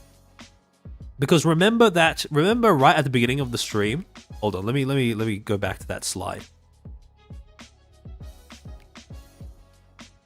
Yeah, this gigantic blacked out section of Brave Group's corporate structure. This is Enalis. This is Enalis. All right, hold on. Let me go back to the slide in question. All right. So, on April 6th, 2023, a company by the name of Enalis Inc. was founded in the Minato province, region, area of Tokyo in Japan, right? Starting capital, 10 million yen, representative Takayoshi Hoshi, with the parent company being Brave Group.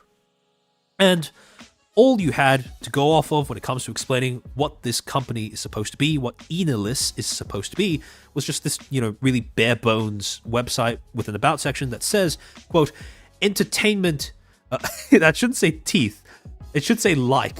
So entertainment is life. Again, this is Minato Ward. Okay, thank you. Minato City. All right, thank you. All right, so yeah, the translate function didn't quite work out very well for this, but basically it's saying entertainment is life, right? Quote, we believe that entertainment moves people's hearts and enriches their lives. We produce next generation IP and create entertainment content that provides value to viewers, companies, and the talent themselves.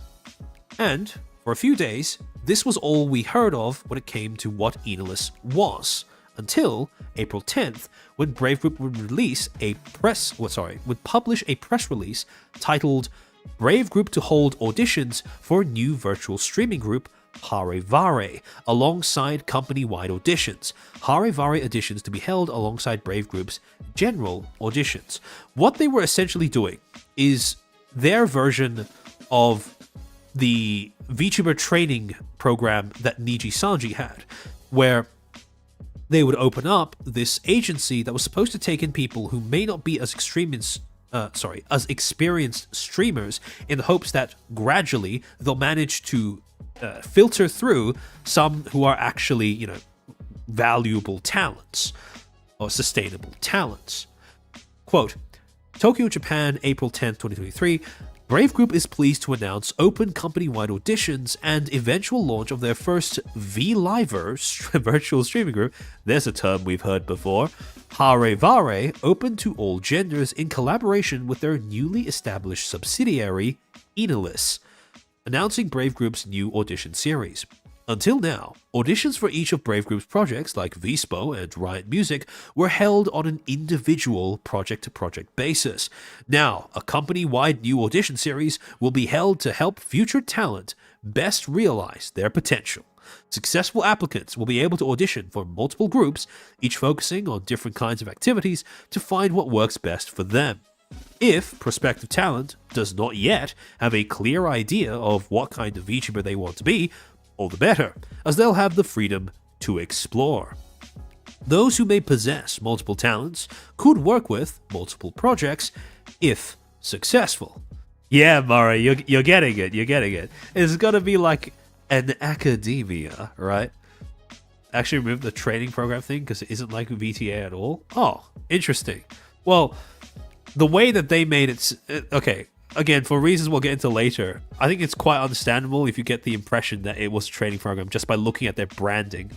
But curious, think about the two. Teeth, it's like... I didn't say that.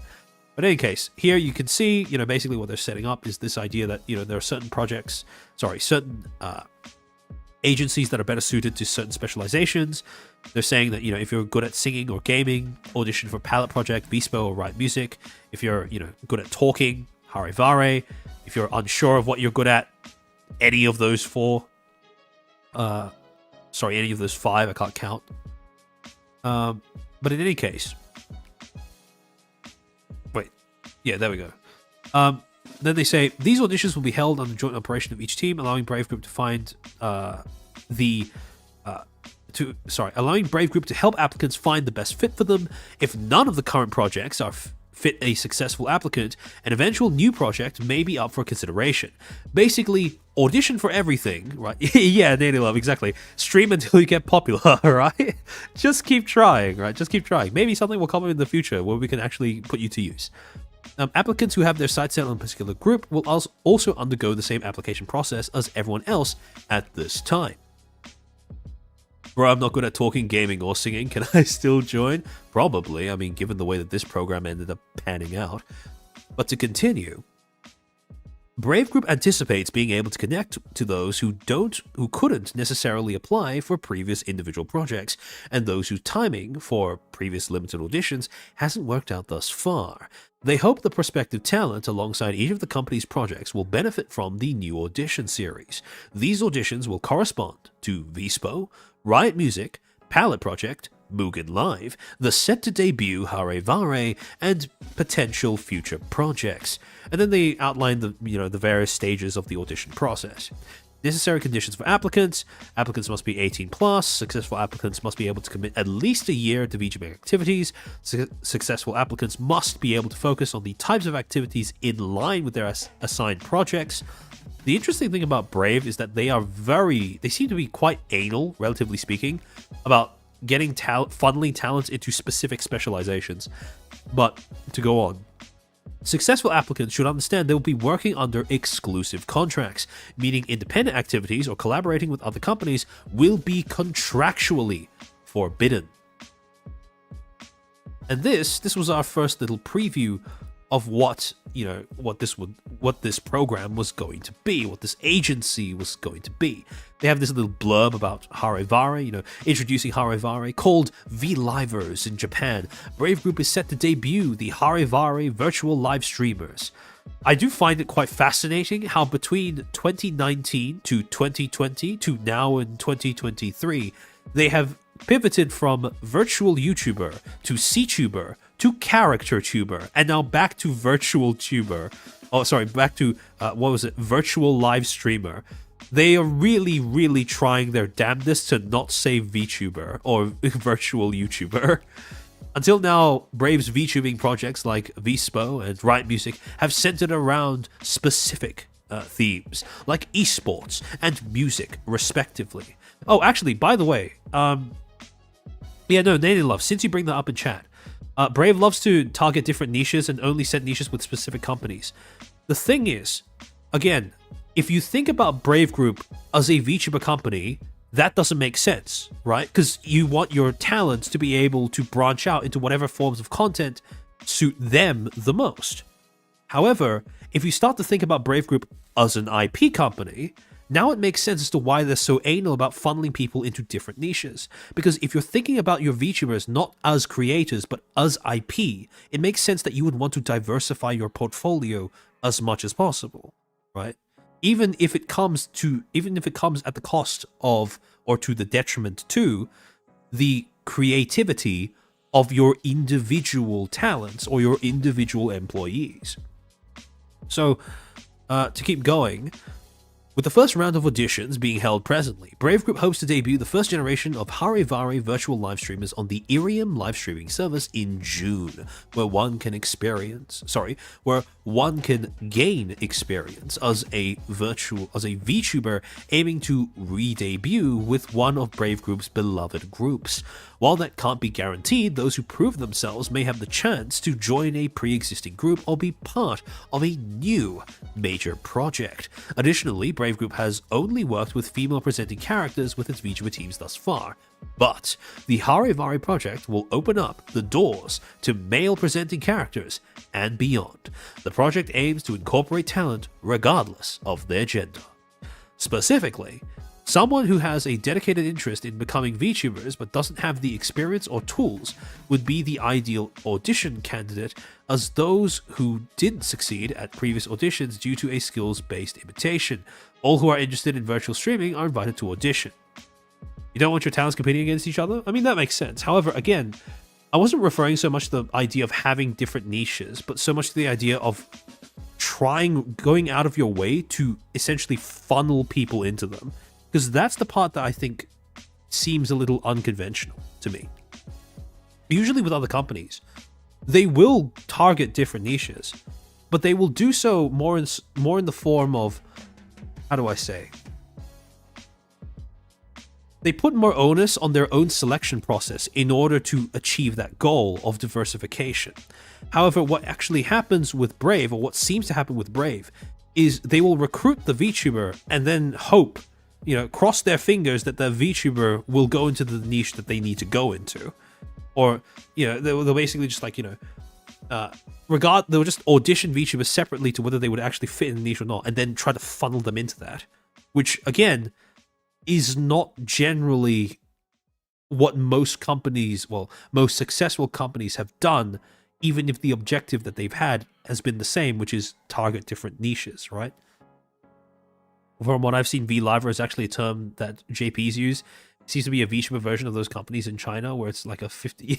No, I've seen. A lot of these VLivers are also that. They just stream themselves talking and nothing else. Yeah. It's like the never-ending Zatsudan streams. And then right at the bottom, they have this little blurb basically explaining what Enolus is, right? In order to give the Harivare project due care, Enolus has been established to smoothly manage the group. They'll welcome and nurture new talent from these audition rounds as Harivare virtual live streamers. And this was our first little taste of what Harivare and Enolus would shape up to be.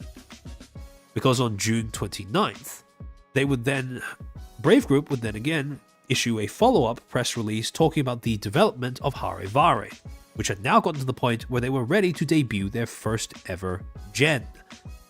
On June 29th, they released, quote, Harivare, a new all-gendered virtual live streamer project to debut July 1st, 2023 at 6 p.m. GST. Enolus, a wholly owned subsidiary of Brave Group, are proud to announce the debut of Harivare, a multi-gender virtual live streaming outfit set to debut, and then they have the date there. Meet Brave Group's first all-gendered virtual live streaming team. These virtual live streamers will transition into fully fledged VTubers as they level up their skills with the support of their fans. And their first debut generation had 5 talents: Sota Mizukami, Hanabi Sukiboshi, Roman Gunjo, Kon Sakamoto, and Kasane Amayo. Amayo. Now, then goes on to explain a little bit more about the Harivare auditions, basically reiterating what was said in the previous press release. Harivare plans to debut at least 30 virtual live streamers, potentially up to 100. Now, I'm assuming that this is this has to be specifically a mobile app streaming platform specialized JP VTubing agency thing, right? Like a Asian VTubing agency thing. Because I haven't seen a lot of corpos in the West start out by saying, I hope to reach 100 streamers in my agency or something along those lines. But yeah. Yeah, between this and Harry and Bond Live, this has to be an Activate. This has to be a thing, right? This has to be a cultural thing, right? A VTuber training ground, no previous... Okay, so yeah, this is where I got the idea that it was some sort of VTuber training program from, in the way that they advertised it. And I would assume that, given this, I don't think it's unreasonable to make that assumption as well, Nene Love. Harivare doesn't have gens. Oh, well, groups, right? Clumps of streamers. A VTuber training ground. No previous streaming experience is necessary to audition for Harivare, just the desire to flourish alongside your streaming time. The company promises to put their all into producing virtual live streamers so they may step up to become fully fledged VTubers in the Brave Group paradigm. You got the same idea? Okay, there we go. Alright. Hold on, give me a second.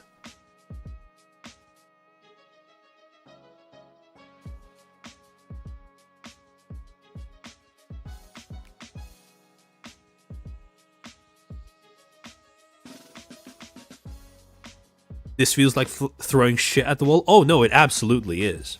Yeah, Peter did say that the East loves the 1,000 VTubers thing. Yeah, I remember that, yeah. And then they have, their audition form, a collective of aspiring VTubers launched by Enalis in spring of 2023. Vare takes on new talent as virtual live streamers and gives them the resources and opportunities needed to fully debut as full-fledged VTubers. The name calls toward the success of its members, drawing from the steadfast weather and proudly shining sun. So this was the way that Enalis, that subsidiary, first emerged. Basically, a company that was designed to sort of corral this new program that they were launching that would take in people that weren't accustomed, experienced streamers and hope to turn them into VTubers by just, debuting as many as possible, presumably, since they started off with the potentially up to 100 talent goal. However, this isn't how it would stay for long, because in July 28th of 2023, Enalis would end up expanding with 2 new VTubing projects.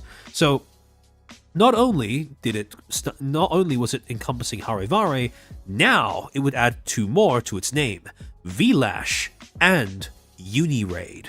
Now, for context, hold on, I think they have an explanation here. Yep, there we go. Okay, so the press release reads as follows.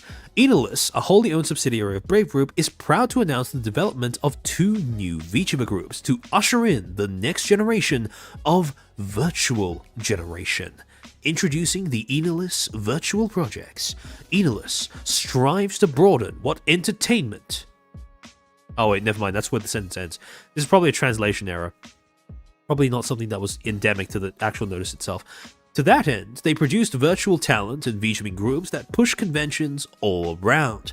Their next efforts include VLash coming this fall and Uniraid debuting in the winter. VLash is a variety of talents in 2 worlds, blending the virtual and the real. VLash will not only perform virtually on screen, but bring their wide range of talents and sensibilities out to prove their worth in the real world. That's a lot of words to basically just say they're going to bring bits of who they are to their community online, right? That's basically what that means. It's just gunk, basically. Yeah, the explanations are total nonsense. Yeah, kind of. Uniraid, a new world for YouTube. An isekai VTuber concept set to materialize as a highly unique group of performers, each bringing audiences into their own world. I don't know about you, but I think that if you were to pick a theme for a VTuber agency, picking isekai is probably the poorest use out of the medium that you can get, because this is a medium that is populated by demons, by catgirls, by elves, by talking animals, by all manner of different things. I think isekai is kind of a waste, to be honest. But then again, I'm not the executive board at Brave, so I don't know what they're cooking. And then they have a short blurb for Harivare as well, right? A training ground for aspiring VTubers. Brave Group started the Harivare virtual live streaming group based on the Irium service to help polish newcomers into virtual stars. I had to halt for a moment, stop myself from saying Polish by accident. All right, and then the press release goes on to say, quote, "These projects will be simultaneously refined and widened to usher in new ideas, including the advancement of member-spearheaded ideas co-produced by management, Harivare virtual live streamers to graduate to celebrate groups, new projects to be established, cross-project collaboration, further project transfers and integration." Basically what they mean by that is the whole point of these projects is to quote-unquote, usher in new ideas, including the advancement of member-spearheaded ideas co-produced by management. What that means is we're going to get as many talents as possible, and if one of them has a good idea, we're going to hope that we're able to make use of that, right? This is the corpo way of saying, we have no plan, and we're waiting to see what you guys cook up. This is literally just playing gacha with your talents, right? But that's not where Brave Group stops with the gacha play, as I mentioned last stream. But to continue with this press release, quote, under their mission to broaden entertainment, Enalus will give joy to as many people as possible without constraining themselves to previous notions of how entertainment should be. The virtual live streaming project Hare Vare particularly welcomes those with no previous streaming experience to give everyone the equal opportunity to flourish as a wonderful virtual talent who may eventually shine in one of Brave Group's celebrated VTubing productions. At this month, 16 virtual live streamers will debut as part of Hare Vare. So they're already hitting the acceleration pedal there. But then they give a little blurb for Enalus, wholly owned subsidiary, established in the spring of 2023 under the principle that entertainment is life itself. Now, I don't know how the translate function turned that into teeth, but, it is what it is. They seek to broaden what is possible in the world of entertainment to facilitate life-changing encounters for all who watch. It certainly did not give me joy. Well, I mean, you set yourself the job of cataloging it, so... About Brave Group. Keeping their overall goal in mind, the company developed the virtual esports project VSPO and the virtual music agency Riot Music as part of its IP efforts. The ME Campus Virtual School using their own 3D creation tool, the Brave Engine as part of its platform development business, and the CR Gaming School, along with incubating other AI and Web3 efforts. 16.8 nothing. It's too much, in my opinion, for a single gen. Or even a single round of talents, whatever you want to call it. Higher.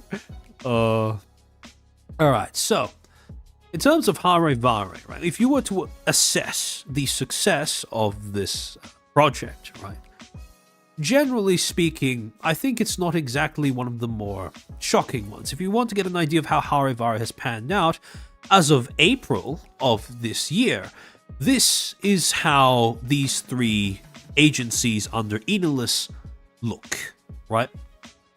Hare Vare, obviously the grayed out names are talents who have graduated. Now, upon first seeing this, you may think, okay, that looks a little, not great, right? This might raise a few eyebrows. However, given that this is an agency that is explicitly aimed at targeting people who have never streamed before and are just giving it a try, I'd make the argument that, around 50% graduation rate, probably not the worst you could have done, right? Probably not the worst you could have done, right? Doesn't look too bad for an agency that is aimed at this kind of demographic, right?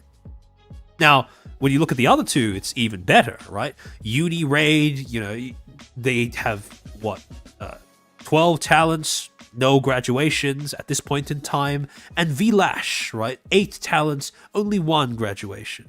And, some of these talents who are spread throughout VLash and UniRaid are people who have transferred in from Hare Vare. However, quick stats on these companies. Hare Vare, 53 debuts in total, 7 transfers to UniRaid or VLash, and 21 graduations. Again, if you have an entire agency whose business model is trying to rope in as many people who have never streamed before as possible and try to turn them into VTubers, I'd say managing to get 7 people who you think can actually become VTubers long term is not too bad, right? Not too bad. Only 21 graduations, not too much, right? However, Brave Group would not stop at this, because they had bigger plans for Enalus. Oh yeah, they had 2 terminations as well. Yeah, I forgot to mention that. They had bigger plans for Enalus. They weren't going to leave it at just, Hare Vare, UniRaid, and VLash, because on January 31st, 2025, so beginning of this year, right, just thereabouts, Brave Group will put out a formal press release announcing that they were merging Enalus with yet another company. Quote, Brave Group's Enalus merges with virtual talent production company Brosum. The merger strengthens Brave Group VLiver business and prompts business growth for the entire group. Quote, Enalus Inc., headquartered in Minato, Tokyo, is a 100% subsidiary of Brave Group Inc., proudly announced they're merging with Brosum Inc., headquartered in Shibuya, Tokyo. a company dedicated to development and production of VLiver, as well as related online services, confirming the consolidation of their management as a Brave Group company. This marks Brave Group's 9th successful merger and acquisition. That's a lot of mergers and acquisitions. But again, to go on, background and overview. In recent years, the virtual talent market has expanded rapidly and is attracting attention as a new rapid growth area within the entertainment industry. Brave Group is engaged in multiple intellectual property related businesses, especially in the IP production business that develops and produces VTubers, and currently runs 16 companies along 13 locations in 5 countries, providing goods and services around the world. Enolus, a company of Brave Group, launched its VLiver business, Hare Vare, in July 2023, focusing on the growth potential of the market. Founded in 2019, Brosum is a company that produces and manages VLivers. It operates multiple VLiver agencies and, as of today, has a total of over 200 talents. Again, those of you who've watched my streams before, you know, I know, we all know, the moment we read someone boasting about how they have over 100 talents as part of their org, probably not a great sign, especially when you combine that with using a mobile streaming app. The two tend to have bad implications when combined with one another. Based on many years of experience in running agencies, Brosum shines due to unique live streamer training. Oh, their training is unique, alright. But to go on, and management know-how, as well as very high quality illustration production, which have enabled the company to produce many award-winning and top-ranked live streamers. Additionally, Brosum has vast experience and has gathered significant achievements in the digital content field, including web service development. Through this business integration, Brosum and Enolus will both share their assets and know-how as they join their operations, aiming to improve creativity as they create even greater value. By making the most of Brave Group's resources, the merged company aims to maximize business efficiency and strengthen their operating structure. And then they include a little bit of a section about Brosum. Brosum, according to this, owns 5 different agencies: Lebon, Leal, Lux, Violet, and Silk. Quote, under their vision of quote-unquote turning your everyday self into a virtual star, Brosum produces and manages VLivers who perform using virtual avatars, with this operating 5 VLiver production companies with separate and unique features. I want you to remember that descriptor: separate and unique features. Then they include another blurb about Enolus, along with a concept entertainment with more freedom. Now that's new. We all know what it means when a VTuber company starts talking about more freedom. Enolus creates and manages unique virtual talents. They produce a wide range of content so that each virtual talent can be themselves and act absolutely freely, following their dreams, as the company challenges the expansion of entertainment culture. In the same manner that other proud Japanese industries like manga and anime. It's so surreal to see this stuff, which I've probably been the only person this side of the Pacific who cares presented to others. Well, I mean, I feel like this stuff is worth paying attention to, because, I mean, it does connect itself to other things that more people do care about. It's just, I don't think the EN audience has known where to look. And I hope that this stream serves to, kind of move the needle on that a little bit. And then they have a little blurb about Brave Group, because, how could they not, right? Brave Group's purpose is Japanese adventure, worldwide romance, and its mission is strike wonder in 8 billion hearts. With this in mind, Brave Group is developing multiple businesses, both domestically and internationally in the fields of IP production, which operates their VTuber business, IP platform, and IP solution, which are highly compatible with their other business units, along with incubation. All right. And then you get into the little comments from the various executives who are in charge of the various companies involved here. Comments from the CEO of Brosim, Soichiro Uno. We launched our V-Liver business in 2021 and have since produced and supported many V-Livers.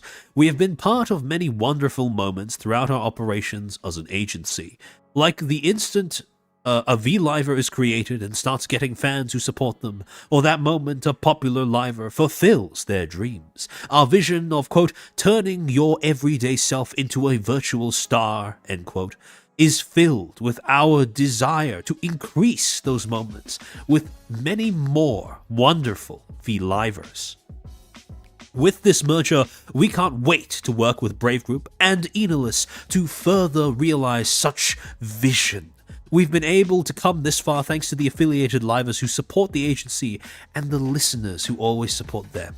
We're eternally grateful. From now on, we'll work even harder as part of Brave Group and will very much appreciate everyone's continued support. He looks like he's wearing a dirty wig. Kind of. I can't unsee that. Then you have comments from the Enalis director, Issei Sugeno. We're very lucky to have the opportunity to merge our existing business, Harivare, with Brosim, which operates in the same field. Currently, Brosim manages over 200 talents, and we're confident that by making use of the knowledge they've harnessed along the years collaborating with us, Harivare will be able to reach much further and more dynamically. Now, again, to translate corpo speak into actual human tongue, dynamically usually means flexible, which in business terms means thinner, which again means with less people involved. Now, we'll see how this happens in a second, but again, we'll get to that in a bit. With the new Brosim team, Enalis will have a stronger structure and will aim to expand the number of talents and platforms to expand to in the V-Liver field. And finally, from Mr. Noguchi himself, we're very happy with Brosim joining Brave Group. It's definitely been a wonderful opportunity. We're confident that Brosim's past achievements and know-how in development and management of live streamers will cause a chemical reaction, I think he means chain reaction, as they join us, which will undoubtedly result in very rapid growth. Please keep an eye out on how we face our challenges and growth with them. Now, again, to sum up what was happening, essentially you were having one big company, Brosim, which manages 5 different VTuber agencies with over 200 talents across all of them being fed into Enalis, a subsidiary of Brave Group, which at this point in time oversaw 3 different V-Liver projects, V-Lash, Uni-Raid, and Harivare. Now, you'd think that with as much IP production experience as the press release keeps going on about, and over 200 talents, some of which are award-winning in their performance, that this is quite the IP production boon, right? You would expect that something like this would really feed into Brave Group's reputation, their repertoire for IP production. But here's where things start to get a little weird. See, if you go onto Brave Group's website, right, you go into their business tab, they separate their various different businesses that they run into 4 different categories: IP production, IP platforms, IP solutions, and incubation. Now, their blurbs for each of them are as follows. For IP production, they describe this as, we produce and operate multiple VTuber groups from within Japan with the aim to create world-class IPs. IP production is basically the way that they refer to their VTubing agencies, right? Where they hope to get VTubers that end up becoming brands that they can use to market stuff later down the line. They have IP platforms. We operate a diverse array of platforms, including Colleyes, a platform for Japan official merchandises, as well as Brave Stores, which specializes in selling goods for international markets. This is basically all of the various different companies that they own and operate that are designed to allow them to reach more people, that facilitate them reaching more people. IP solutions. We provide a variety of services, including the development of fan clubs for our own IPs, virtual IP development for other companies, and marketing support services leveraging our Brave engine technology.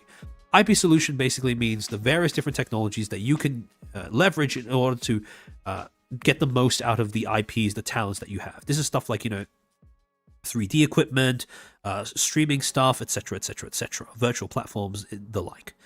And then you have incubation. This is basically when you help nurture talent for things like esports or singing or whatever.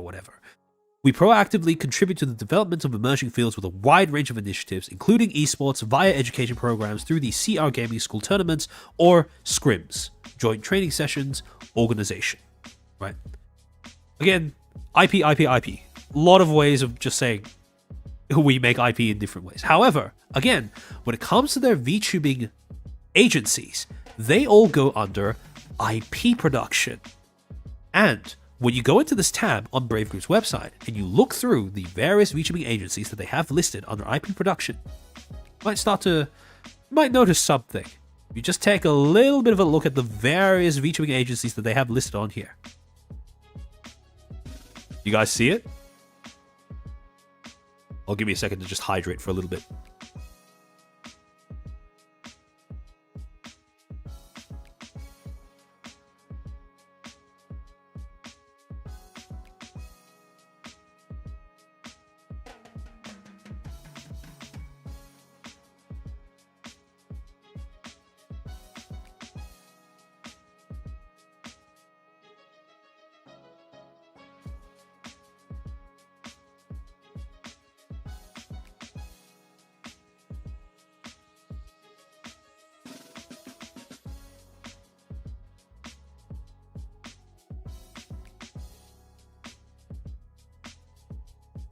Why is the word solution popular in corpo speak? Because the word problem is stigmatized. Text looks too small to read it? Fair enough. I forgot about that. My bad. However, yeah, some people are pointing out the various companies that they bought. Most of them are successful before joining Brave. That's all part of it too. But one thing that's quite interesting, I'll just list off all of the names of the companies that they have on this section. Vispo, Himehina, Neoport, Mugen Live, V4 Mirai, Globi, A-Stars Production, Aegis, Umanos, Mugen Show Record, Kigen Show Record, Palette Project, Idol, Vispo EN, Vispo CN, Hare Vare, Vlash, Uni Raid. About half acquired, yes, but there's something else as well.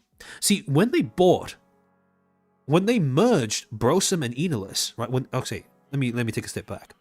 When they founded Enilus, a huge reason as to why they did it was for IP production, right? And when they merged Brosum with Enilus, one of the things that they kept touting in their press release was, this will help us make better IP. We will be able to produce more IP. We'll be able to leverage all of their experience producing so many IPs, 200 plus talents, right?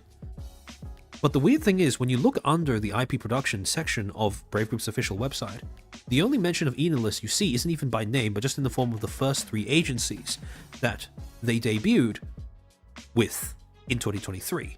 Hare Vare, Vlash, and Uniraid.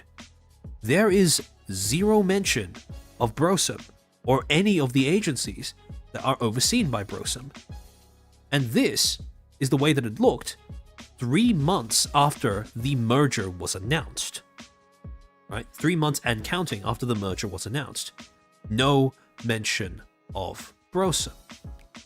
And then the question then becomes, well, there were 2 questions that popped into my mind when I noticed this. One, why don't they include Brosum if it's such a big deal in terms of IP production? And 2, where is Brosum? Because I wouldn't put it... There's no way I would assume that Brave Group wouldn't show that they had bought Brosum anywhere on their website. So it has to be somewhere. but it's not in their business section. It's not under IP production. So when it came to answering that first question, why isn't Brosum here among the others? Because you wouldn't make the argument that it's because Brosum is like, JP only, because some of these agencies are JP only as well, right? And when I went to do some digging by actually looking at Brosum, its websites, and the websites of its affiliated agencies, very quickly I started to see just maybe why that might be the case. So when you go onto Brosum's website, right, you get this pretty generic, pretty generic stuff that you see with every other VTubing company on their website as well. Ignore the formatting because that's more a translator thing than a Brosum thing.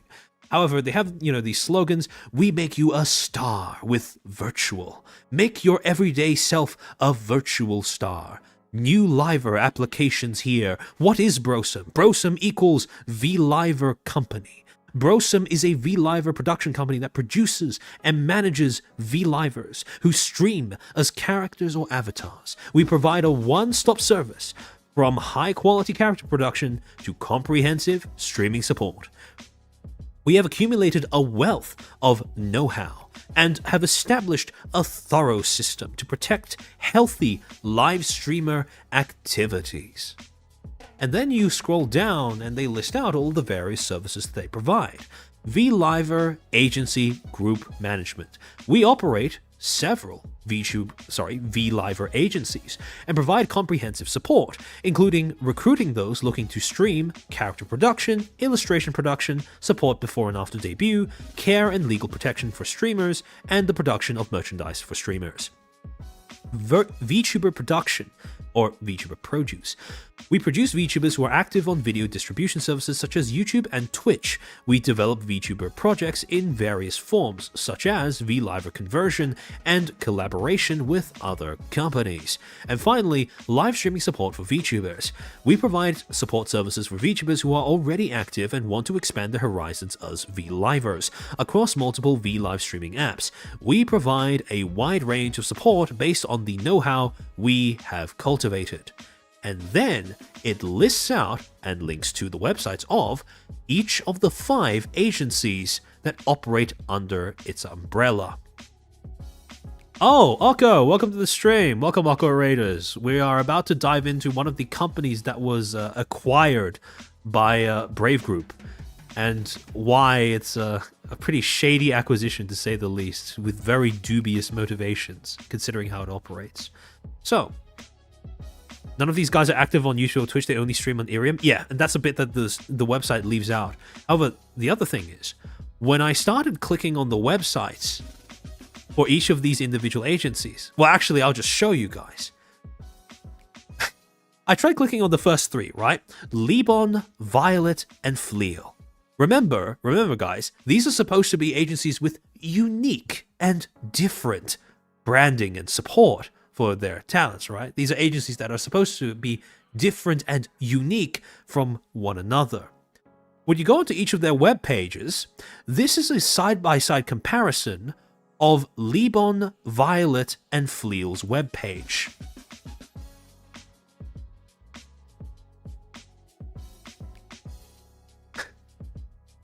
Was sad when you wanted... True. Fleal, yes.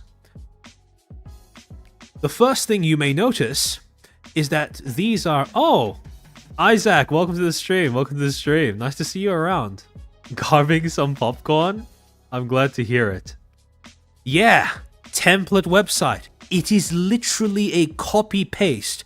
There is zero effort put into actually making the graphic design or branding of any of these agencies different from the other, right down to the point where they have the exact same captions, the exact same text, the exact same structure, even the exact same segmentation of different sections of their webpage. The only thing they've done is swap out the individual VTubers that they've used in the pictures, but besides that, everything is a carbon copy. And it's not just the opening of the webpage, it's not just the upper portions of it.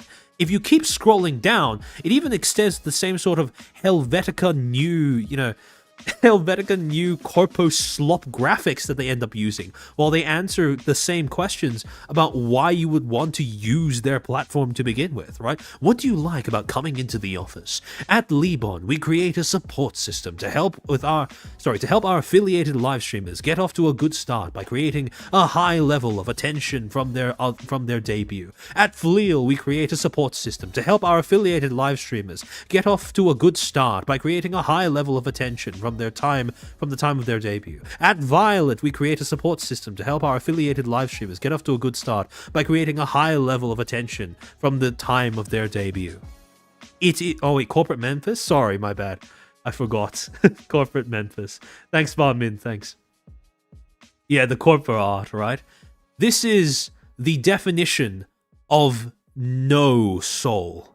There is nothing behind the eyes of whoever made these web pages.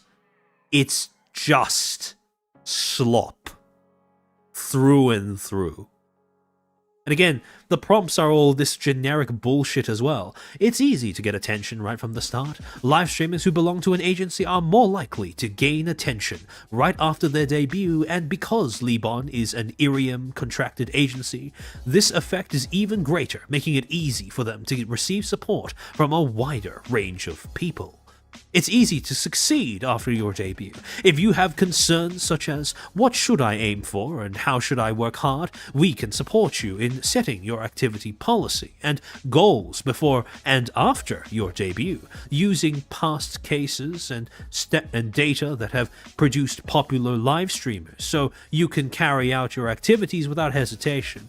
That reeks of number monkeys trying to explain to a creative person how best to be creative. And finally, it will protect you from trouble. In the event of any issues such as the invasion of privacy or personal obsession, we will respond as a company, including taking legal action through our in-house counsel to protect our affiliated live streamers from trouble and mental stress. Copy-paste it 2 other times across the other 2 agencies. Then, our features, Libon's features and strength. Libon has programs and mechanisms to help those who want to work hard at live broadcasting to work even harder. Which would be, pretty stock standard, kind of boring, but is even more so considering the fact that when you go over to the other 2 pages, it's the exact same thing. Features and strengths of Fleal. Fleal has programs and mechanisms to help those who want to work hard at live broadcasting to work even harder. Features and strengths of Violet. Violet has programs and mechanisms to help those who want to work hard at live broadcasting work even harder. Malcolm, Leanne, thank you for the 2. Flavor will likely outlast most of them. Oh, no. Flavor has, as we'll get into in a second. Mercurius, thank you for the gift and membership. Mr. Hawksworth, hope you enjoy those emotes. And then they list out all of these various strengths, features and strengths, right? High quality, custom-made illustrations. Our staff who have experience directing illustrations for popular Bishoujo games will produce each illustration based on your image and requested. Of course, all costs will be borne by the agency. Regular interactions lead to friendly relationships. We are planning events where members can receive advice from senior live streamers, discuss their concerns with each other, and set goals together. And finally, instant monetization.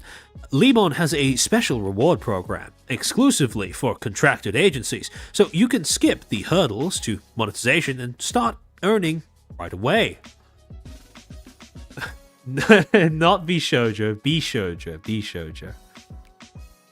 But in any case. So these are their web pages. They even end with the exact same stock standard FAQ section. There is literally no difference between any of these 3. However, that's not to say that there are 0 differences across the entirety of the web page when you scroll top to bottom, because with one of them, Libon, you actually do have a section that the other 2 don't. A section where they have a track record of affiliated livers. a selection of various different content creators that they want to hold up as being especially successful, or role models for the rest, combined with a little testimonial section right underneath it. And these are the 5 that they have chosen. Enjugatsu Suva, Sakazuki Kokonotsu, Kurusu Hina, Mimi Itoshino, Hanatachibana Yume, and, these 5. And on the surface, pretty varied selection of models. Like, you have a lolly, you have a, whatever this is. You have maid, you have second maid. But they also link to the Twitter profiles of each of the talents that they have on their track record. And when you start clicking on those Twitter profiles, you may realize something. For starters, 2 out of 5 of these creators are no longer with the agency. Suva has been graduated from Libon she has been independent since the 1st of January 2025. Kokonotsu has been graduated since December 30th of 2024. And all 5 of them are talents who are no longer with Libon anyways, because they transferred out into one of the other agencies. Now, obviously, upon realizing this, you may start to, upon realizing this, what I did was I looked at it and I went, okay, well, if they're going to include a bunch of, if they're going to include VTubers who are no longer with the org as like an example of affiliated livers, right? Then, okay, it's probably a good idea to check what their actual talent roster looks like. So if you zoom out of this section, you go up to the top, they have a bar up there where they have a bunch of different, links to different web pages on their website, right? Home, About Libon, Affiliated Liver, Activity Record, Guidelines, Inquiry. I was interested in looking at their Affiliated Liver section.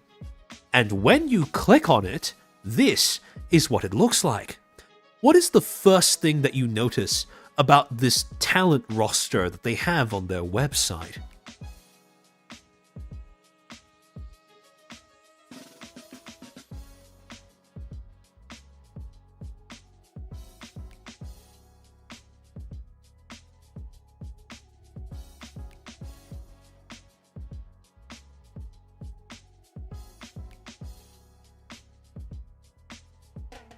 Yeah, Prism. Where is the 2nd generation? The funny thing about Libon and every other talent quote-unquote agency that operates under Brosum is that when a talent graduates, there is no acknowledgement of that. Besides, on the talent's own social media and at their own discretion. Instead, what the company does is simply delete all mention of the talent off of their website and their roster. This is why I emphasize that Nene Love's endeavor of creating that chart is absolute hell. Because with these companies just deleting talents off of their roster without any notice, keeping track of how these companies expand and contract is an absolute nightmare because there's no paper trail anywhere. However, some of you may think to yourself, okay, but why? Why would these companies just up and delete people who have graduated? And it might have a little something to do with what the rosters actually look like when you start accounting for graduated members as well, which is something like this. Now this makes Hare Vare look like fucking child's play. These are not VTuber agencies. These are VTuber factory farms. These are content creator cemeteries. This is what it looks like when you perform gavage on a VTuber agency. There is more grey than there are whites in these entire rosters. When you actually add up the stats on these companies, it's fucking insane. Just, quick overview, right? Lebon, 164 debuts, 120 graduations. Fleo, 65 debuts, 42 graduations. Violet, 25 debuts, 18 graduations. These are not companies that seem to be geared towards actually trying to maintain any of their talents. It's mostly just, it's like salmon swimming upstream. But in any case, the thing that really gets me though is these are just the ones that Nene Love managed to catch, starting from when he decided to do this to now. There is no record of any of the talents who were taken off of the website before he started cataloging it.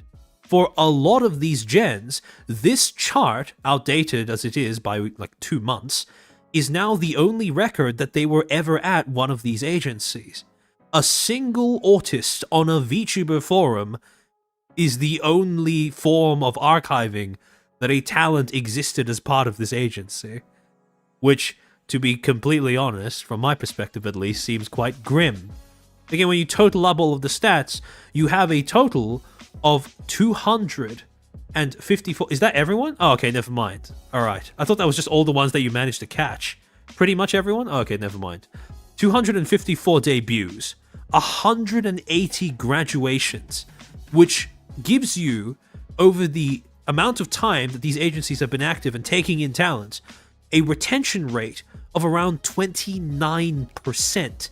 That's less than a third of all the talents who end up debuting under these agencies. And granted, some of these talents did debut all the way back in like 2021. But for reference, Phase Origins debuted in June of 2021. And they have 2 departures from their company to date. 1 graduation, 1 termination. This blows that statistic out of the water. But okay, you might say, alright, these are, these might be quote-unquote VTuber agencies, right? Oh yeah, no, okay. So the other thing that Nene just mentioned in chat, apparently these agencies were also running off of a trainee program, which is that they would take in, right? They would take in talents and not give them an official debut until they reached a certain threshold. These are just the talents that were taken in and managed to reach that threshold. There is an unknown number of quote-unquote trainees who ended up quote-unquote joining the org but never received a debut because they didn't hit the requirements. So these are just the white and grey names that managed to actually get a debut under the agency, as bare bones as that debut may have been. So again, you might look at this and go, okay, well, on one hand, not really. These are still agencies that are aimed at people who don't stream for a hobby, right? They are people who are not experienced streamers, so you would expect a high dropout rate, right? So maybe, just maybe, this is all part of the plan, right?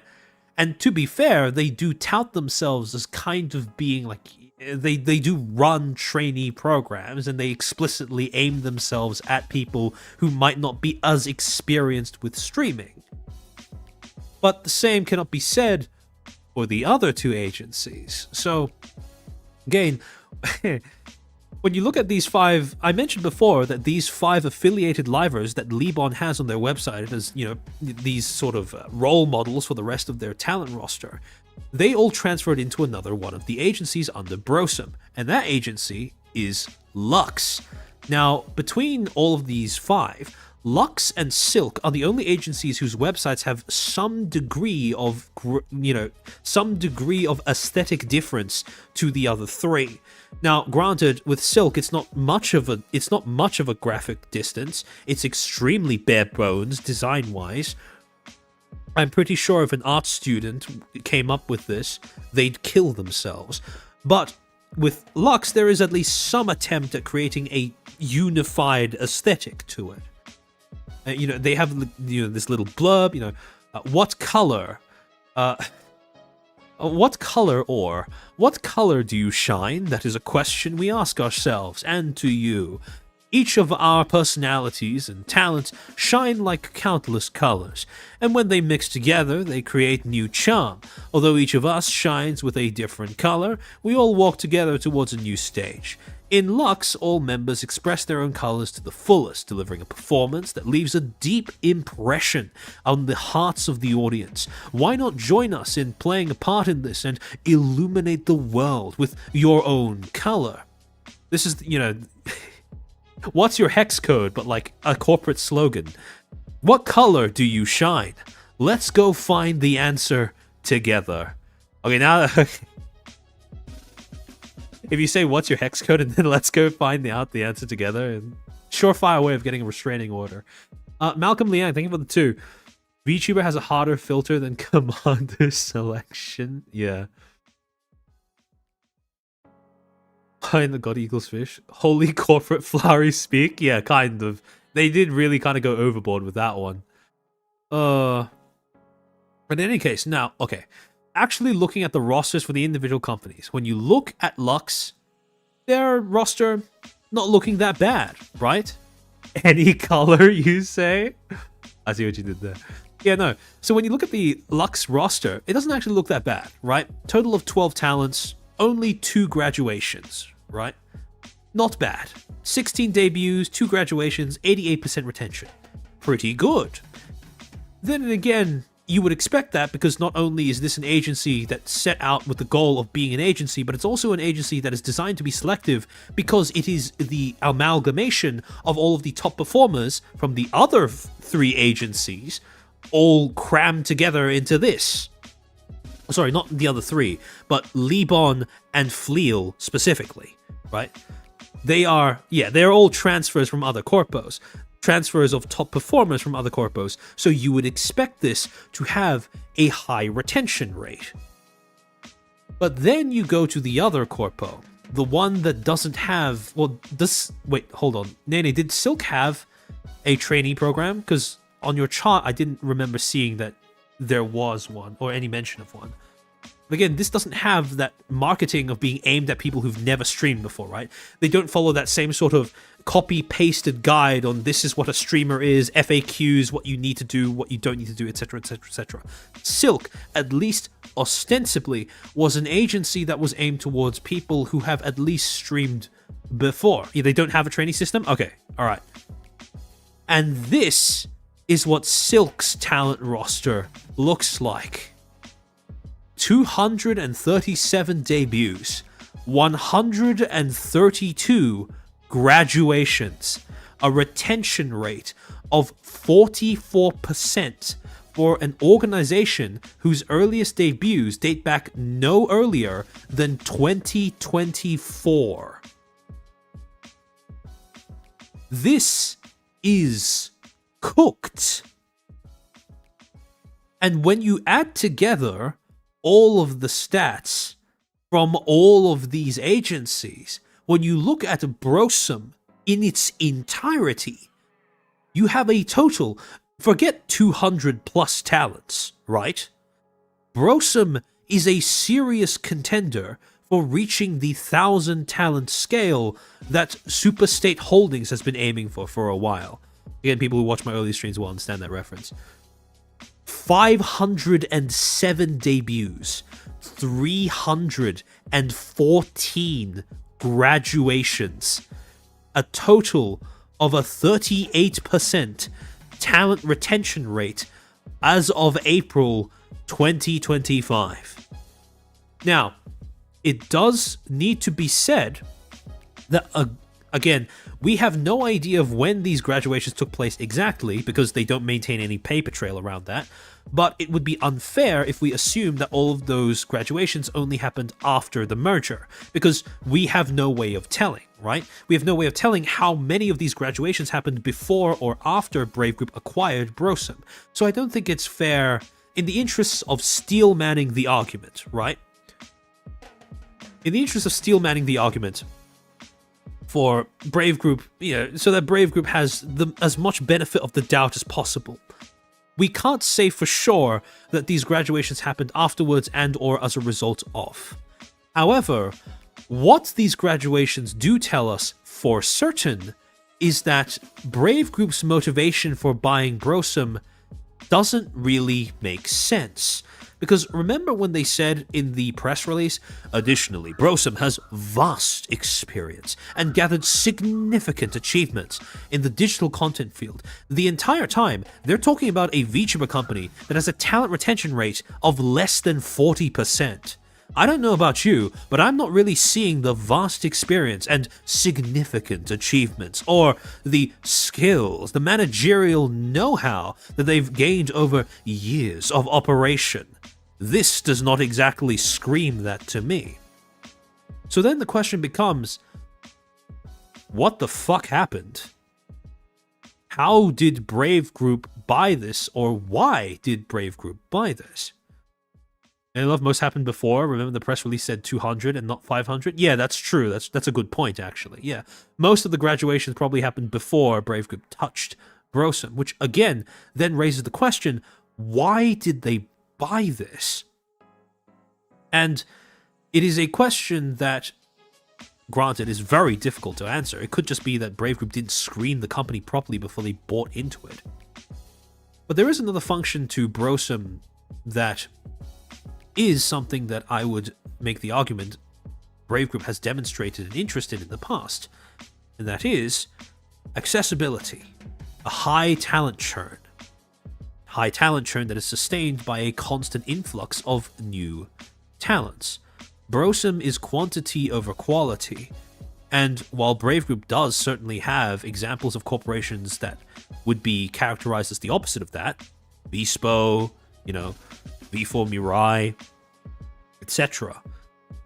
It is certainly not surprising, I certainly wouldn't find it surprising, if Brave Group also wanted companies that would specialize in simply grabbing as many people as possible and funneling them through, running them through the ringer. However, when it comes to evaluating, like I said, to tie this back to the whole thing with Idol, if you want to evaluate how Brave Group treats its acquisitions. What this does, though, even though it doesn't explain why Brave Group purchased it, it does give us a very convenient point of comparison with Idol. Because what this statistic does tell us for certain is that if Brave Group didn't buy this company, it would have been living on borrowed time. This, in other words, is an ideal comparison, an ideal data point, because of the fact that this is an example of the opposite of a VSPO, an acquisition where the company does not have everything figured out, was not popular prior to Brave Group's acquisition, and thus, by looking at how Brave Group handles this company, this acquisition, after it was acquired, we can get some form of idea, some sort of data point from which we can predict what might be going on or what might end up happening with Idol. And for that, there's another sentence right at the end of this press release that I wanted to focus on. Quote, through this business integration, Brosum and Enolus will both share their assets and know-how as they join their operations, aiming to improve creativity as they create even greater value. By making most out of Brave Group's resources, the merged company aims to maximize business efficiency and strengthen their operating structure. Maximize business efficiency, strengthen operating structure, sharing assets and know-how, and improving creativity. These are the things that Brave Group and Enolus and Brosum promised one another when the acquisition went through. So the question then becomes, what does Brave Group's resources, what does Brave Group's business efficiency and strengthening of operating structures and assets actually look like when they hand it over to a company that wouldn't have succeeded without Brave Group's intervention? Billy, thank you for the 5. It's almost as if the talents come in with both feet already out the door. Thank you for keeping the tradition alive. But yeah, It very much is like that, unironically. And to answer that question, or at least the beginnings to answering that question, look no further than 3 months after the acquisition was announced, when, on April 1st, on April Fool's Day, Brave Group would release the following press release. Enolus, Material, and Brosum merge their business operations. Ding ding ding, another merger. Expanding the VTuber and VLiver business by pooling assets and expertise from 3 different companies. Now, in case there are those of you who don't know what Material is, or forgot since I flashed it on screen with the chart earlier on at the beginning of this stream, Material is the company that is in charge of Palette Project, a company that was acquired by Brave Group in 2022. Palette Project is basically, it's similar to Lux in that it's, you know, a kind of musical color themed VTuber agency, but less cringe than Lux. Quote, the colors of each member and each fan, the many colors that adorn the palette mix colorfully, sparkling and shining. I would like to paint colors on the canvas together. We want to make everyone's day sparkle with color. We will continue our activities so we can share in the excitement of our everyday life. And Palette Project, for the most part, has been a relatively stable agency. They had one defunct, attempt at a sort of kind of splinter generation, but that was dead before Brave Group acquired it, so it has nothing to do with Brave. As of right now, they have a total of 17 members. 7 talents split across 3 gens: Route Heart, Regalia, Sputnip, or Sputrip, Sputnip, I think that's correct. And then 7 research students, which is basically their version of a trainee program. Again, the important thing about Palette Project, though, is that unlike the agencies under Brosum, this is an agency that has been relatively stable, even if it has remained small. However, Brave Group decided to merge Palette Project Material, Sputnik. Oh, there we go. Okay, Sputnik. I thought it was Sputnip. But in any case... Oh, wait, no, never mind. You're just joking. Okay, my bad. Okay, so they decided to merge together Material, a company that's remained relatively stable, with Brosum, which is basically a bunch of dying companies in a trench coat pretending to be one big corporation. And this is part of... This is starting to... Sorry, give me a second.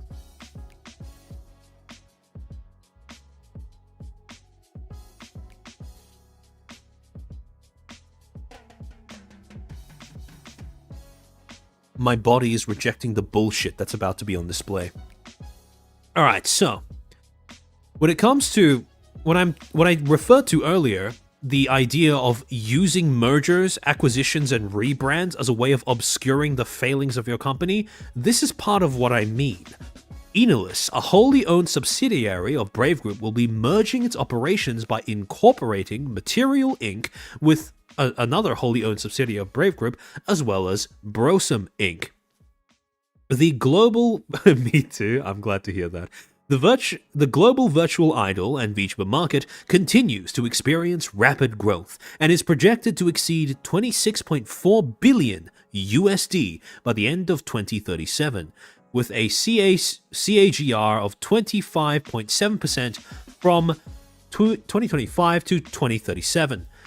In light of this market growth, Enolus, a subsidiary of Brave Group, launched its VLiver business in July 2023, as well as its VTuber business in October of the same year, having rolled out a total of 3 different virtual projects, with 44 talents currently affiliated with the company, and participating in various projects such as VLiver Project Harivare, from which several talents debuted as VTubers later on. The company is not only nurturing unique virtual talents, but also actively supporting diverse career paths for those talents. Material was established in May 2018 and joined Brave Group in June of 2022. It currently operates the virtual idol group Palette Project with 14 affiliated talents, including understudies. Brosum was established in 2019 as a company that produces and manages VLivers. Manages is a very generous description of the statistics we just saw. but let's go with it. Operating several V-Liver agencies with a total of 200 affiliated talents. Again, it has had way more. The funny thing is, when they keep emphasizing 200, they fail to mention that the actual number that has debuted is above 500. The company leverages its long-standing experience in the field to offer a unique talent development.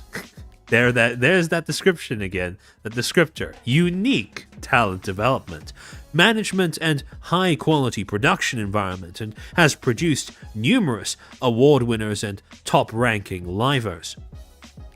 Through this merger, the aim is to leverage the experience of each company and share the technical knowledge across all three companies to support further growth of the talents. Additionally, the centralized management structure will allow for faster, more flexible decision-making in order to respond to the ever-changing entertainment market and improve corporate managerial efficiency and value.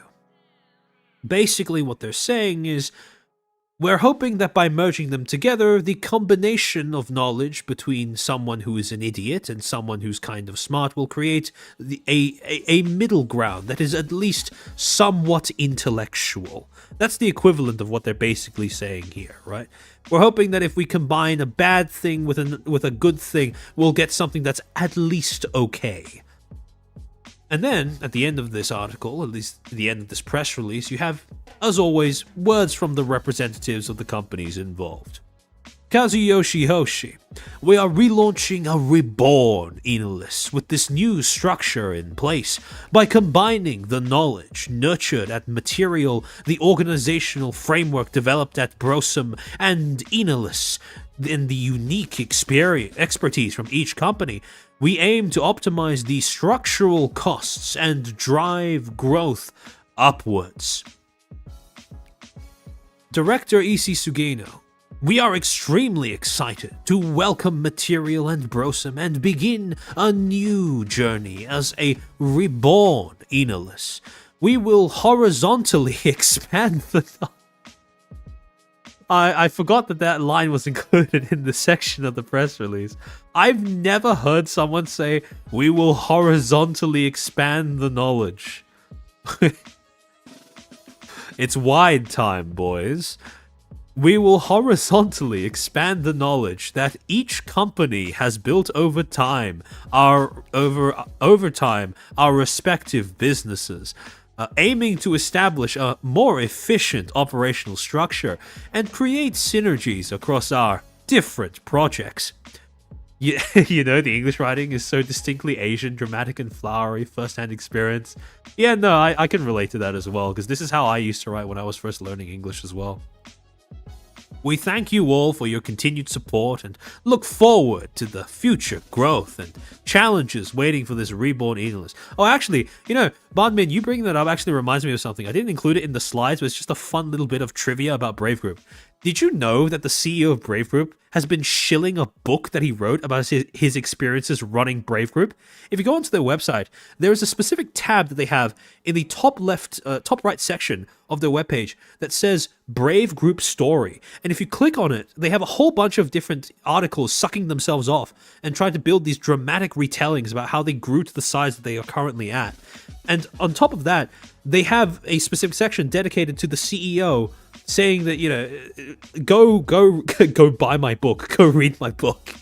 It's really quite funny, all things considered, especially in hindsight after having dug into this company a bit more. But yeah, might be minor. All right, so at this point, right, you may be thinking, okay, but Armchair, why are you so certain that the reason why they are merging Brosum and Material is because of Brosum's inadequacies? Well, the timing on this is a little funny, considering that 20 days after, only less than 3 weeks after this announcement was made that Material and Brosum would be merging together, Brosum's official Twitter account would post out the following notice. Quote, "Thank you very much for your continued support of Libon/Violet. Due to a change in business policy, Enalus Inc. has decided to cease operation of the live streamer agencies Lebon, and Violet. As a result, our affiliated live streamers will embark on their own new paths as of today. Members currently affiliated with Lux or YouTube and under contract with Lebon will also be treated in the same manner. Please refer to the attached image for the future of each liver. For any inquiries regarding this matter, please contact us by email at info@enilus.co.jp and refrain from asking questions to the members. We would like to express our sincere gratitude to everyone who has supported Lebon and Violet up until now. We would also appreciate your continued support for each and every live streamer as they move on to a new stage. Now, I like to imagine that somewhere in an office in their headquarters in Tokyo, a Brave Group executive at some point prior to April pulled up the talent rosters for Brosum, specifically for Lebon and Violet, and had that Looney Tunes-esque reaction of their eyeballs popping out of their head as they jump up in their seat, and realized that maybe it would be a good idea if they took a fire to some of these corporations, or some of these agencies in quotation marks, because they're just not worth the cost of running them at this point. And, true to their word, in the replies to that tweet, they included a list of all of the different talents from Lebon, Violet, YouTube, Lux, Brosum, in general, who were going to be graduating in light of this event. Essentially, what had just happened is Brosum lost around half of the meager number of talents that they still had. Well, 2 out of 5 of their agencies were being killed, and one of them was being gutted to some extent. That one being Lux and YouTube. So, immediately, this is probably not the best investment. Or at least, this is probably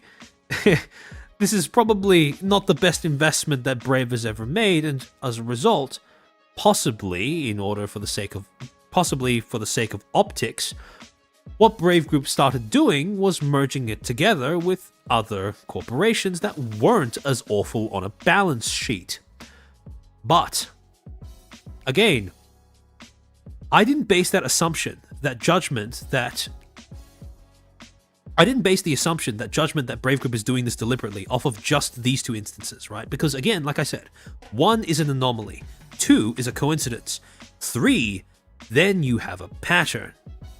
And we've only covered 2 instances or 2 different reasons to believe that this was a poor acquisition and that this is something that Brave Group probably doesn't want out in the public eye, especially not in front of investors.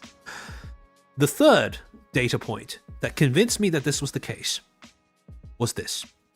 On May 1st, 2025, 1 month after they announced that they were merging Brosum with Material, Brave Group, an article was published in the PR Times, a publication that deals with, press releases and public communications of that nature, that stated that Enilus was integrating Brosum yet again, but this time with Hare Vare.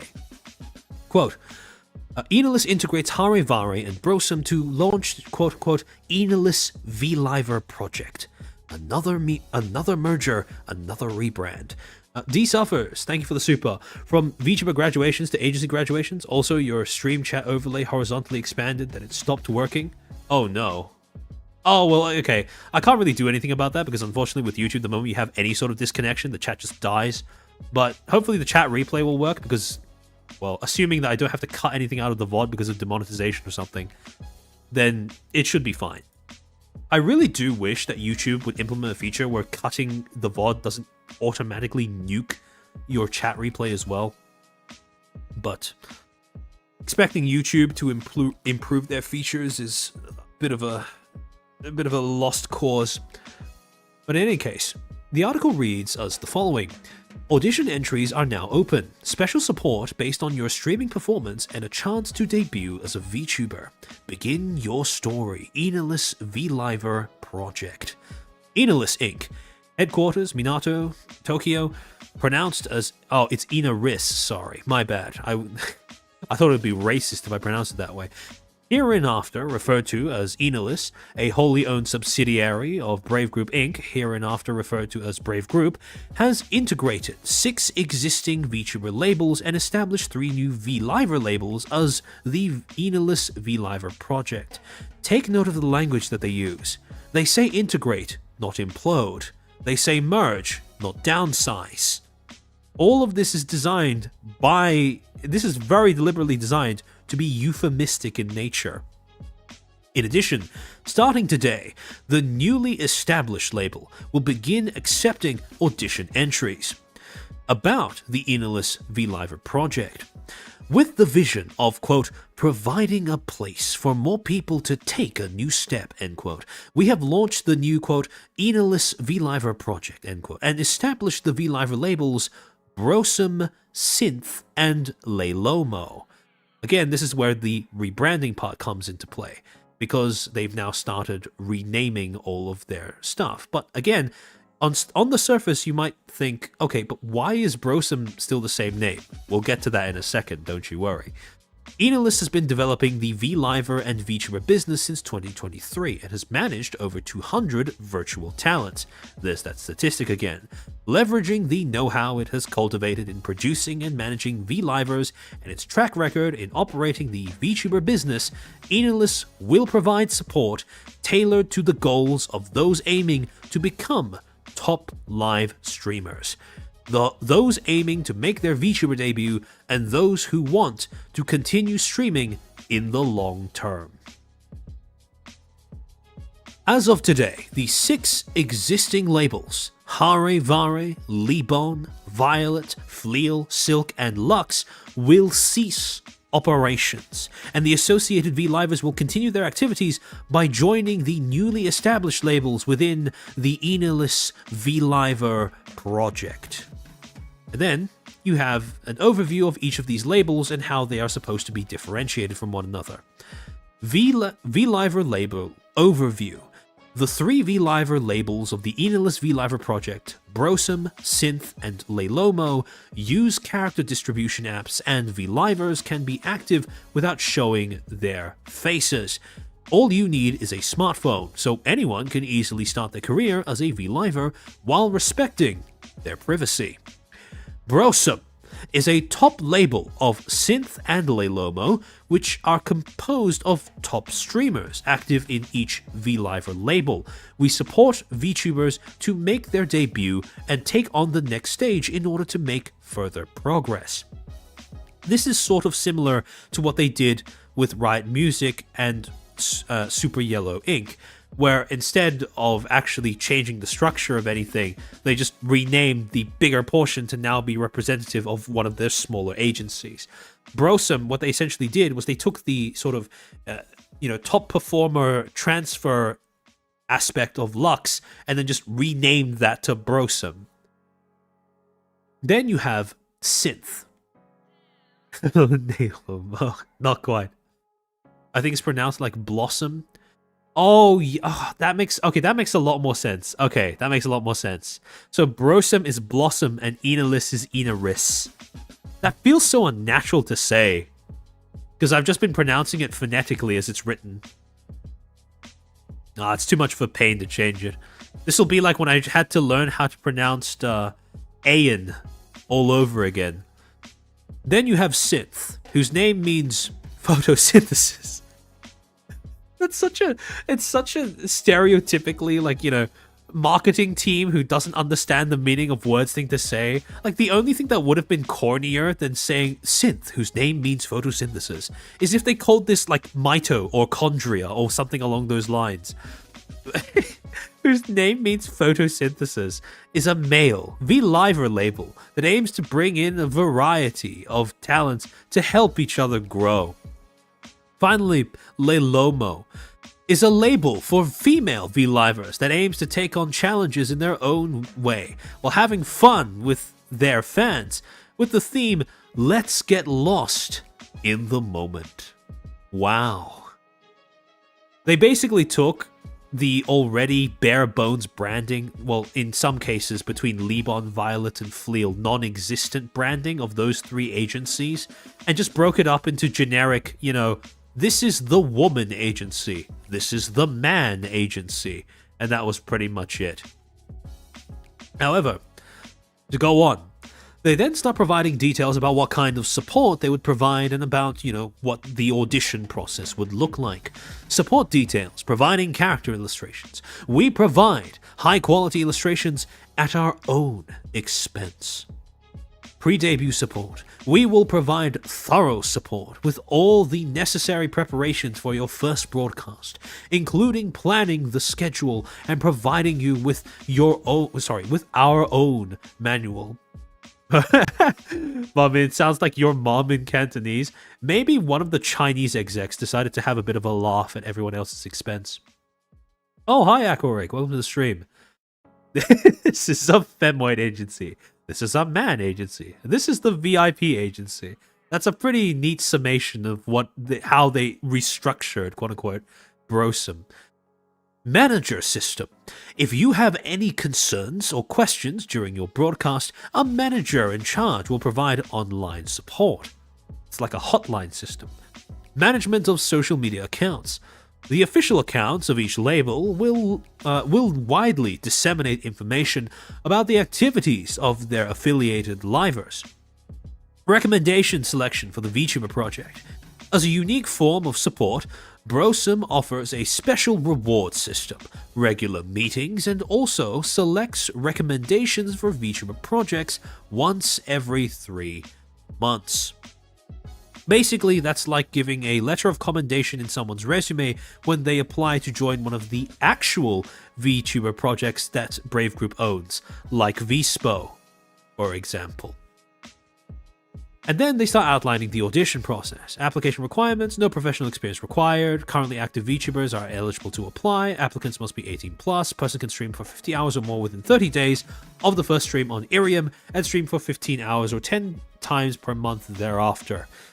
Again, getting those usage numbers up on the website, which is probably why Brosum has some sort of contractual agreement with Irium to begin with. Those who can continue working for more than 1 year. If you're affiliated with an agency, please get permission from your agency in advance. We do not respond to individual inquiries regarding selection status or results. You may reapply if more than 1 month has passed since your last application. Number of applications will not affect the selection process. Treatment. We will actively support your activities as a VLiver. Details provided at the interview. Successful applicants will be contacted within 10 business days after the screening process is completed. Audition process, first screening, document screening, second screening, online interview, and after negotiating terms, the contract is signed and the affiliation is decided. However, the more interesting thing is what this ends up doing to the structure of the corporations involved. See, what this merger did, essentially, was take Enalis and convert it from looking like this to looking like this. Now, you see you have Brosum, Synth, and Leilomo, along with Uniraid, Velash, and Palette Project, all under the single umbrella of Enalis Inc., but only Brosum, Synth, and Leilomo under the umbrella of Enalis VLiver Project. Now, at first glance, you might think that this actually looks worse. That's a lot more grey, and it looks a lot more concentrated. But it actually works the opposite way, because since this is all concentrated, it's also a lot easier to segment it off and segregate it from the overall brand image of your company. See, what this merger did was 2 things.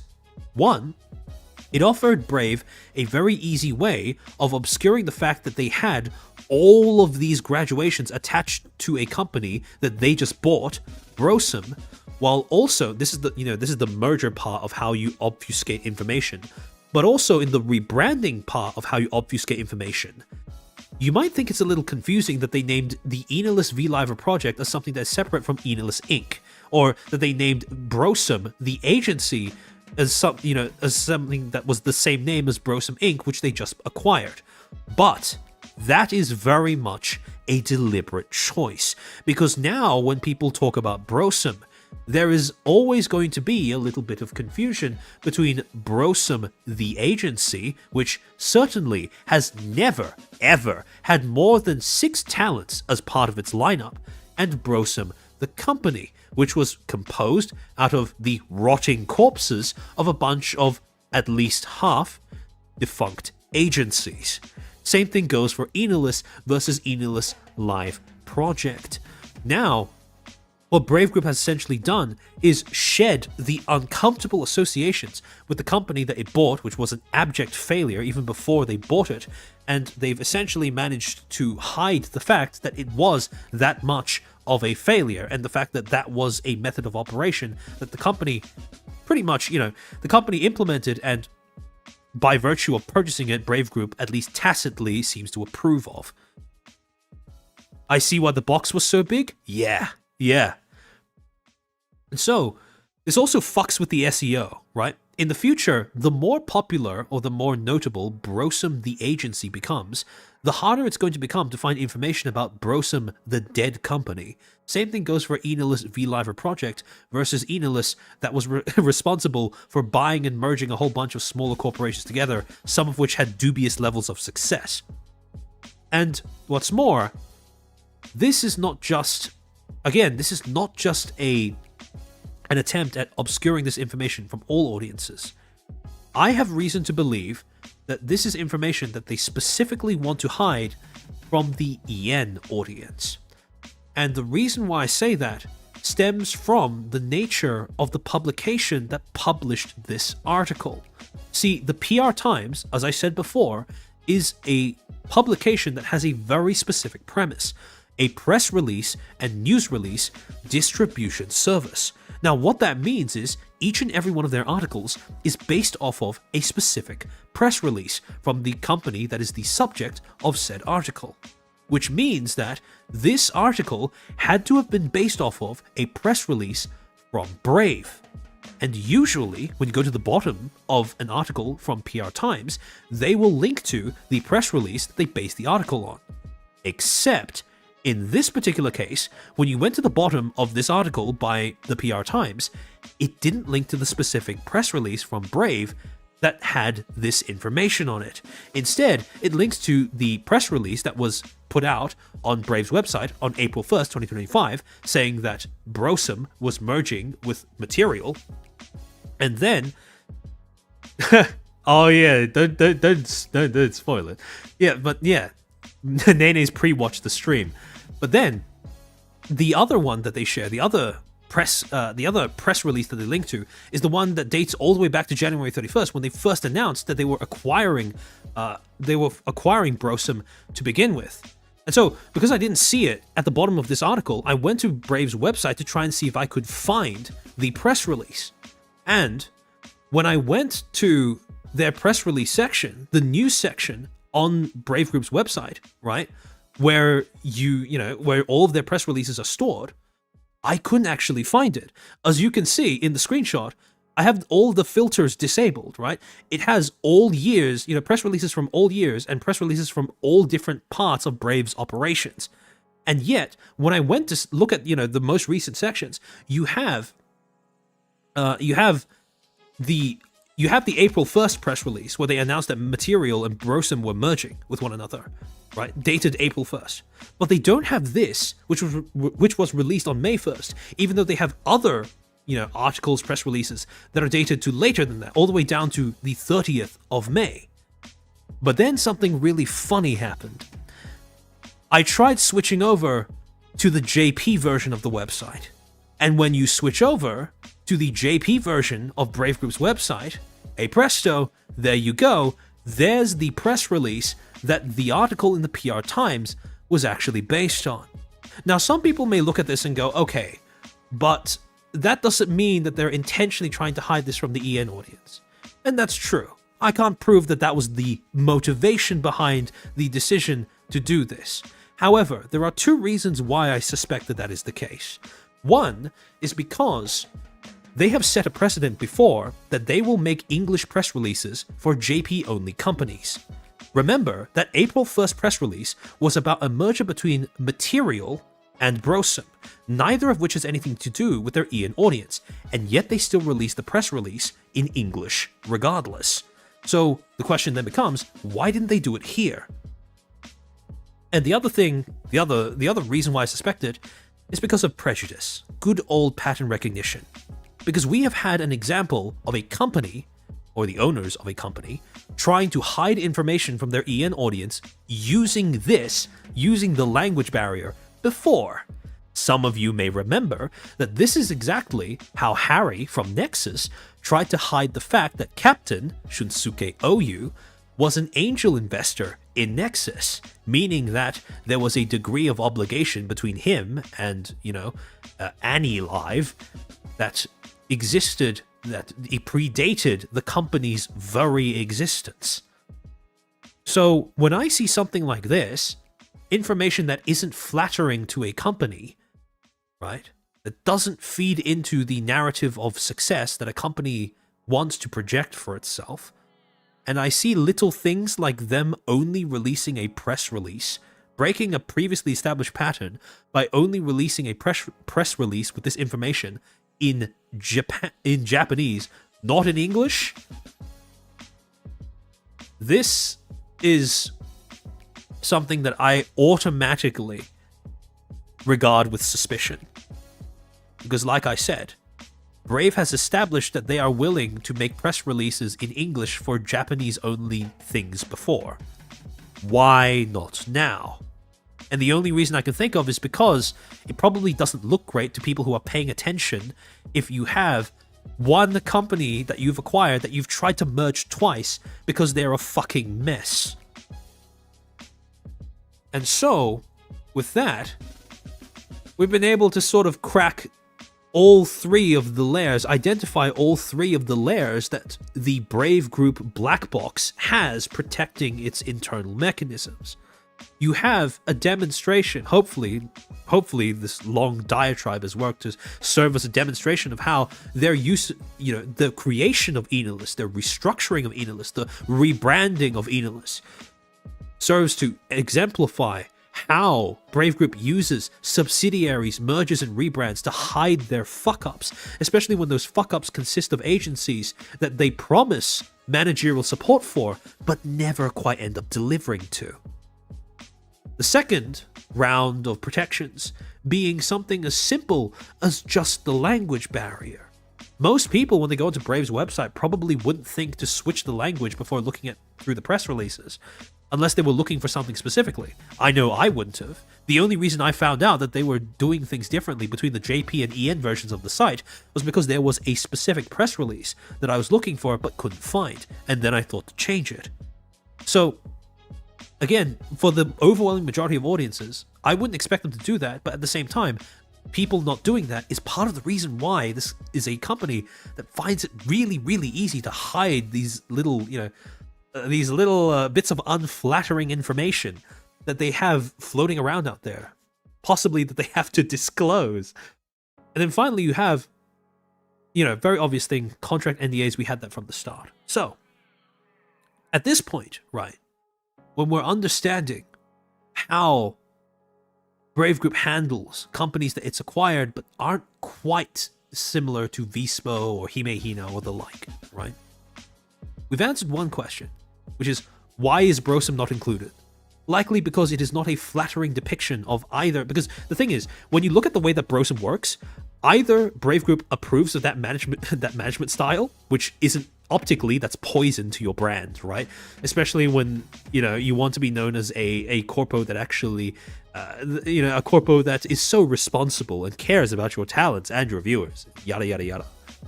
But the second reason is, it's either that or they just didn't do the research before buying up that company, which is poison for your ability to gain investor funding. Because if you don't vet the things that you end up buying shares in, if you don't vet the companies before you acquire them, why the fuck would anybody else invest in you?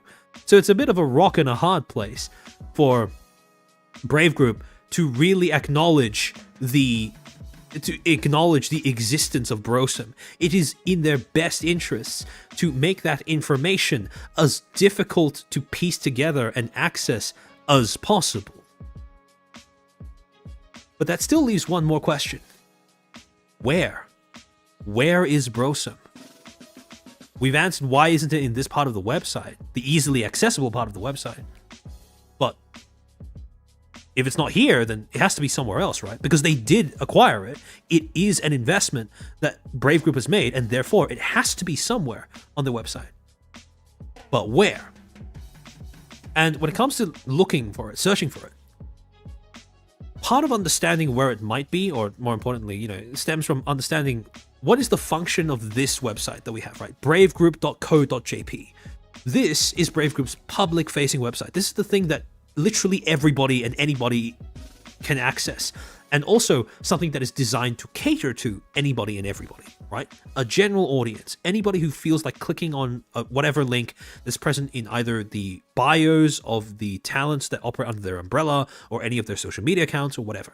Anyone can see this website, and as a result, this website is designed to show information that is tailored to nobody because it's for everyone. And when you look through Brave, again, this is the website that they use because it's aimed at everyone. This is also the website that they use to establish their main brand, the public-facing image of Brave Group. This is how they want the, well, for want of a better way of putting it, this is how they want the normies to see them, right? Because this is, where they include all of the information, the about us, the slogans, the pretty words about what they want to do with all of their money and their resources, etc., etc. So you go to Brave Group's About section, right? A symphony of innovations, pioneering a brighter tomorrow. It's not just about business. It's about creating a new era together, a new era for the next generations, a new era to inspire society. And then you have, the corporate mandated number monkeying, right? 422 employees, 17 offices around the world, 17 group companies, 33 million total channel subscribers, 8 billion hearts to strike wondering as of June 2024. 600 plus? Sure. But then Hollow doesn't also have the same amount of talents as Brave Group has. That 600 probably goes a lot further. Honestly, I would expect Brave Group to have that amount of employees, right? To have a higher amount of staff compared to Hollow because of how much larger their talent roster is. And if you're wondering where this weirdly, this kind of flowery but kind of nonsensical slogan comes from, look no further than the statement from the CEO message from Mr. Noguchi himself. Quote, "From Japan, a new path for humanity." He sounds like he's coming out with some sort of transhuman invention, right? Where it's like a mech suit or some shit. "Our main focus at Brave Group are VTubers. The proud virtual embodiment of Japanese culture, fueled by all kinds of creators, talents, and artists, as it has been embraced with ardent enthusiasm by fans from all over the world. We are filled with a great sense of duty, but also hopes towards this culture. With bringing joy and happiness into people's life as my personal tenet, I have continuously explored the possibilities offered by the virtual realm, and through successful business partnerships and mergers, I have gathered trusted partners." You really think Brosum's a trusted partner? "And built my own track record along with a network of mutual trust. One step at a time.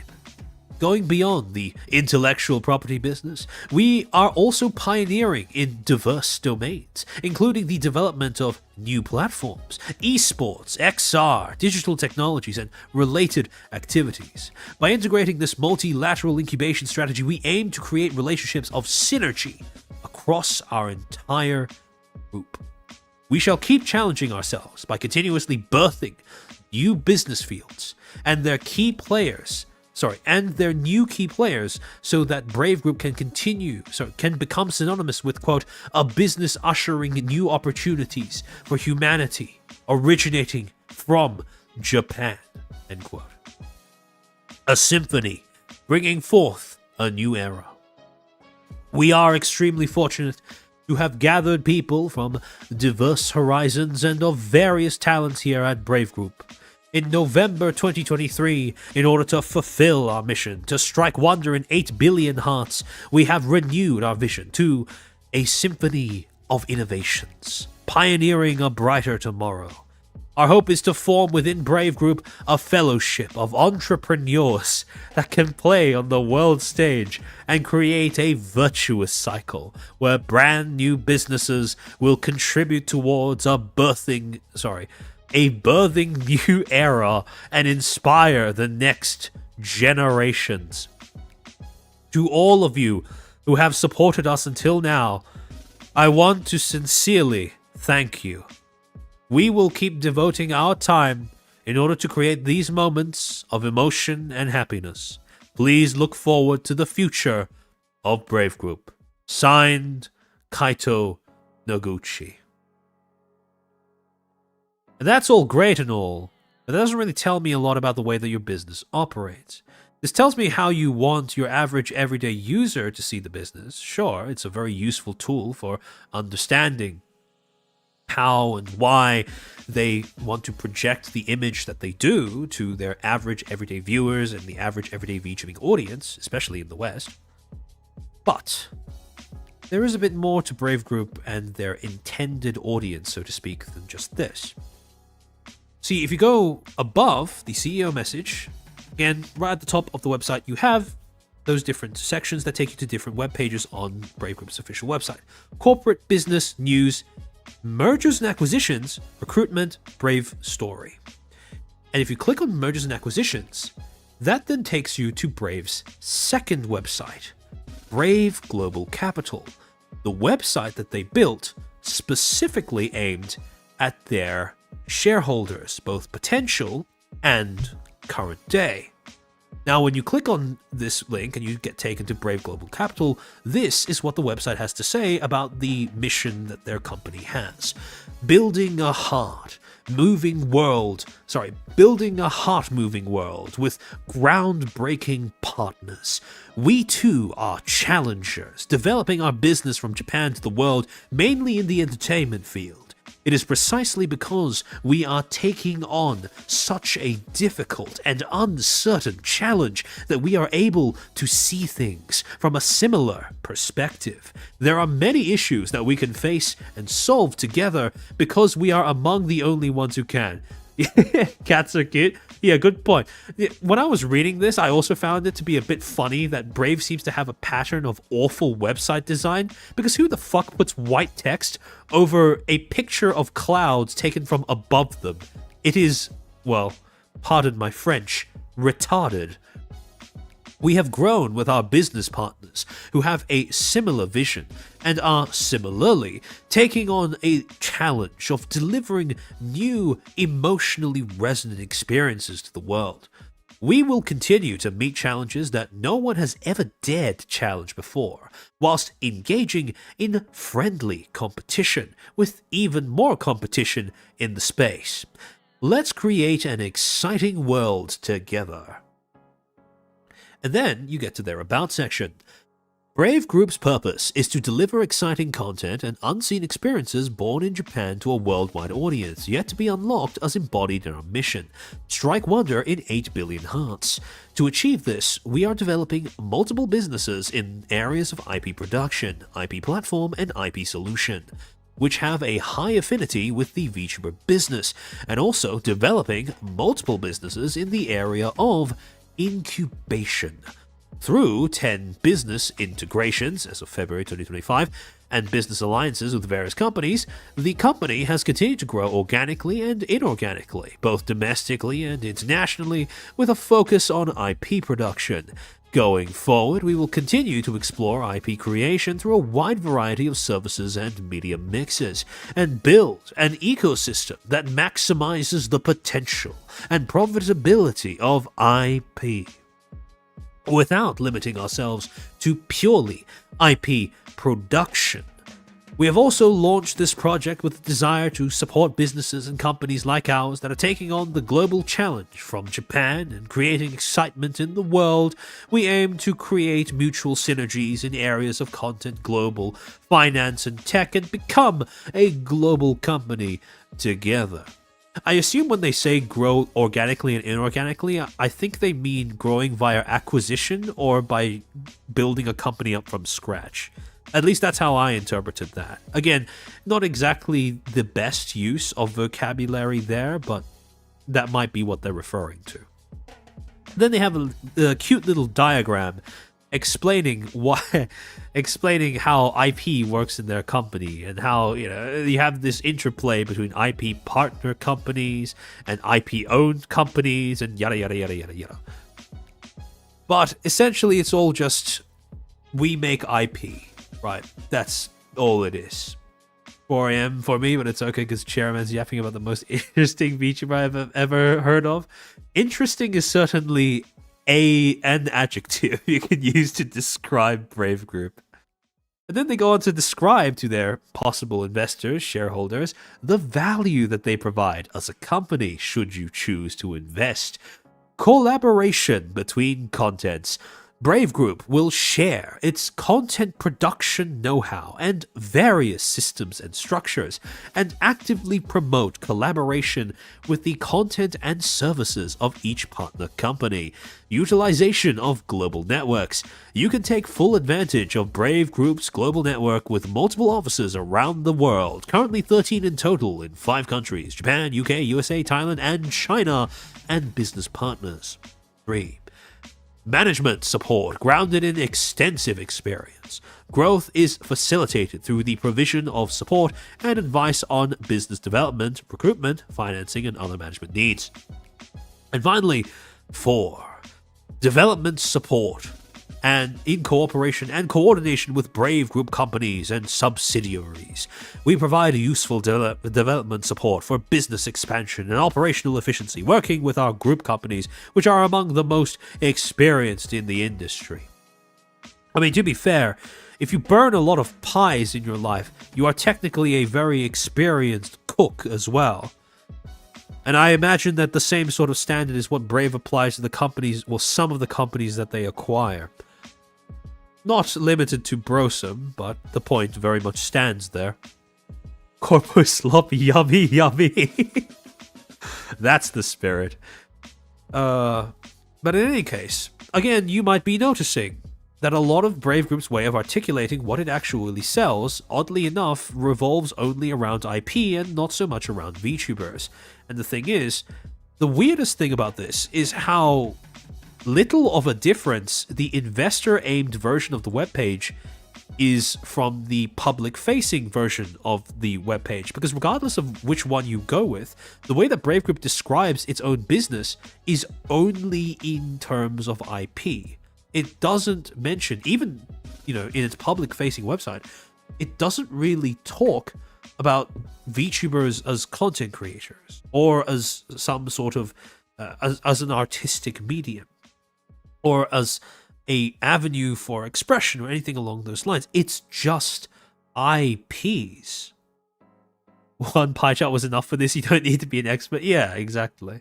This is a very redundant way of essentially summing up those, getting across each individual sector of the business structure or whatever they were trying to get across. However, once you scroll down from this section, then you get to the part of the website where Brave Group actually lists out all its prior investments. And here, when you look at past investments under IP production, of which are one of 3 of the exact same identifiers that they had on the public-facing version of their website, IP production, IP platform, IP solution, they list out Brosum. And from what I could see at least, this is the only place in the website when they list out all of their businesses that they actually list out Brosum as something attached to the overall brand. This is where we find it. But there's something else. Why is it that Brosum is put under the exact same category, IP production, as the other companies are put in their public-facing website. And this is where I came to the conclusion of, I mean, if they're going to put it under the exact same classification, right? There is no reason that they can't also put Brosum in this section of their public-facing website, besides just that they don't want to. This was a screenshot of the website that I took from earlier this week. It has been 2 months. Well, sorry. It has been 1 month plus from when Brosum was turned into a VTuber agency instead of being a company that owned VTuber agencies. It has been, 5 months since, almost 5 months since Brosum was acquired. And it has been 2 months since Brosum had its first merger under Enalis. And yet, throughout all of those different occasions, Brosum has never been added to this section of Brave Group's public-facing website. None of the agencies under Brosum ever have in the time that they still existed, and now that they're dissolved, they aren't, well, I checked it last night and they weren't there then. They may add it in the near future. But again, it does strike me as odd that they would put Brosum here under IP production at the website that is, on the website that's aimed at investors, but they wouldn't put it here under IP productions on the website that is aimed at their audience, or a more general audience. But there's something else about this graph as well that I want to highlight. The fact that when they are listing out these companies, they are not doing so under the illusion that they are, this sort of endeavor that they're doing for the sake of creativity or artistic expression, or because their talents, they care so much about their talents, they just care so much. No, they just say it flat out for what it is. They call them past investments. And you know what other companies on there under past investments? Idle. And this is why when I talk about the EN audience getting accustomed to using, basically comparing both sides of a company against one another, both the side that operates in the EN side of the industry and the side that operates in, overseas in the JP or CN or KR or whatever part of the industry, you have to look at companies across in terms of how they operate across the sea, right? Because it's the same company. And so, if you are going to get some idea of how Idle might turn out, this is why I said before, this is why I said yesterday, that Idle as a company, in light of being acquired by Brave Group, because Brave Group sees it as an investment in the same vein as something like Material, Mugen Live, Lara, Nearport, Brosum, Virtual Entertainment, it can go one of two ways. It can either turn out like Virtual Entertainment, which, to be honest, I don't really see that happening, to be brutally honest, because of the fact that Virtual Entertainment was such an outlier in that it was immensely popular even before Brave stuck their fingers in it. Or it could go the way of Brosum, which, to me, is, rather alarmingly, a much more apt comparison to Idle, specifically because of how flimsily the agency was keeping itself together before Brave Group acquired it. Virtual Entertainment is an example of what Brave Group can accomplish if it's given a lot to work with. Brosum is an example of what Brave Group can accomplish if it is actually relied upon to save something. And I don't know about you, but I think that when Brave Group bought Idle, it needed a lot of saving. And I'm not sure that Brave Group is the company to be able to pull that off. And so, at the end of all of this, we finally have the data that we need in order to untangle, at least to some degree, Brave's black box system. Don't understand what's going on with Idle? Now you have Enalis. Now you have Brosum. Now you have some idea as to how Brave Group handles a company that cannot exist without its intervention. And the same thing applies to all of the other controversies that have blindsided the EN audience as well. If you don't want to be surprised by Brave Group or by other companies similar to Brave Group, this is how you can future-proof yourself, at least to some degree, against those nasty surprises. Get more data. If you want to get into a situation where something like the Globy terminations doesn't surprise you as much, and therefore you can maybe develop more time to thinking about what sort of stigmas you might want to leverage against the company in order to encourage a different source of a different set of practices or a different kind of behavior. You're going to, well, the first step in changing a problem is being able to anticipate it, right? Being able to solve a problem is being able to anticipate it. And if the EN audience is to learn how to better anticipate these problems before they arise, part of that is going to require digging for more data, looking for patterns. And there isn't always going to be one there, don't get me wrong. I don't mean to imply that there is always some sort of underlying scheme to be unearthed. But there is no harm in simply looking for more information if you're bored. Because when something with a company happens, something that an attitude that I've come to adopt more and more the longer that I've made content in this industry is there is no such thing as a controversy or a disaster that comes out of nowhere. There are always symptoms, there are always signs, and if you look hard enough, you will be able to find them. You will be able to find things in the past, controversies in the past, that are almost exact replicas or almost exact echoes of controversies in the present. And like I said before, you can be mystified by something or you can try to change it, but you can't be both. And if you want to change aspects of this industry, if you want to prevent yourself from feeding into or facilitating bad practices as they crop up, the first step is going to have to be, at least to some degree, demystifying the systems at work in this industry, the incentives that underlie the decisions that companies and individuals make. Because all of these companies follow a very simple set of incentives, but they are very practiced. They have entire teams dedicated to figuring out ways of hiding it. Mergers, acquisitions, rebrands, communications teams to figure out how to word statements in as obfuscatory a way as possible. That is why companies invest in this.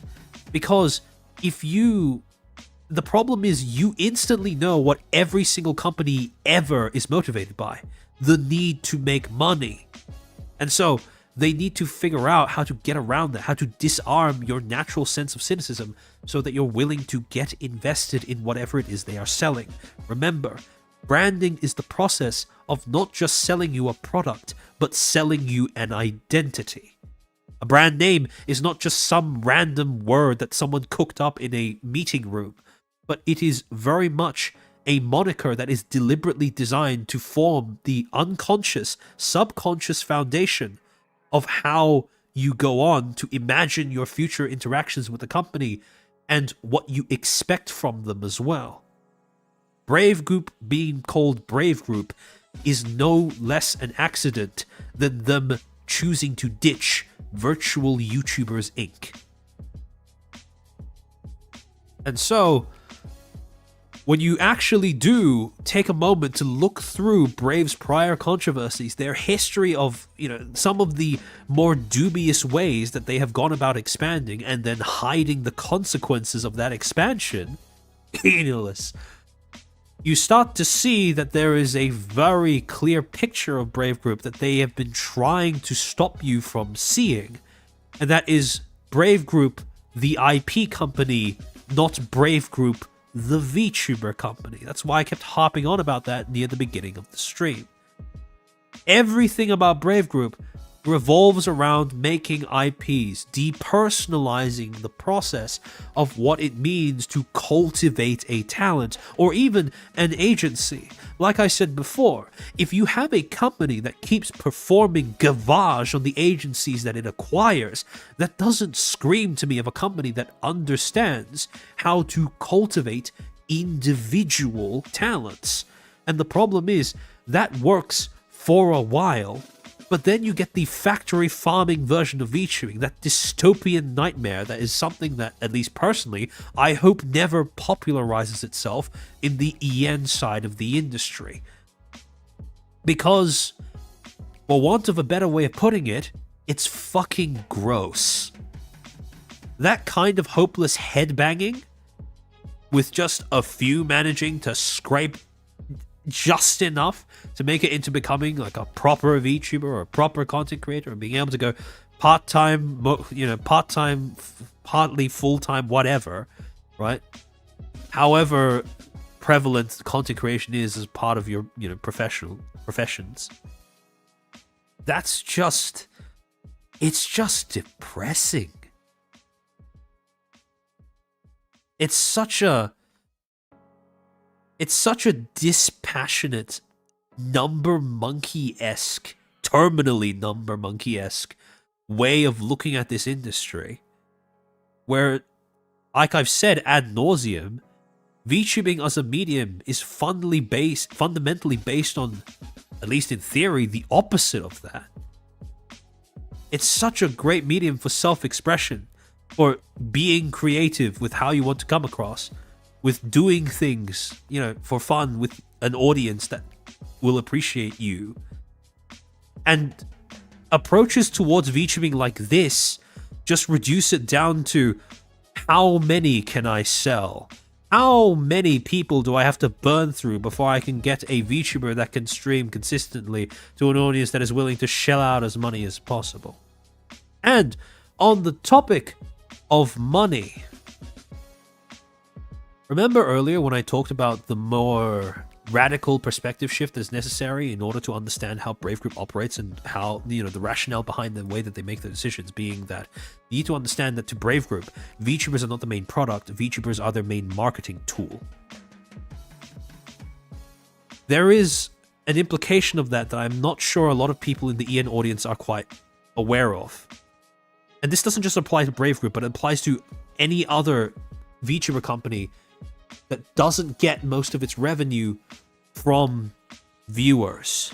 See, Brave Group has a lot of companies that are decently successful in the sense that they do have audiences, fans, dedicated fans, who are willing to support them.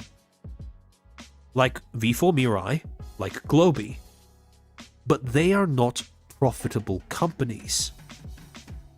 But that has an implication that I'm not entirely certain people understand, in the West at least, which is that if VTubers are not the main product, then their viewers are not the main audience either. And if nothing else that you take away from the stream, that is the only thing that I suppose that I would really, wish to hammer home. That idea that if you need to understand, if you are a viewer and you are not the company's primary source of revenue or funding, that means that you are also not someone who has the final say in the decisions that they end up making. When they make decisions, they're not going to do it for your benefit. They're not going to do it for the benefit of the talents that you care about, because they are not the biggest source of revenue or funding. If a company like Brave Group only exists because its investors allow them to exist, then that means that instead of the viewers of the VTubers that are part of their orgs, the investors are Brave Group's actual audience, their real audience. And again, like I said, perhaps the most radical perspective shift of all. If you are a viewer of a talent that is a part of a company like Brave Group, you need to adjust the way that you perceive your spot in the company, your position relative to the priorities of the company, so that you are not their main audience. but you are a resource that they are trying to secure to sell on to their main audience.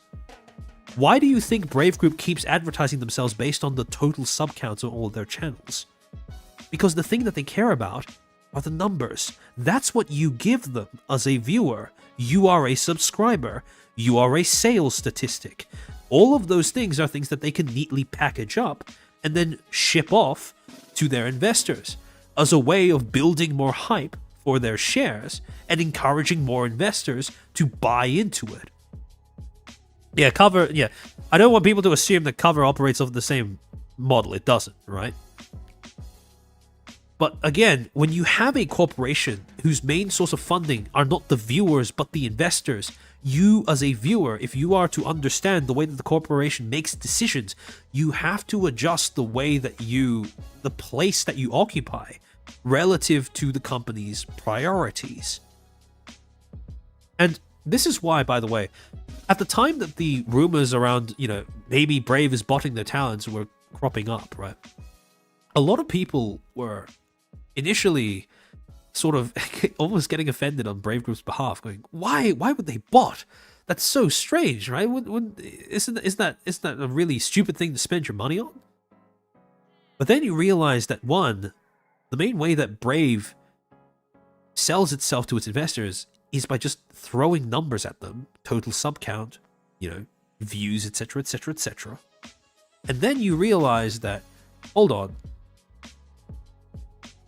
they don't actually need the approval of either their talents or their viewers in order to secure that particular form of appeal.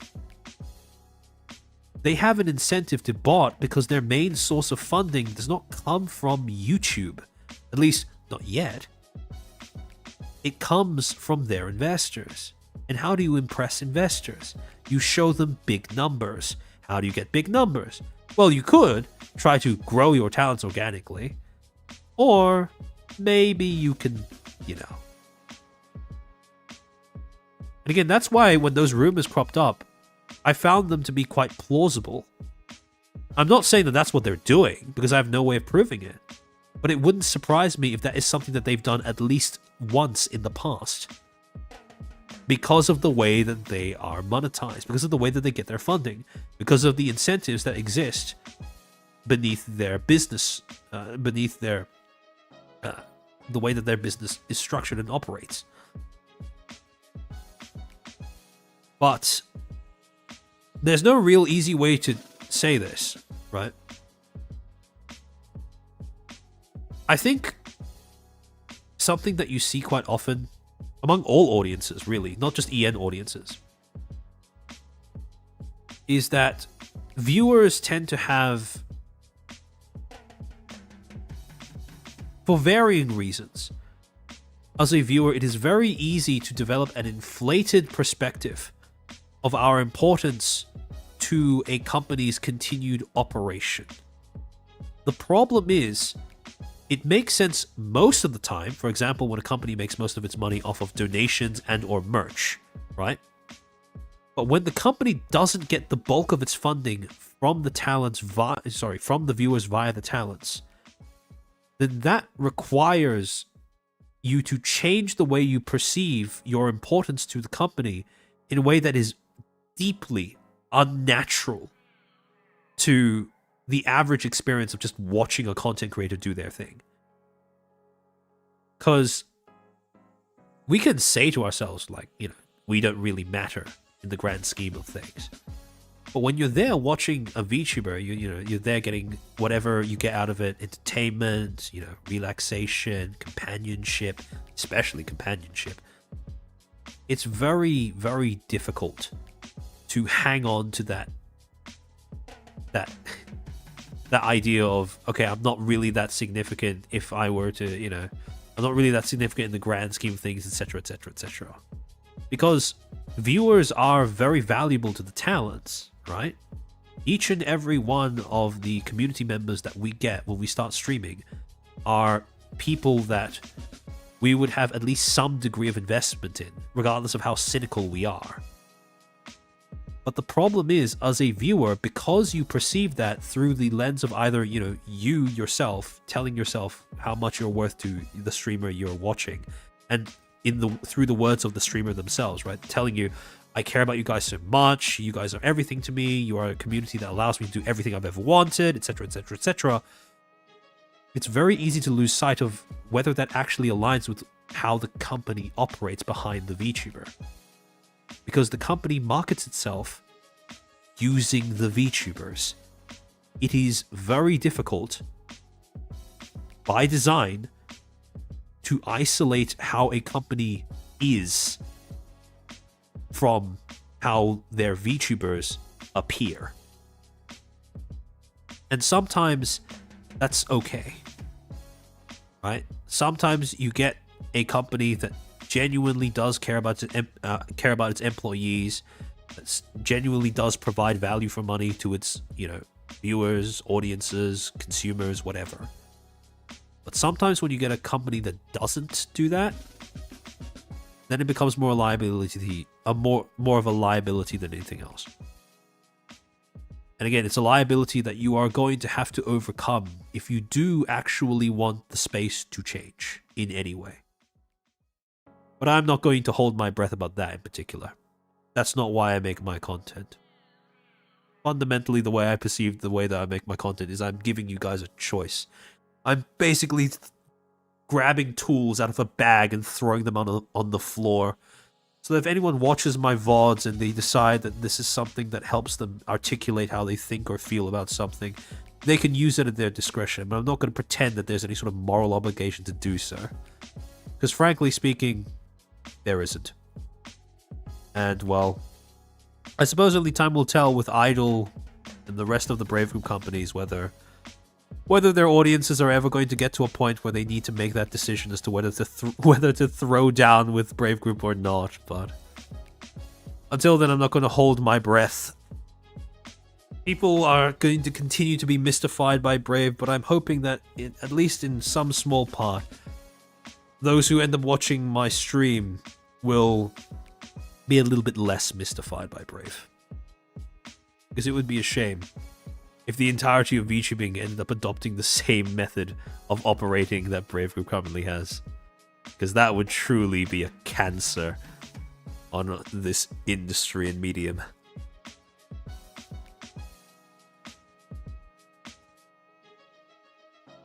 That's pretty much it. Mercurius, thank you for the gift of membership. Oh, Evie, congratulations on getting sniped. I hope you enjoyed those emotes.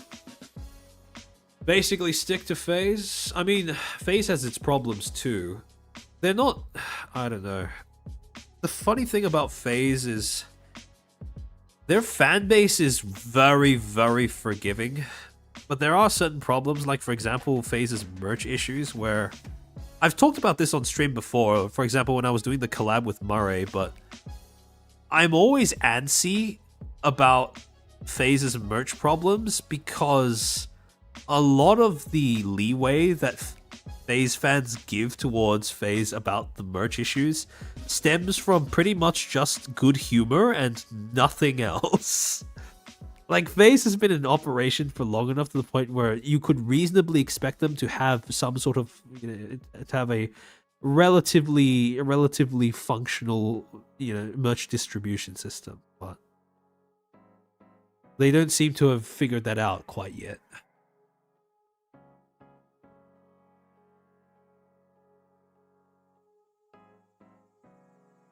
It only took a year for my pre-order to come in. See, that's the thing, right? Although, to be fair, I mean, like, in the context of just the state of VTuber merch in general, it's not that surprising, I guess.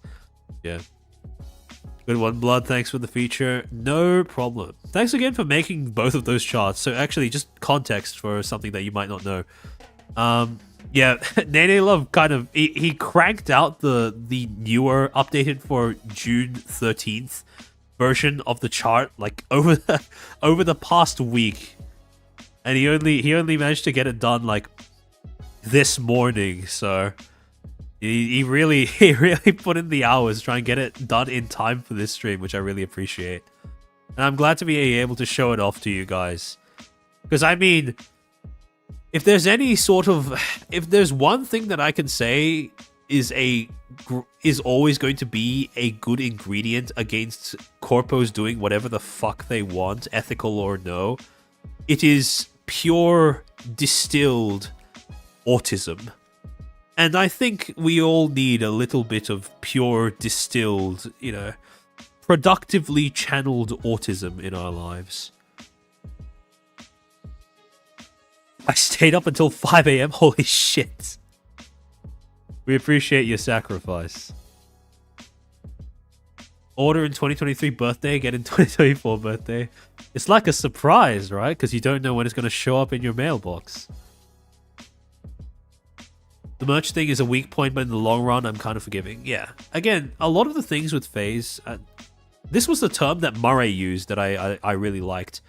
A lot of the things about FaZe, like the things that it has as a company that are like concerning, are kind of like Schrodinger's yabs, where so long as everything else about the company is functioning fine, it's not that big of a deal.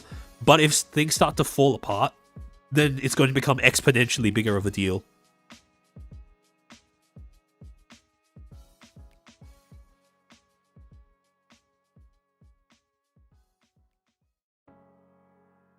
Now you got 2 lawyers. Sure.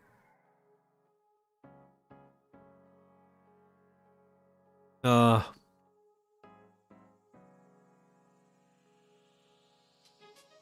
thinking... what I'm thinking about... I don't know. I don't know how this...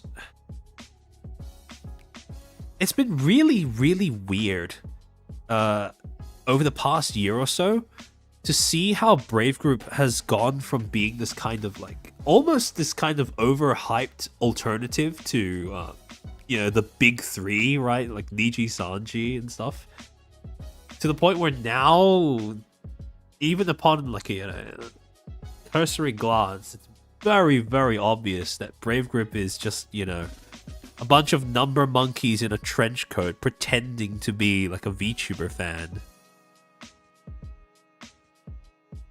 But yeah. Also, another clarification. I probably should have made this at the beginning of stream, but I mean, now later is better than never.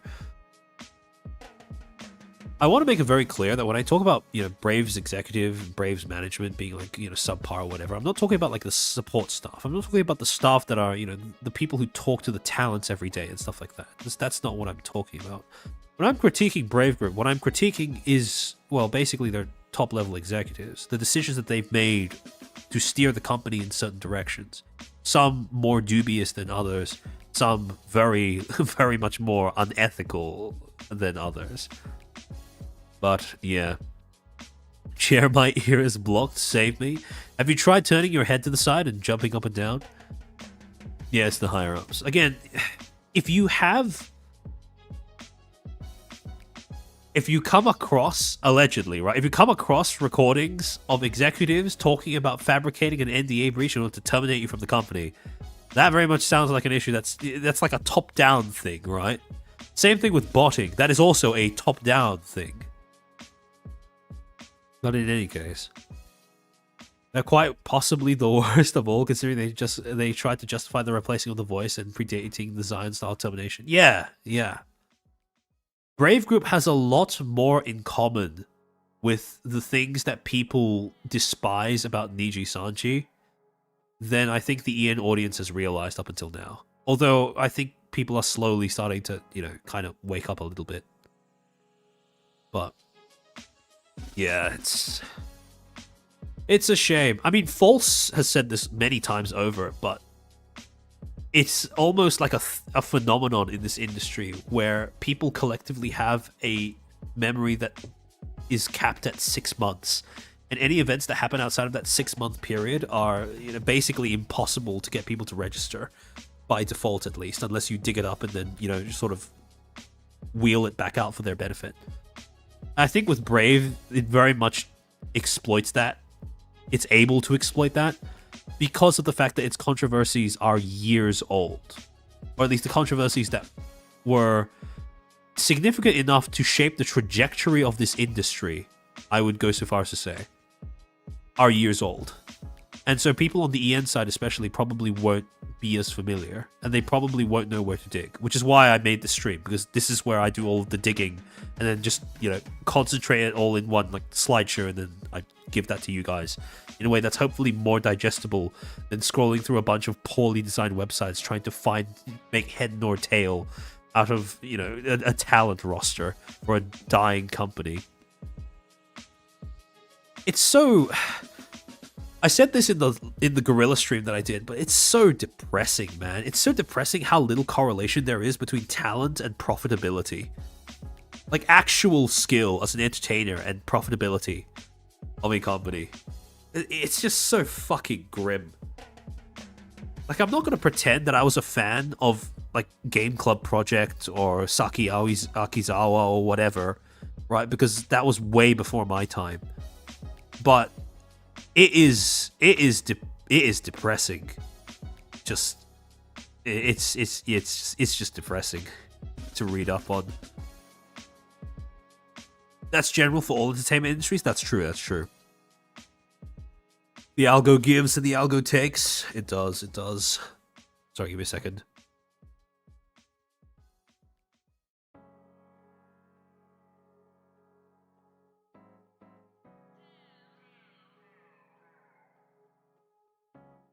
Sumanite, I was a fan of Ashizawa. Yeah, I guessed as much because of your comment on the community post where I talked about, you know, delaying the stream by a week because I stumbled into a rabbit hole about Brave Group's first termination from Riot Music. But yeah, this stream topic has been so many different rabbit holes to go down. Like I knew from looking at the charts that Nene Love put together that Enalist was fucked, but I didn't know exactly how fucked they were until I actually tried going into the websites to cross-reference the information they had on there with what Nene Love put into the charts.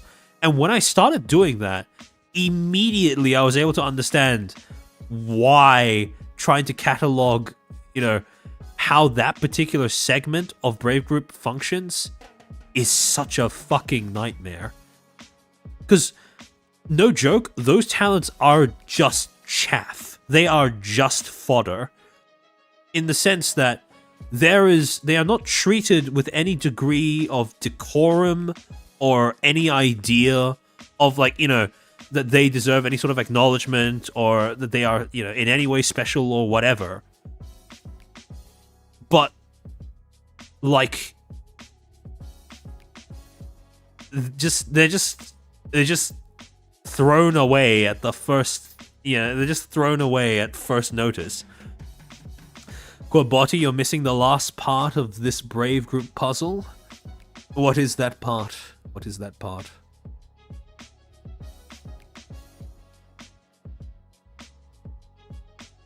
You learned how you got black pilled, you learned how the sausage is made. Yeah, kind of. A little bit. To be fair, the benefit is I don't really place too much trust in corporations to begin with. Because, I mean, you can't do the kind of content I do and still be as, you know, as eyes shut, wallet open as you were prior, right? Eyes shut, wallet wide, you know what I mean? Bro was terrified? Yeah, kind of. Sleep in the sauna. Yeah, we learn at the West. We learn at least in the West indie scene is a high school mess. Yeah. You know, I'm very surprised that, I don't know. One thing that has started to sink in more and more in the aftermath of the Cinder scandal that I don't see a lot of other people like really bringing up is how terrifying the implications of the implications of that controversy are when you take them to their logical conclusion. What I mean by that is, this was a situation where we are, the information that is conveyed is that you have a bunch of content creators, right, who befriended Cinder, actually, met up with her multiple times, interacted with her in real life, actually became not like online friends, not parasocial like friends, but like actual IRL friends. And they still had no clue what her, quote unquote real nature was, right? And I don't know if it started to sink in, but the implication of that is, if they had that kind of relationship with Cinder, Bao, Shy Lily, all the other people in that group, if they had that kind of relationship and friendship with Cinder, and they had no clue about who Cinder was as a person, what does that say about the rest of the content creators involved and their audiences? Like, you haven't met up with your favorite content creator in real life. You haven't spent time with them like us friends. How little do you really know your favorite content creator if we are to take that lesson, if we are to take those messages to their logical conclusion? That's the thing that makes the situation kind of exponentially more horrifying in its implication the more time has passed since it has been at its peak. And I'm not altogether sure that that's a message that, Bao and Shy Lily and stuff meant to put out. But if you think about it, then yeah, that's kind of what to take away from the situation.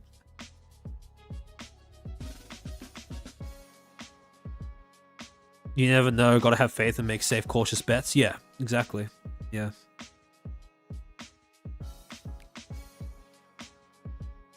The reason why Brave is doing all of these nonsense acquisitions is to pump up their financial statements and go public. Oh, okay, yeah, that makes sense. Yeah. The goal of every VC-backed startup is to exit or to go public. Yeah, no, I can see that. I can see Brave Group trying to become like the next Niji Sanji or HoloLive by going public. Women are extremely backstabby. I do not believe in the slightest. I do not believe in the slightest the ones against Cinder were clean at all. Yeah.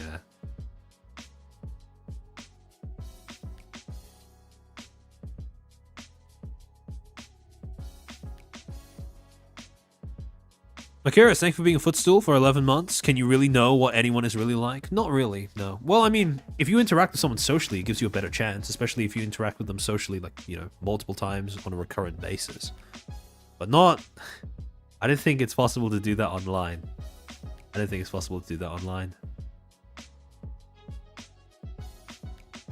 Wait, what?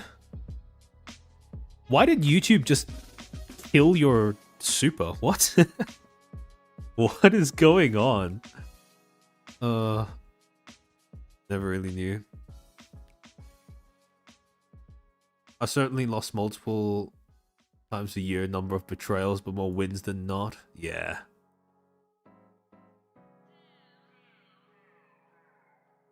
Is Chess Chat disconnected? Oh yeah, because because my internet dropped out earlier on. It killed his yeah. What did he send? No, that was just Mercurius talking about how how you can't really trust anybody online, right? Or actually no, it was just, do you really know anyone? Yeah, he just said, do you really know anyone? I don't know why YouTube would nuke that, but when a startup receives venture capital funds, they sign a term sheet. The term sheet dictates what the goals the company has to meet in order to receive further funding. From what I know, Brave is the biggest conglomerate in VTubing by sheer headcount and number of companies. Huh. I really do think that, the worst case scenario, right? The worst possible outcome is...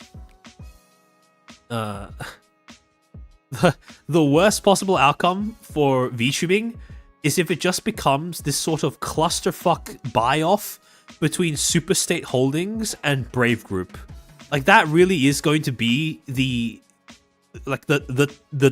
death knell for all of for like this. That's like the worst case scenario for this industry. That's like nightmare dystopia for this industry. You know, I was wondering who were because earlier on this year when VNU was saying that, you know, they were trying to get bought out by investors, right? I was wondering who those investors might be, because like I think I said this earlier on, but to our knowledge, right, there are only two companies that seem to be proactively buying out other VTubing companies, and it's just Brave Group and Superstate Holdings. So I do wonder if Superstate Holdings may be getting involved, or if it's some other like venture capital behemoth that is yet to make its presence widely known in this industry. I don't know if it's like a Sony 2.0 type situation, or if it's like a, you know, like a Brave Group's Strawberry Prince type situation or whatever. It could likely end like that, man. I hope not. I hope not.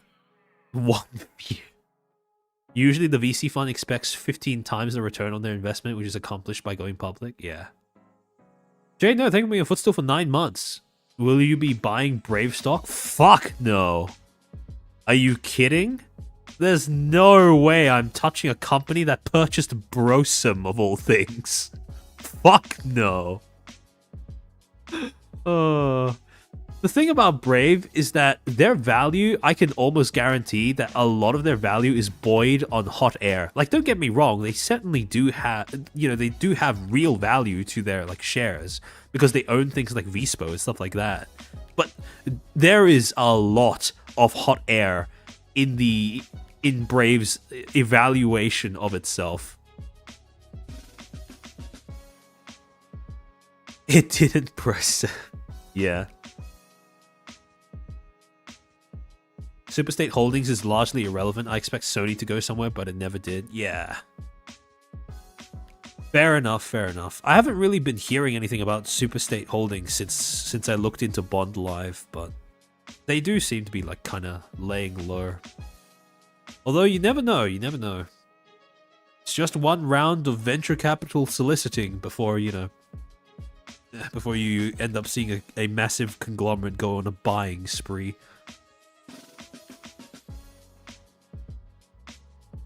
Buy low, sell high. Brusum, the VTuber graveyard. Unironically, like, that is a company that Brave has been trying for ages to disguise the fact that it's just choking on its own ashes.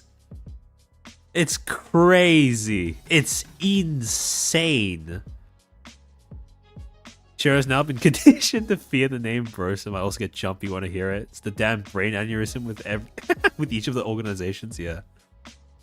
It's the more time you spend looking into things like branding and marketing, the more depressing it becomes when you realize just how effective a simple name change is at throwing people off the scent. It's genuinely crazy to me how simple that is.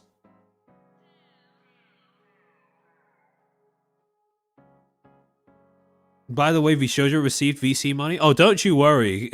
I am very, very well acquainted with that fact. Yeah. I do wonder what is going to... I don't know. Is Vishojo profitable? Like, realistically speaking, can you be profitable if you take that little money from your talents? I can't imagine Vishojo going public. Like, those two ideas just don't gel. Calm down, Brosum. The company doesn't exist anymore. Sure.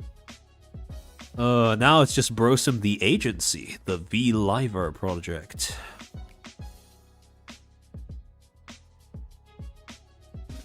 My eyes were glazing over even with the tables in your step-by-step walkthrough. I don't blame you. Brave is really thick topic.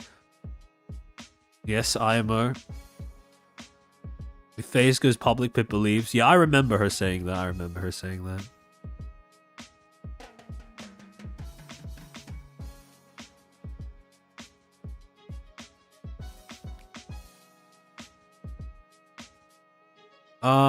Siamsul? I can see where you're coming from, yeah. There is a segment of FaZe fans who do have a very... They have a bad habit of talking shit about other VTuber companies, but using it as a way of implying that they are superior because they're FaZe fans. I mean, I know that Morlington has been sort of... I know that Morlington has kind of, you know, pointed this out and, like, denounced it, condemned it in the past. But, I mean, I think at a certain point, yeah, it's kind of, like... Yeah, it's a thing, unfortunately. They can't... It's really hard to ignore. FaZe beggars, yeah. Like, I understand if, you know, I understand if you're invested in FaZe, right? As a fan, if you want to see your favorite content creators from outside of FaZe join FaZe, I understand if that's something that, you know, tickles your fancy, right? But, like, keep that to yourself, right? It's, yeah. It's something that I wish wouldn't happen as much. I've had people ask me to do a stream about FaZe, and honestly, I do think that... I don't know. I think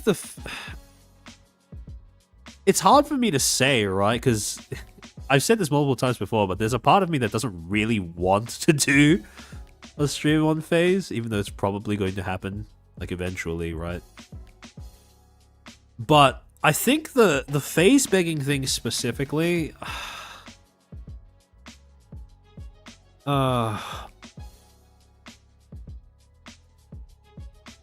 Nanny Love, you raise a good point, right? FaZe has gone so long without a major yab that when it does get one, you're going to get a ton of people shitting on it and feeling zero pity because of the fans' behavior.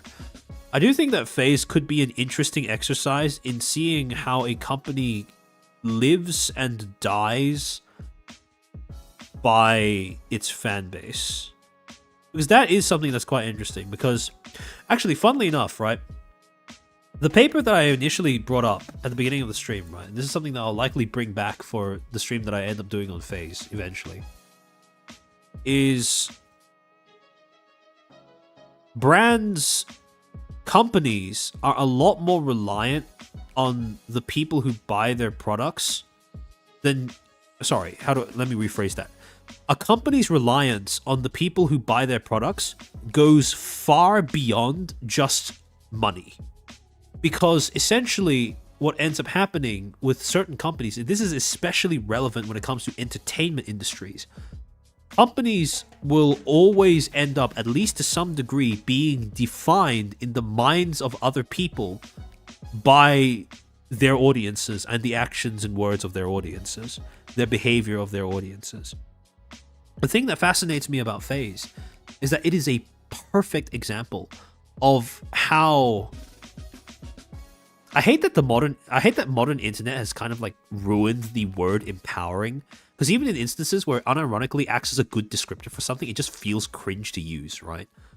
But it acts as FaZe is a great example of how if you have an audience that is supportive of what you want to do, you are basically bulletproof, because you say whatever the fuck you want, you do, well, I mean, borderline whatever the fuck you want, so long as it, you know, conforms to looking after the other people who are part of your company, right? And your audience, obviously. And you can pretty much just you run with it. But in the same vein, I do think that a lot of the negative opinion that people have of FaZe, like, when you ask someone who, like, antis FaZe, why do you dislike FaZe? Why do you hate FaZe? More often than not, the answer that comes out of their mouth is more just some variant of guilt by association, and it's actually a gripe that they have with, like, at least just a portion of their fan base, rather than with a talent themselves, specifically. Or even with the company itself. Which isn't something that I see in a lot of other companies, to be honest. Because a lot of other companies, like the people who dislike them will say something along the lines of like, I don't like this, XYZ about them.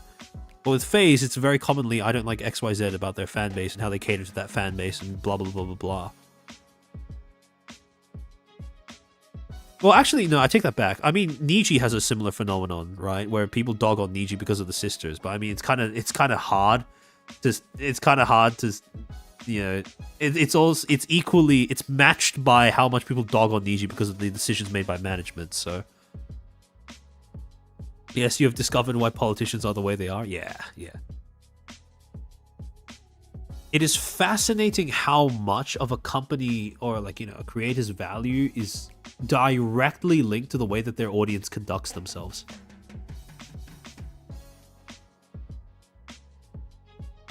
I saw the Guru thing, always thought it was a joke, Lamal. Oh wait, what was that?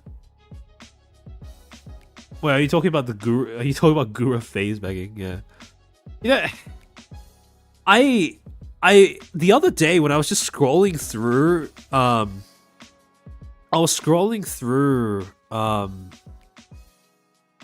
Twitter, and fuck, what was it? Oh no, I think it was I think someone left a reply under a post about Twisty's recent meltdown on the leaked audio of Twisty in that voice call, right? Where I was scrolling through the comments to under that, and someone added Sakana, and I'm like, why? Like, surely that's unironic. Surely that's ironic, right?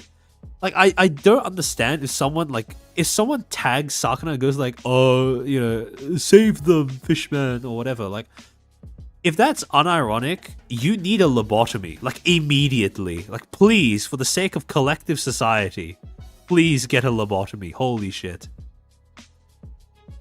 Like, people who do that unironically, they need help. Like, a lot of help. But yeah, I do wish that the FaZe begging would stop. We need to stigmatize FaZe begging. Now that I'm saying all of this out loud, I'm kind of talking myself into the idea of doing like a FaZe stream around that topic more and more.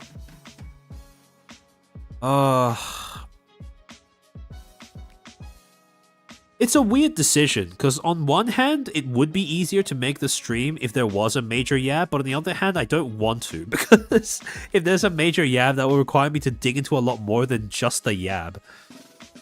Do you mean the VTuber that goes on a rant about Indians? Among other things, yeah. At Grok, is this true?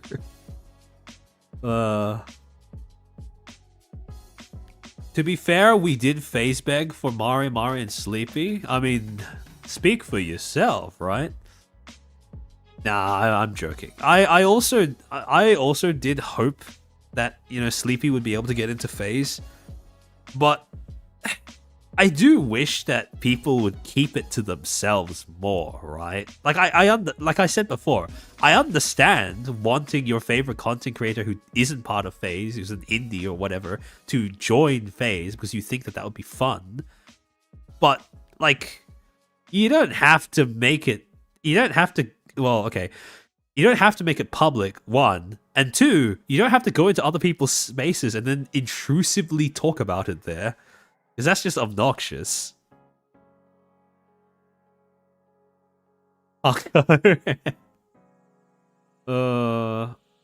think Twisty's assessment of Niji's audience was quite on the money, to be completely honest.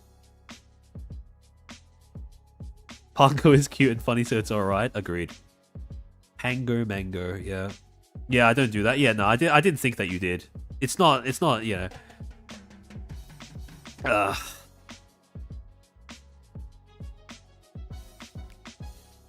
There's no malice behind their slurs. I agree. Panko comes from like an era of the internet where people really did just say whatever the fuck without any malice behind it. And that's part of why I feel like watching Panko, even when she's, you know, Yeah, even when you get a clip that people are going like, "Oh no, that's kind of risque." Like, even when I'm watching that, I just feel like nostalgia, really. Cute and funny, yeah. Well, with Sleepy, we already know she applied to Gen 2 and didn't get in. Yeah, yeah.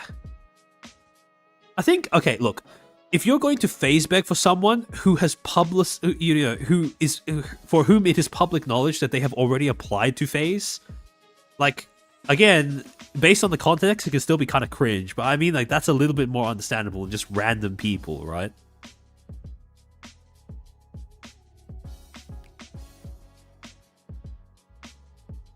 Not going to lie, I was hoping there would be new debuts and not just invaders.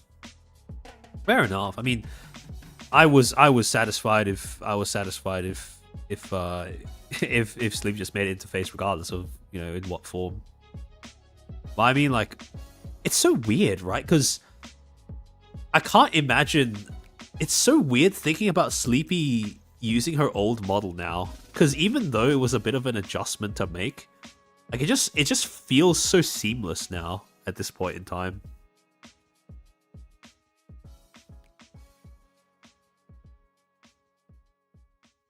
Yeah, Pippa mentioned that. Yeah, Pippa mentioned asking for Fishmen to get in. Phase begging.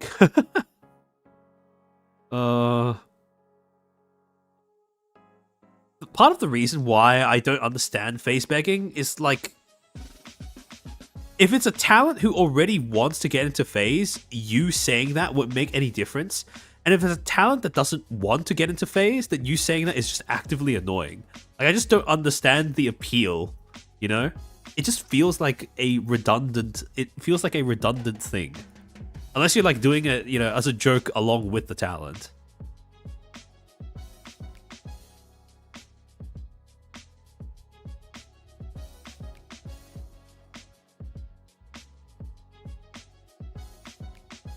Pippa is our most powerful face pecker. True. EPs are so big. Yeah. Although, I've seen other people say this before, but it really is kind of funny how unnoticeable that is when you're actually watching her stream, right? Like, I don't know. It's like when you're looking at the model on its own without her speaking, it's just like, it's right there, right? But when she is speaking, then it's just like, it's really easy to ignore that, you know?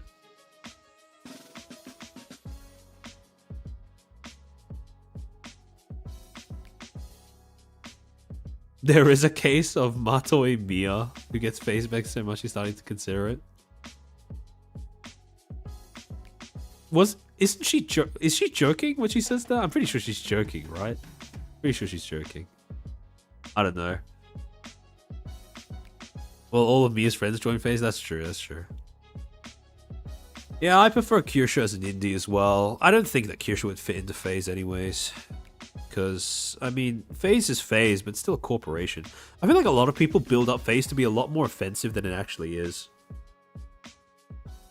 Again, it's that kind of like, it's that stupid like guilt by association purity loop.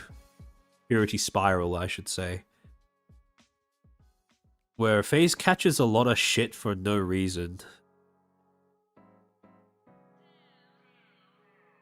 Apparently Sleepy got in contact with Kana and wants to collab. Do you guys think it's possible that we'll have graduated Corpo VTuber return?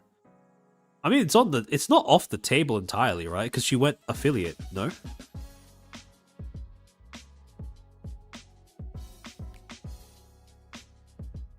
I think the Foxu should be unchained. I agree. The Foxu recently got a silver play button as well, so that's a new milestone for her. I don't know.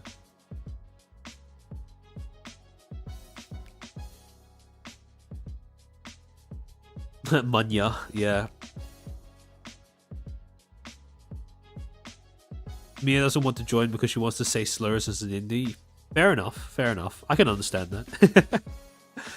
I can't imagine a lone wolf like Kirsha bowing down to any management. Yeah. I agree. I mean, it's for the best, probably. For the best. Just rolling in donors already? Yeah. Oh, wait. Hold on. Someone said something in chat before when Kirsha got brought up as a... What was it? Oh, yeah, no. Someone brought up something in the chat before about how Kirsha is like the opposite of immersion in VTubing, right? See, the thing with Kirsha that I've come to kind of... I suppose... an understanding that I've developed, I suppose, or a way of conceptualizing Kirsha's appeal is that it's not so much the thing that makes Kirsha immersive, quote unquote, is not so much the fact that she does or doesn't talk about real life events. It's the way that she talks about them, right? Because I feel like a lot of people in this space or on the internet in general are kind of starved of the experience of just saying shit that you mean and, you know, what you think and feel without having to include 10 billion disclaimers in front of it, right? Without having to care about an audience that isn't going to bother trying to get what you're saying and what you're thinking and feeling anyways. And for that reason, I do think that, you know, Kirsha is more immersive because through her content, a lot of people who watch her are able to live out that that feeling vicariously, right? So, yeah.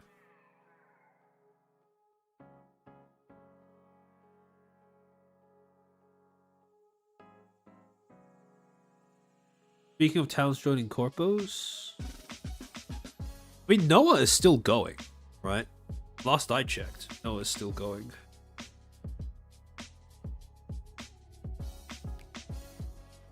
Pippa hate is overblown. Yeah, I agree. The thing is, right, the funniest thing is when you actually start paying attention to what people who unironically anti-Pippa say about Pippa, a good 50% of the time, they're really just complaining about what they perceive to be her fan base rather than anything to do with her. Which is like... that's like low effort hate, right? That is the Cattle's version of antiing a person.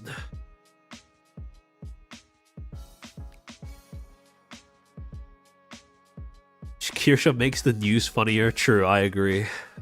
Consuming the news via Kirsha is is a very novel experience.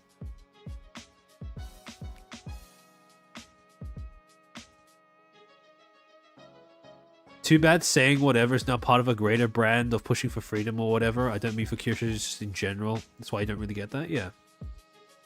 The people who turned just saying what's on your mind into a political issue are never people who should have any right to have any degree of involvement in politics. That's just retarded. Like, no. That's not how things work. Real Foxu news. Did you know the Pippa auntie is also an Asmongold auntie who makes... Is that the one that got shown in one of Asmongold's one of the Asmongold clips videos? Oh, it is the gooning and hating guy? Oh my. Bruh. Oh, that reminds me.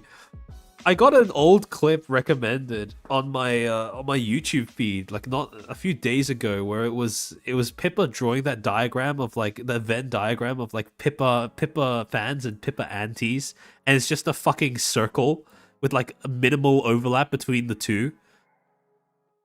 And I remember very vividly around the time when Kanye's latest song was coming out. You guys know what song I'm referring to. I don't remember who it was. I think it was Cunny Clips who made an edit of Pippa dancing on stage in VR, edited over that soundtrack.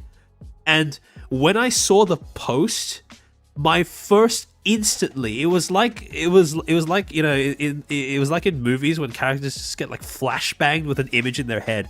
Immediately, I thought of the clip of Pippa drawing a Venn diagram between fans and antis, and it just being a fucking circle. Immediately. That was like the quickest I have ever recalled an image from a clip that I've watched of a VTuber in my life.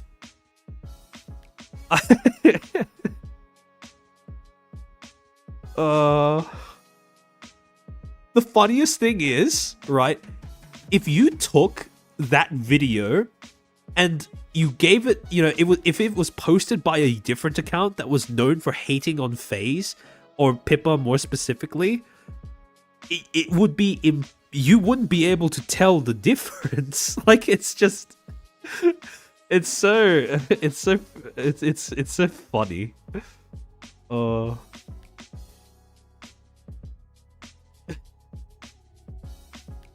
First Kanye song I heard, not even on purpose. I was just searching the phrase. Okay. It is really catchy. It is really catchy.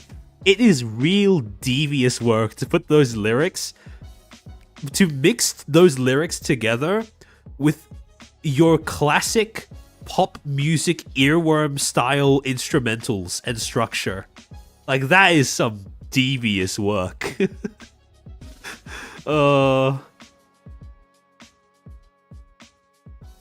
Like, I have lost count of the number of times that I found myself, like, humming along to that tune in the weeks following its release. Just because it is no different to your average pop song in terms of how easily stuck in your head it becomes. Hello from the riot-ridden lands of Los Angeles. Oh, shit. What is it like there, Aquarek? I hope you're staying safe. No matter who you are or what you do, there will always be people who like you, hate you, or don't care about you. Yeah. What matters is what you want in those groups. What matters is who you want in those groups. Yeah, I agree. Remember to hit the like button. Yeah. Like and subscribe and all of that stuff. Hold on. Let me switch over to the headhaunt screen. I think I might end stream soon because I've been streaming for like 7 hours at this point. Is funny. All right, hold on. Have you gotten any antis? I think so. Like, surely, right? Like a few, maybe. I don't know. Apparently, there are quite a few on. Reddit, which I find to be very, very amusing. But yeah. The ambiance raid last Friday was 2 blocks from my work. That was fun. Oh, shit. Damn. But yeah. I saw some while ego searching you on Reddit. Yeah. There are certain places where where ego searching becomes like less and less, worth your effort. I mean, it's all about where you choose to do it, right? To be fair, Chairman, it's Reddit. That's true. Man, Reddit has such a hate boner for Kirsha. It's so weird. Alt-right VTuber. They wouldn't know right-wing if it slapped them across the face. Don't ego search? Yeah. I tend to fall into that. As well. That line of thinking. Kind of diminishing returns. Wait, is there a jelly stream that's scheduled soon? Wait, hold on. Let me check. Let me check the waiting rooms. Yelly. Where's she?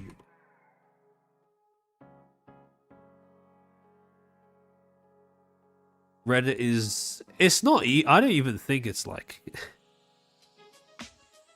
I don't know. I feel like Reddit has to be like a psyop at this point, right? Surely.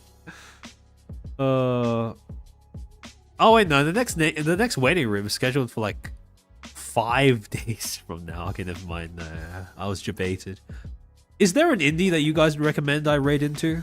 I'm taking suggestions.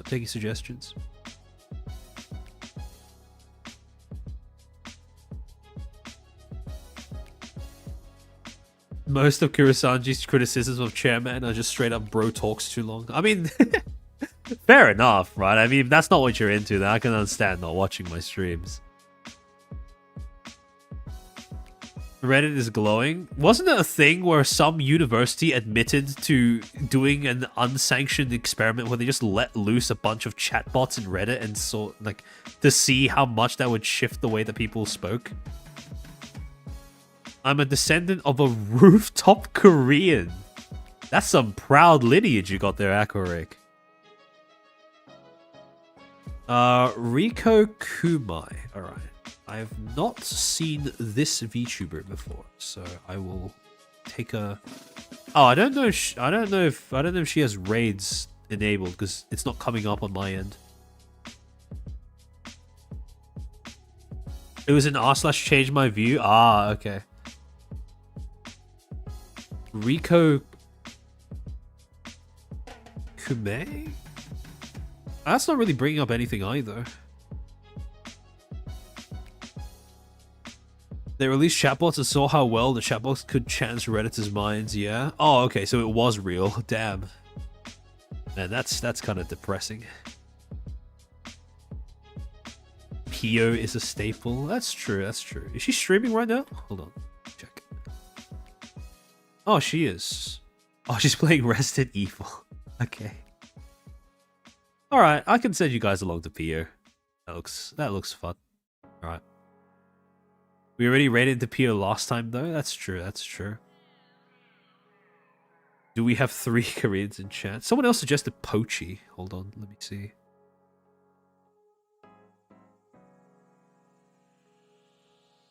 Pochi? Which Pochi are you talking about here? Because I'm getting two relaxation streams, fall asleep streams. You could raid into Honolulu. That's true. That's true. Pochi Sensei.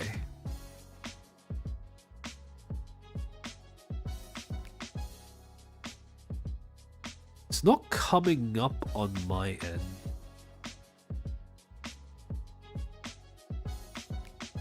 Pochi Sensei. Yeah, it's not coming up for me.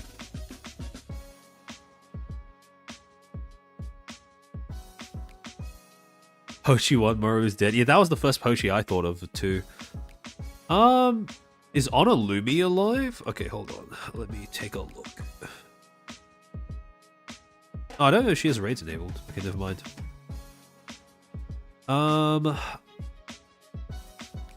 Ida Pochi. Ida Pochi. I'm not... I got a stream called Dog TV, the best video entertainment.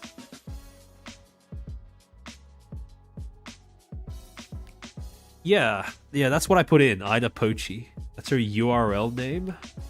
I'm not raiding a HoloLive member. That's a bit ambitious. Oh, okay, no, never mind. I found her. Okay. Alright, I'll send you guys on to Pochi then. So I finally managed to find it.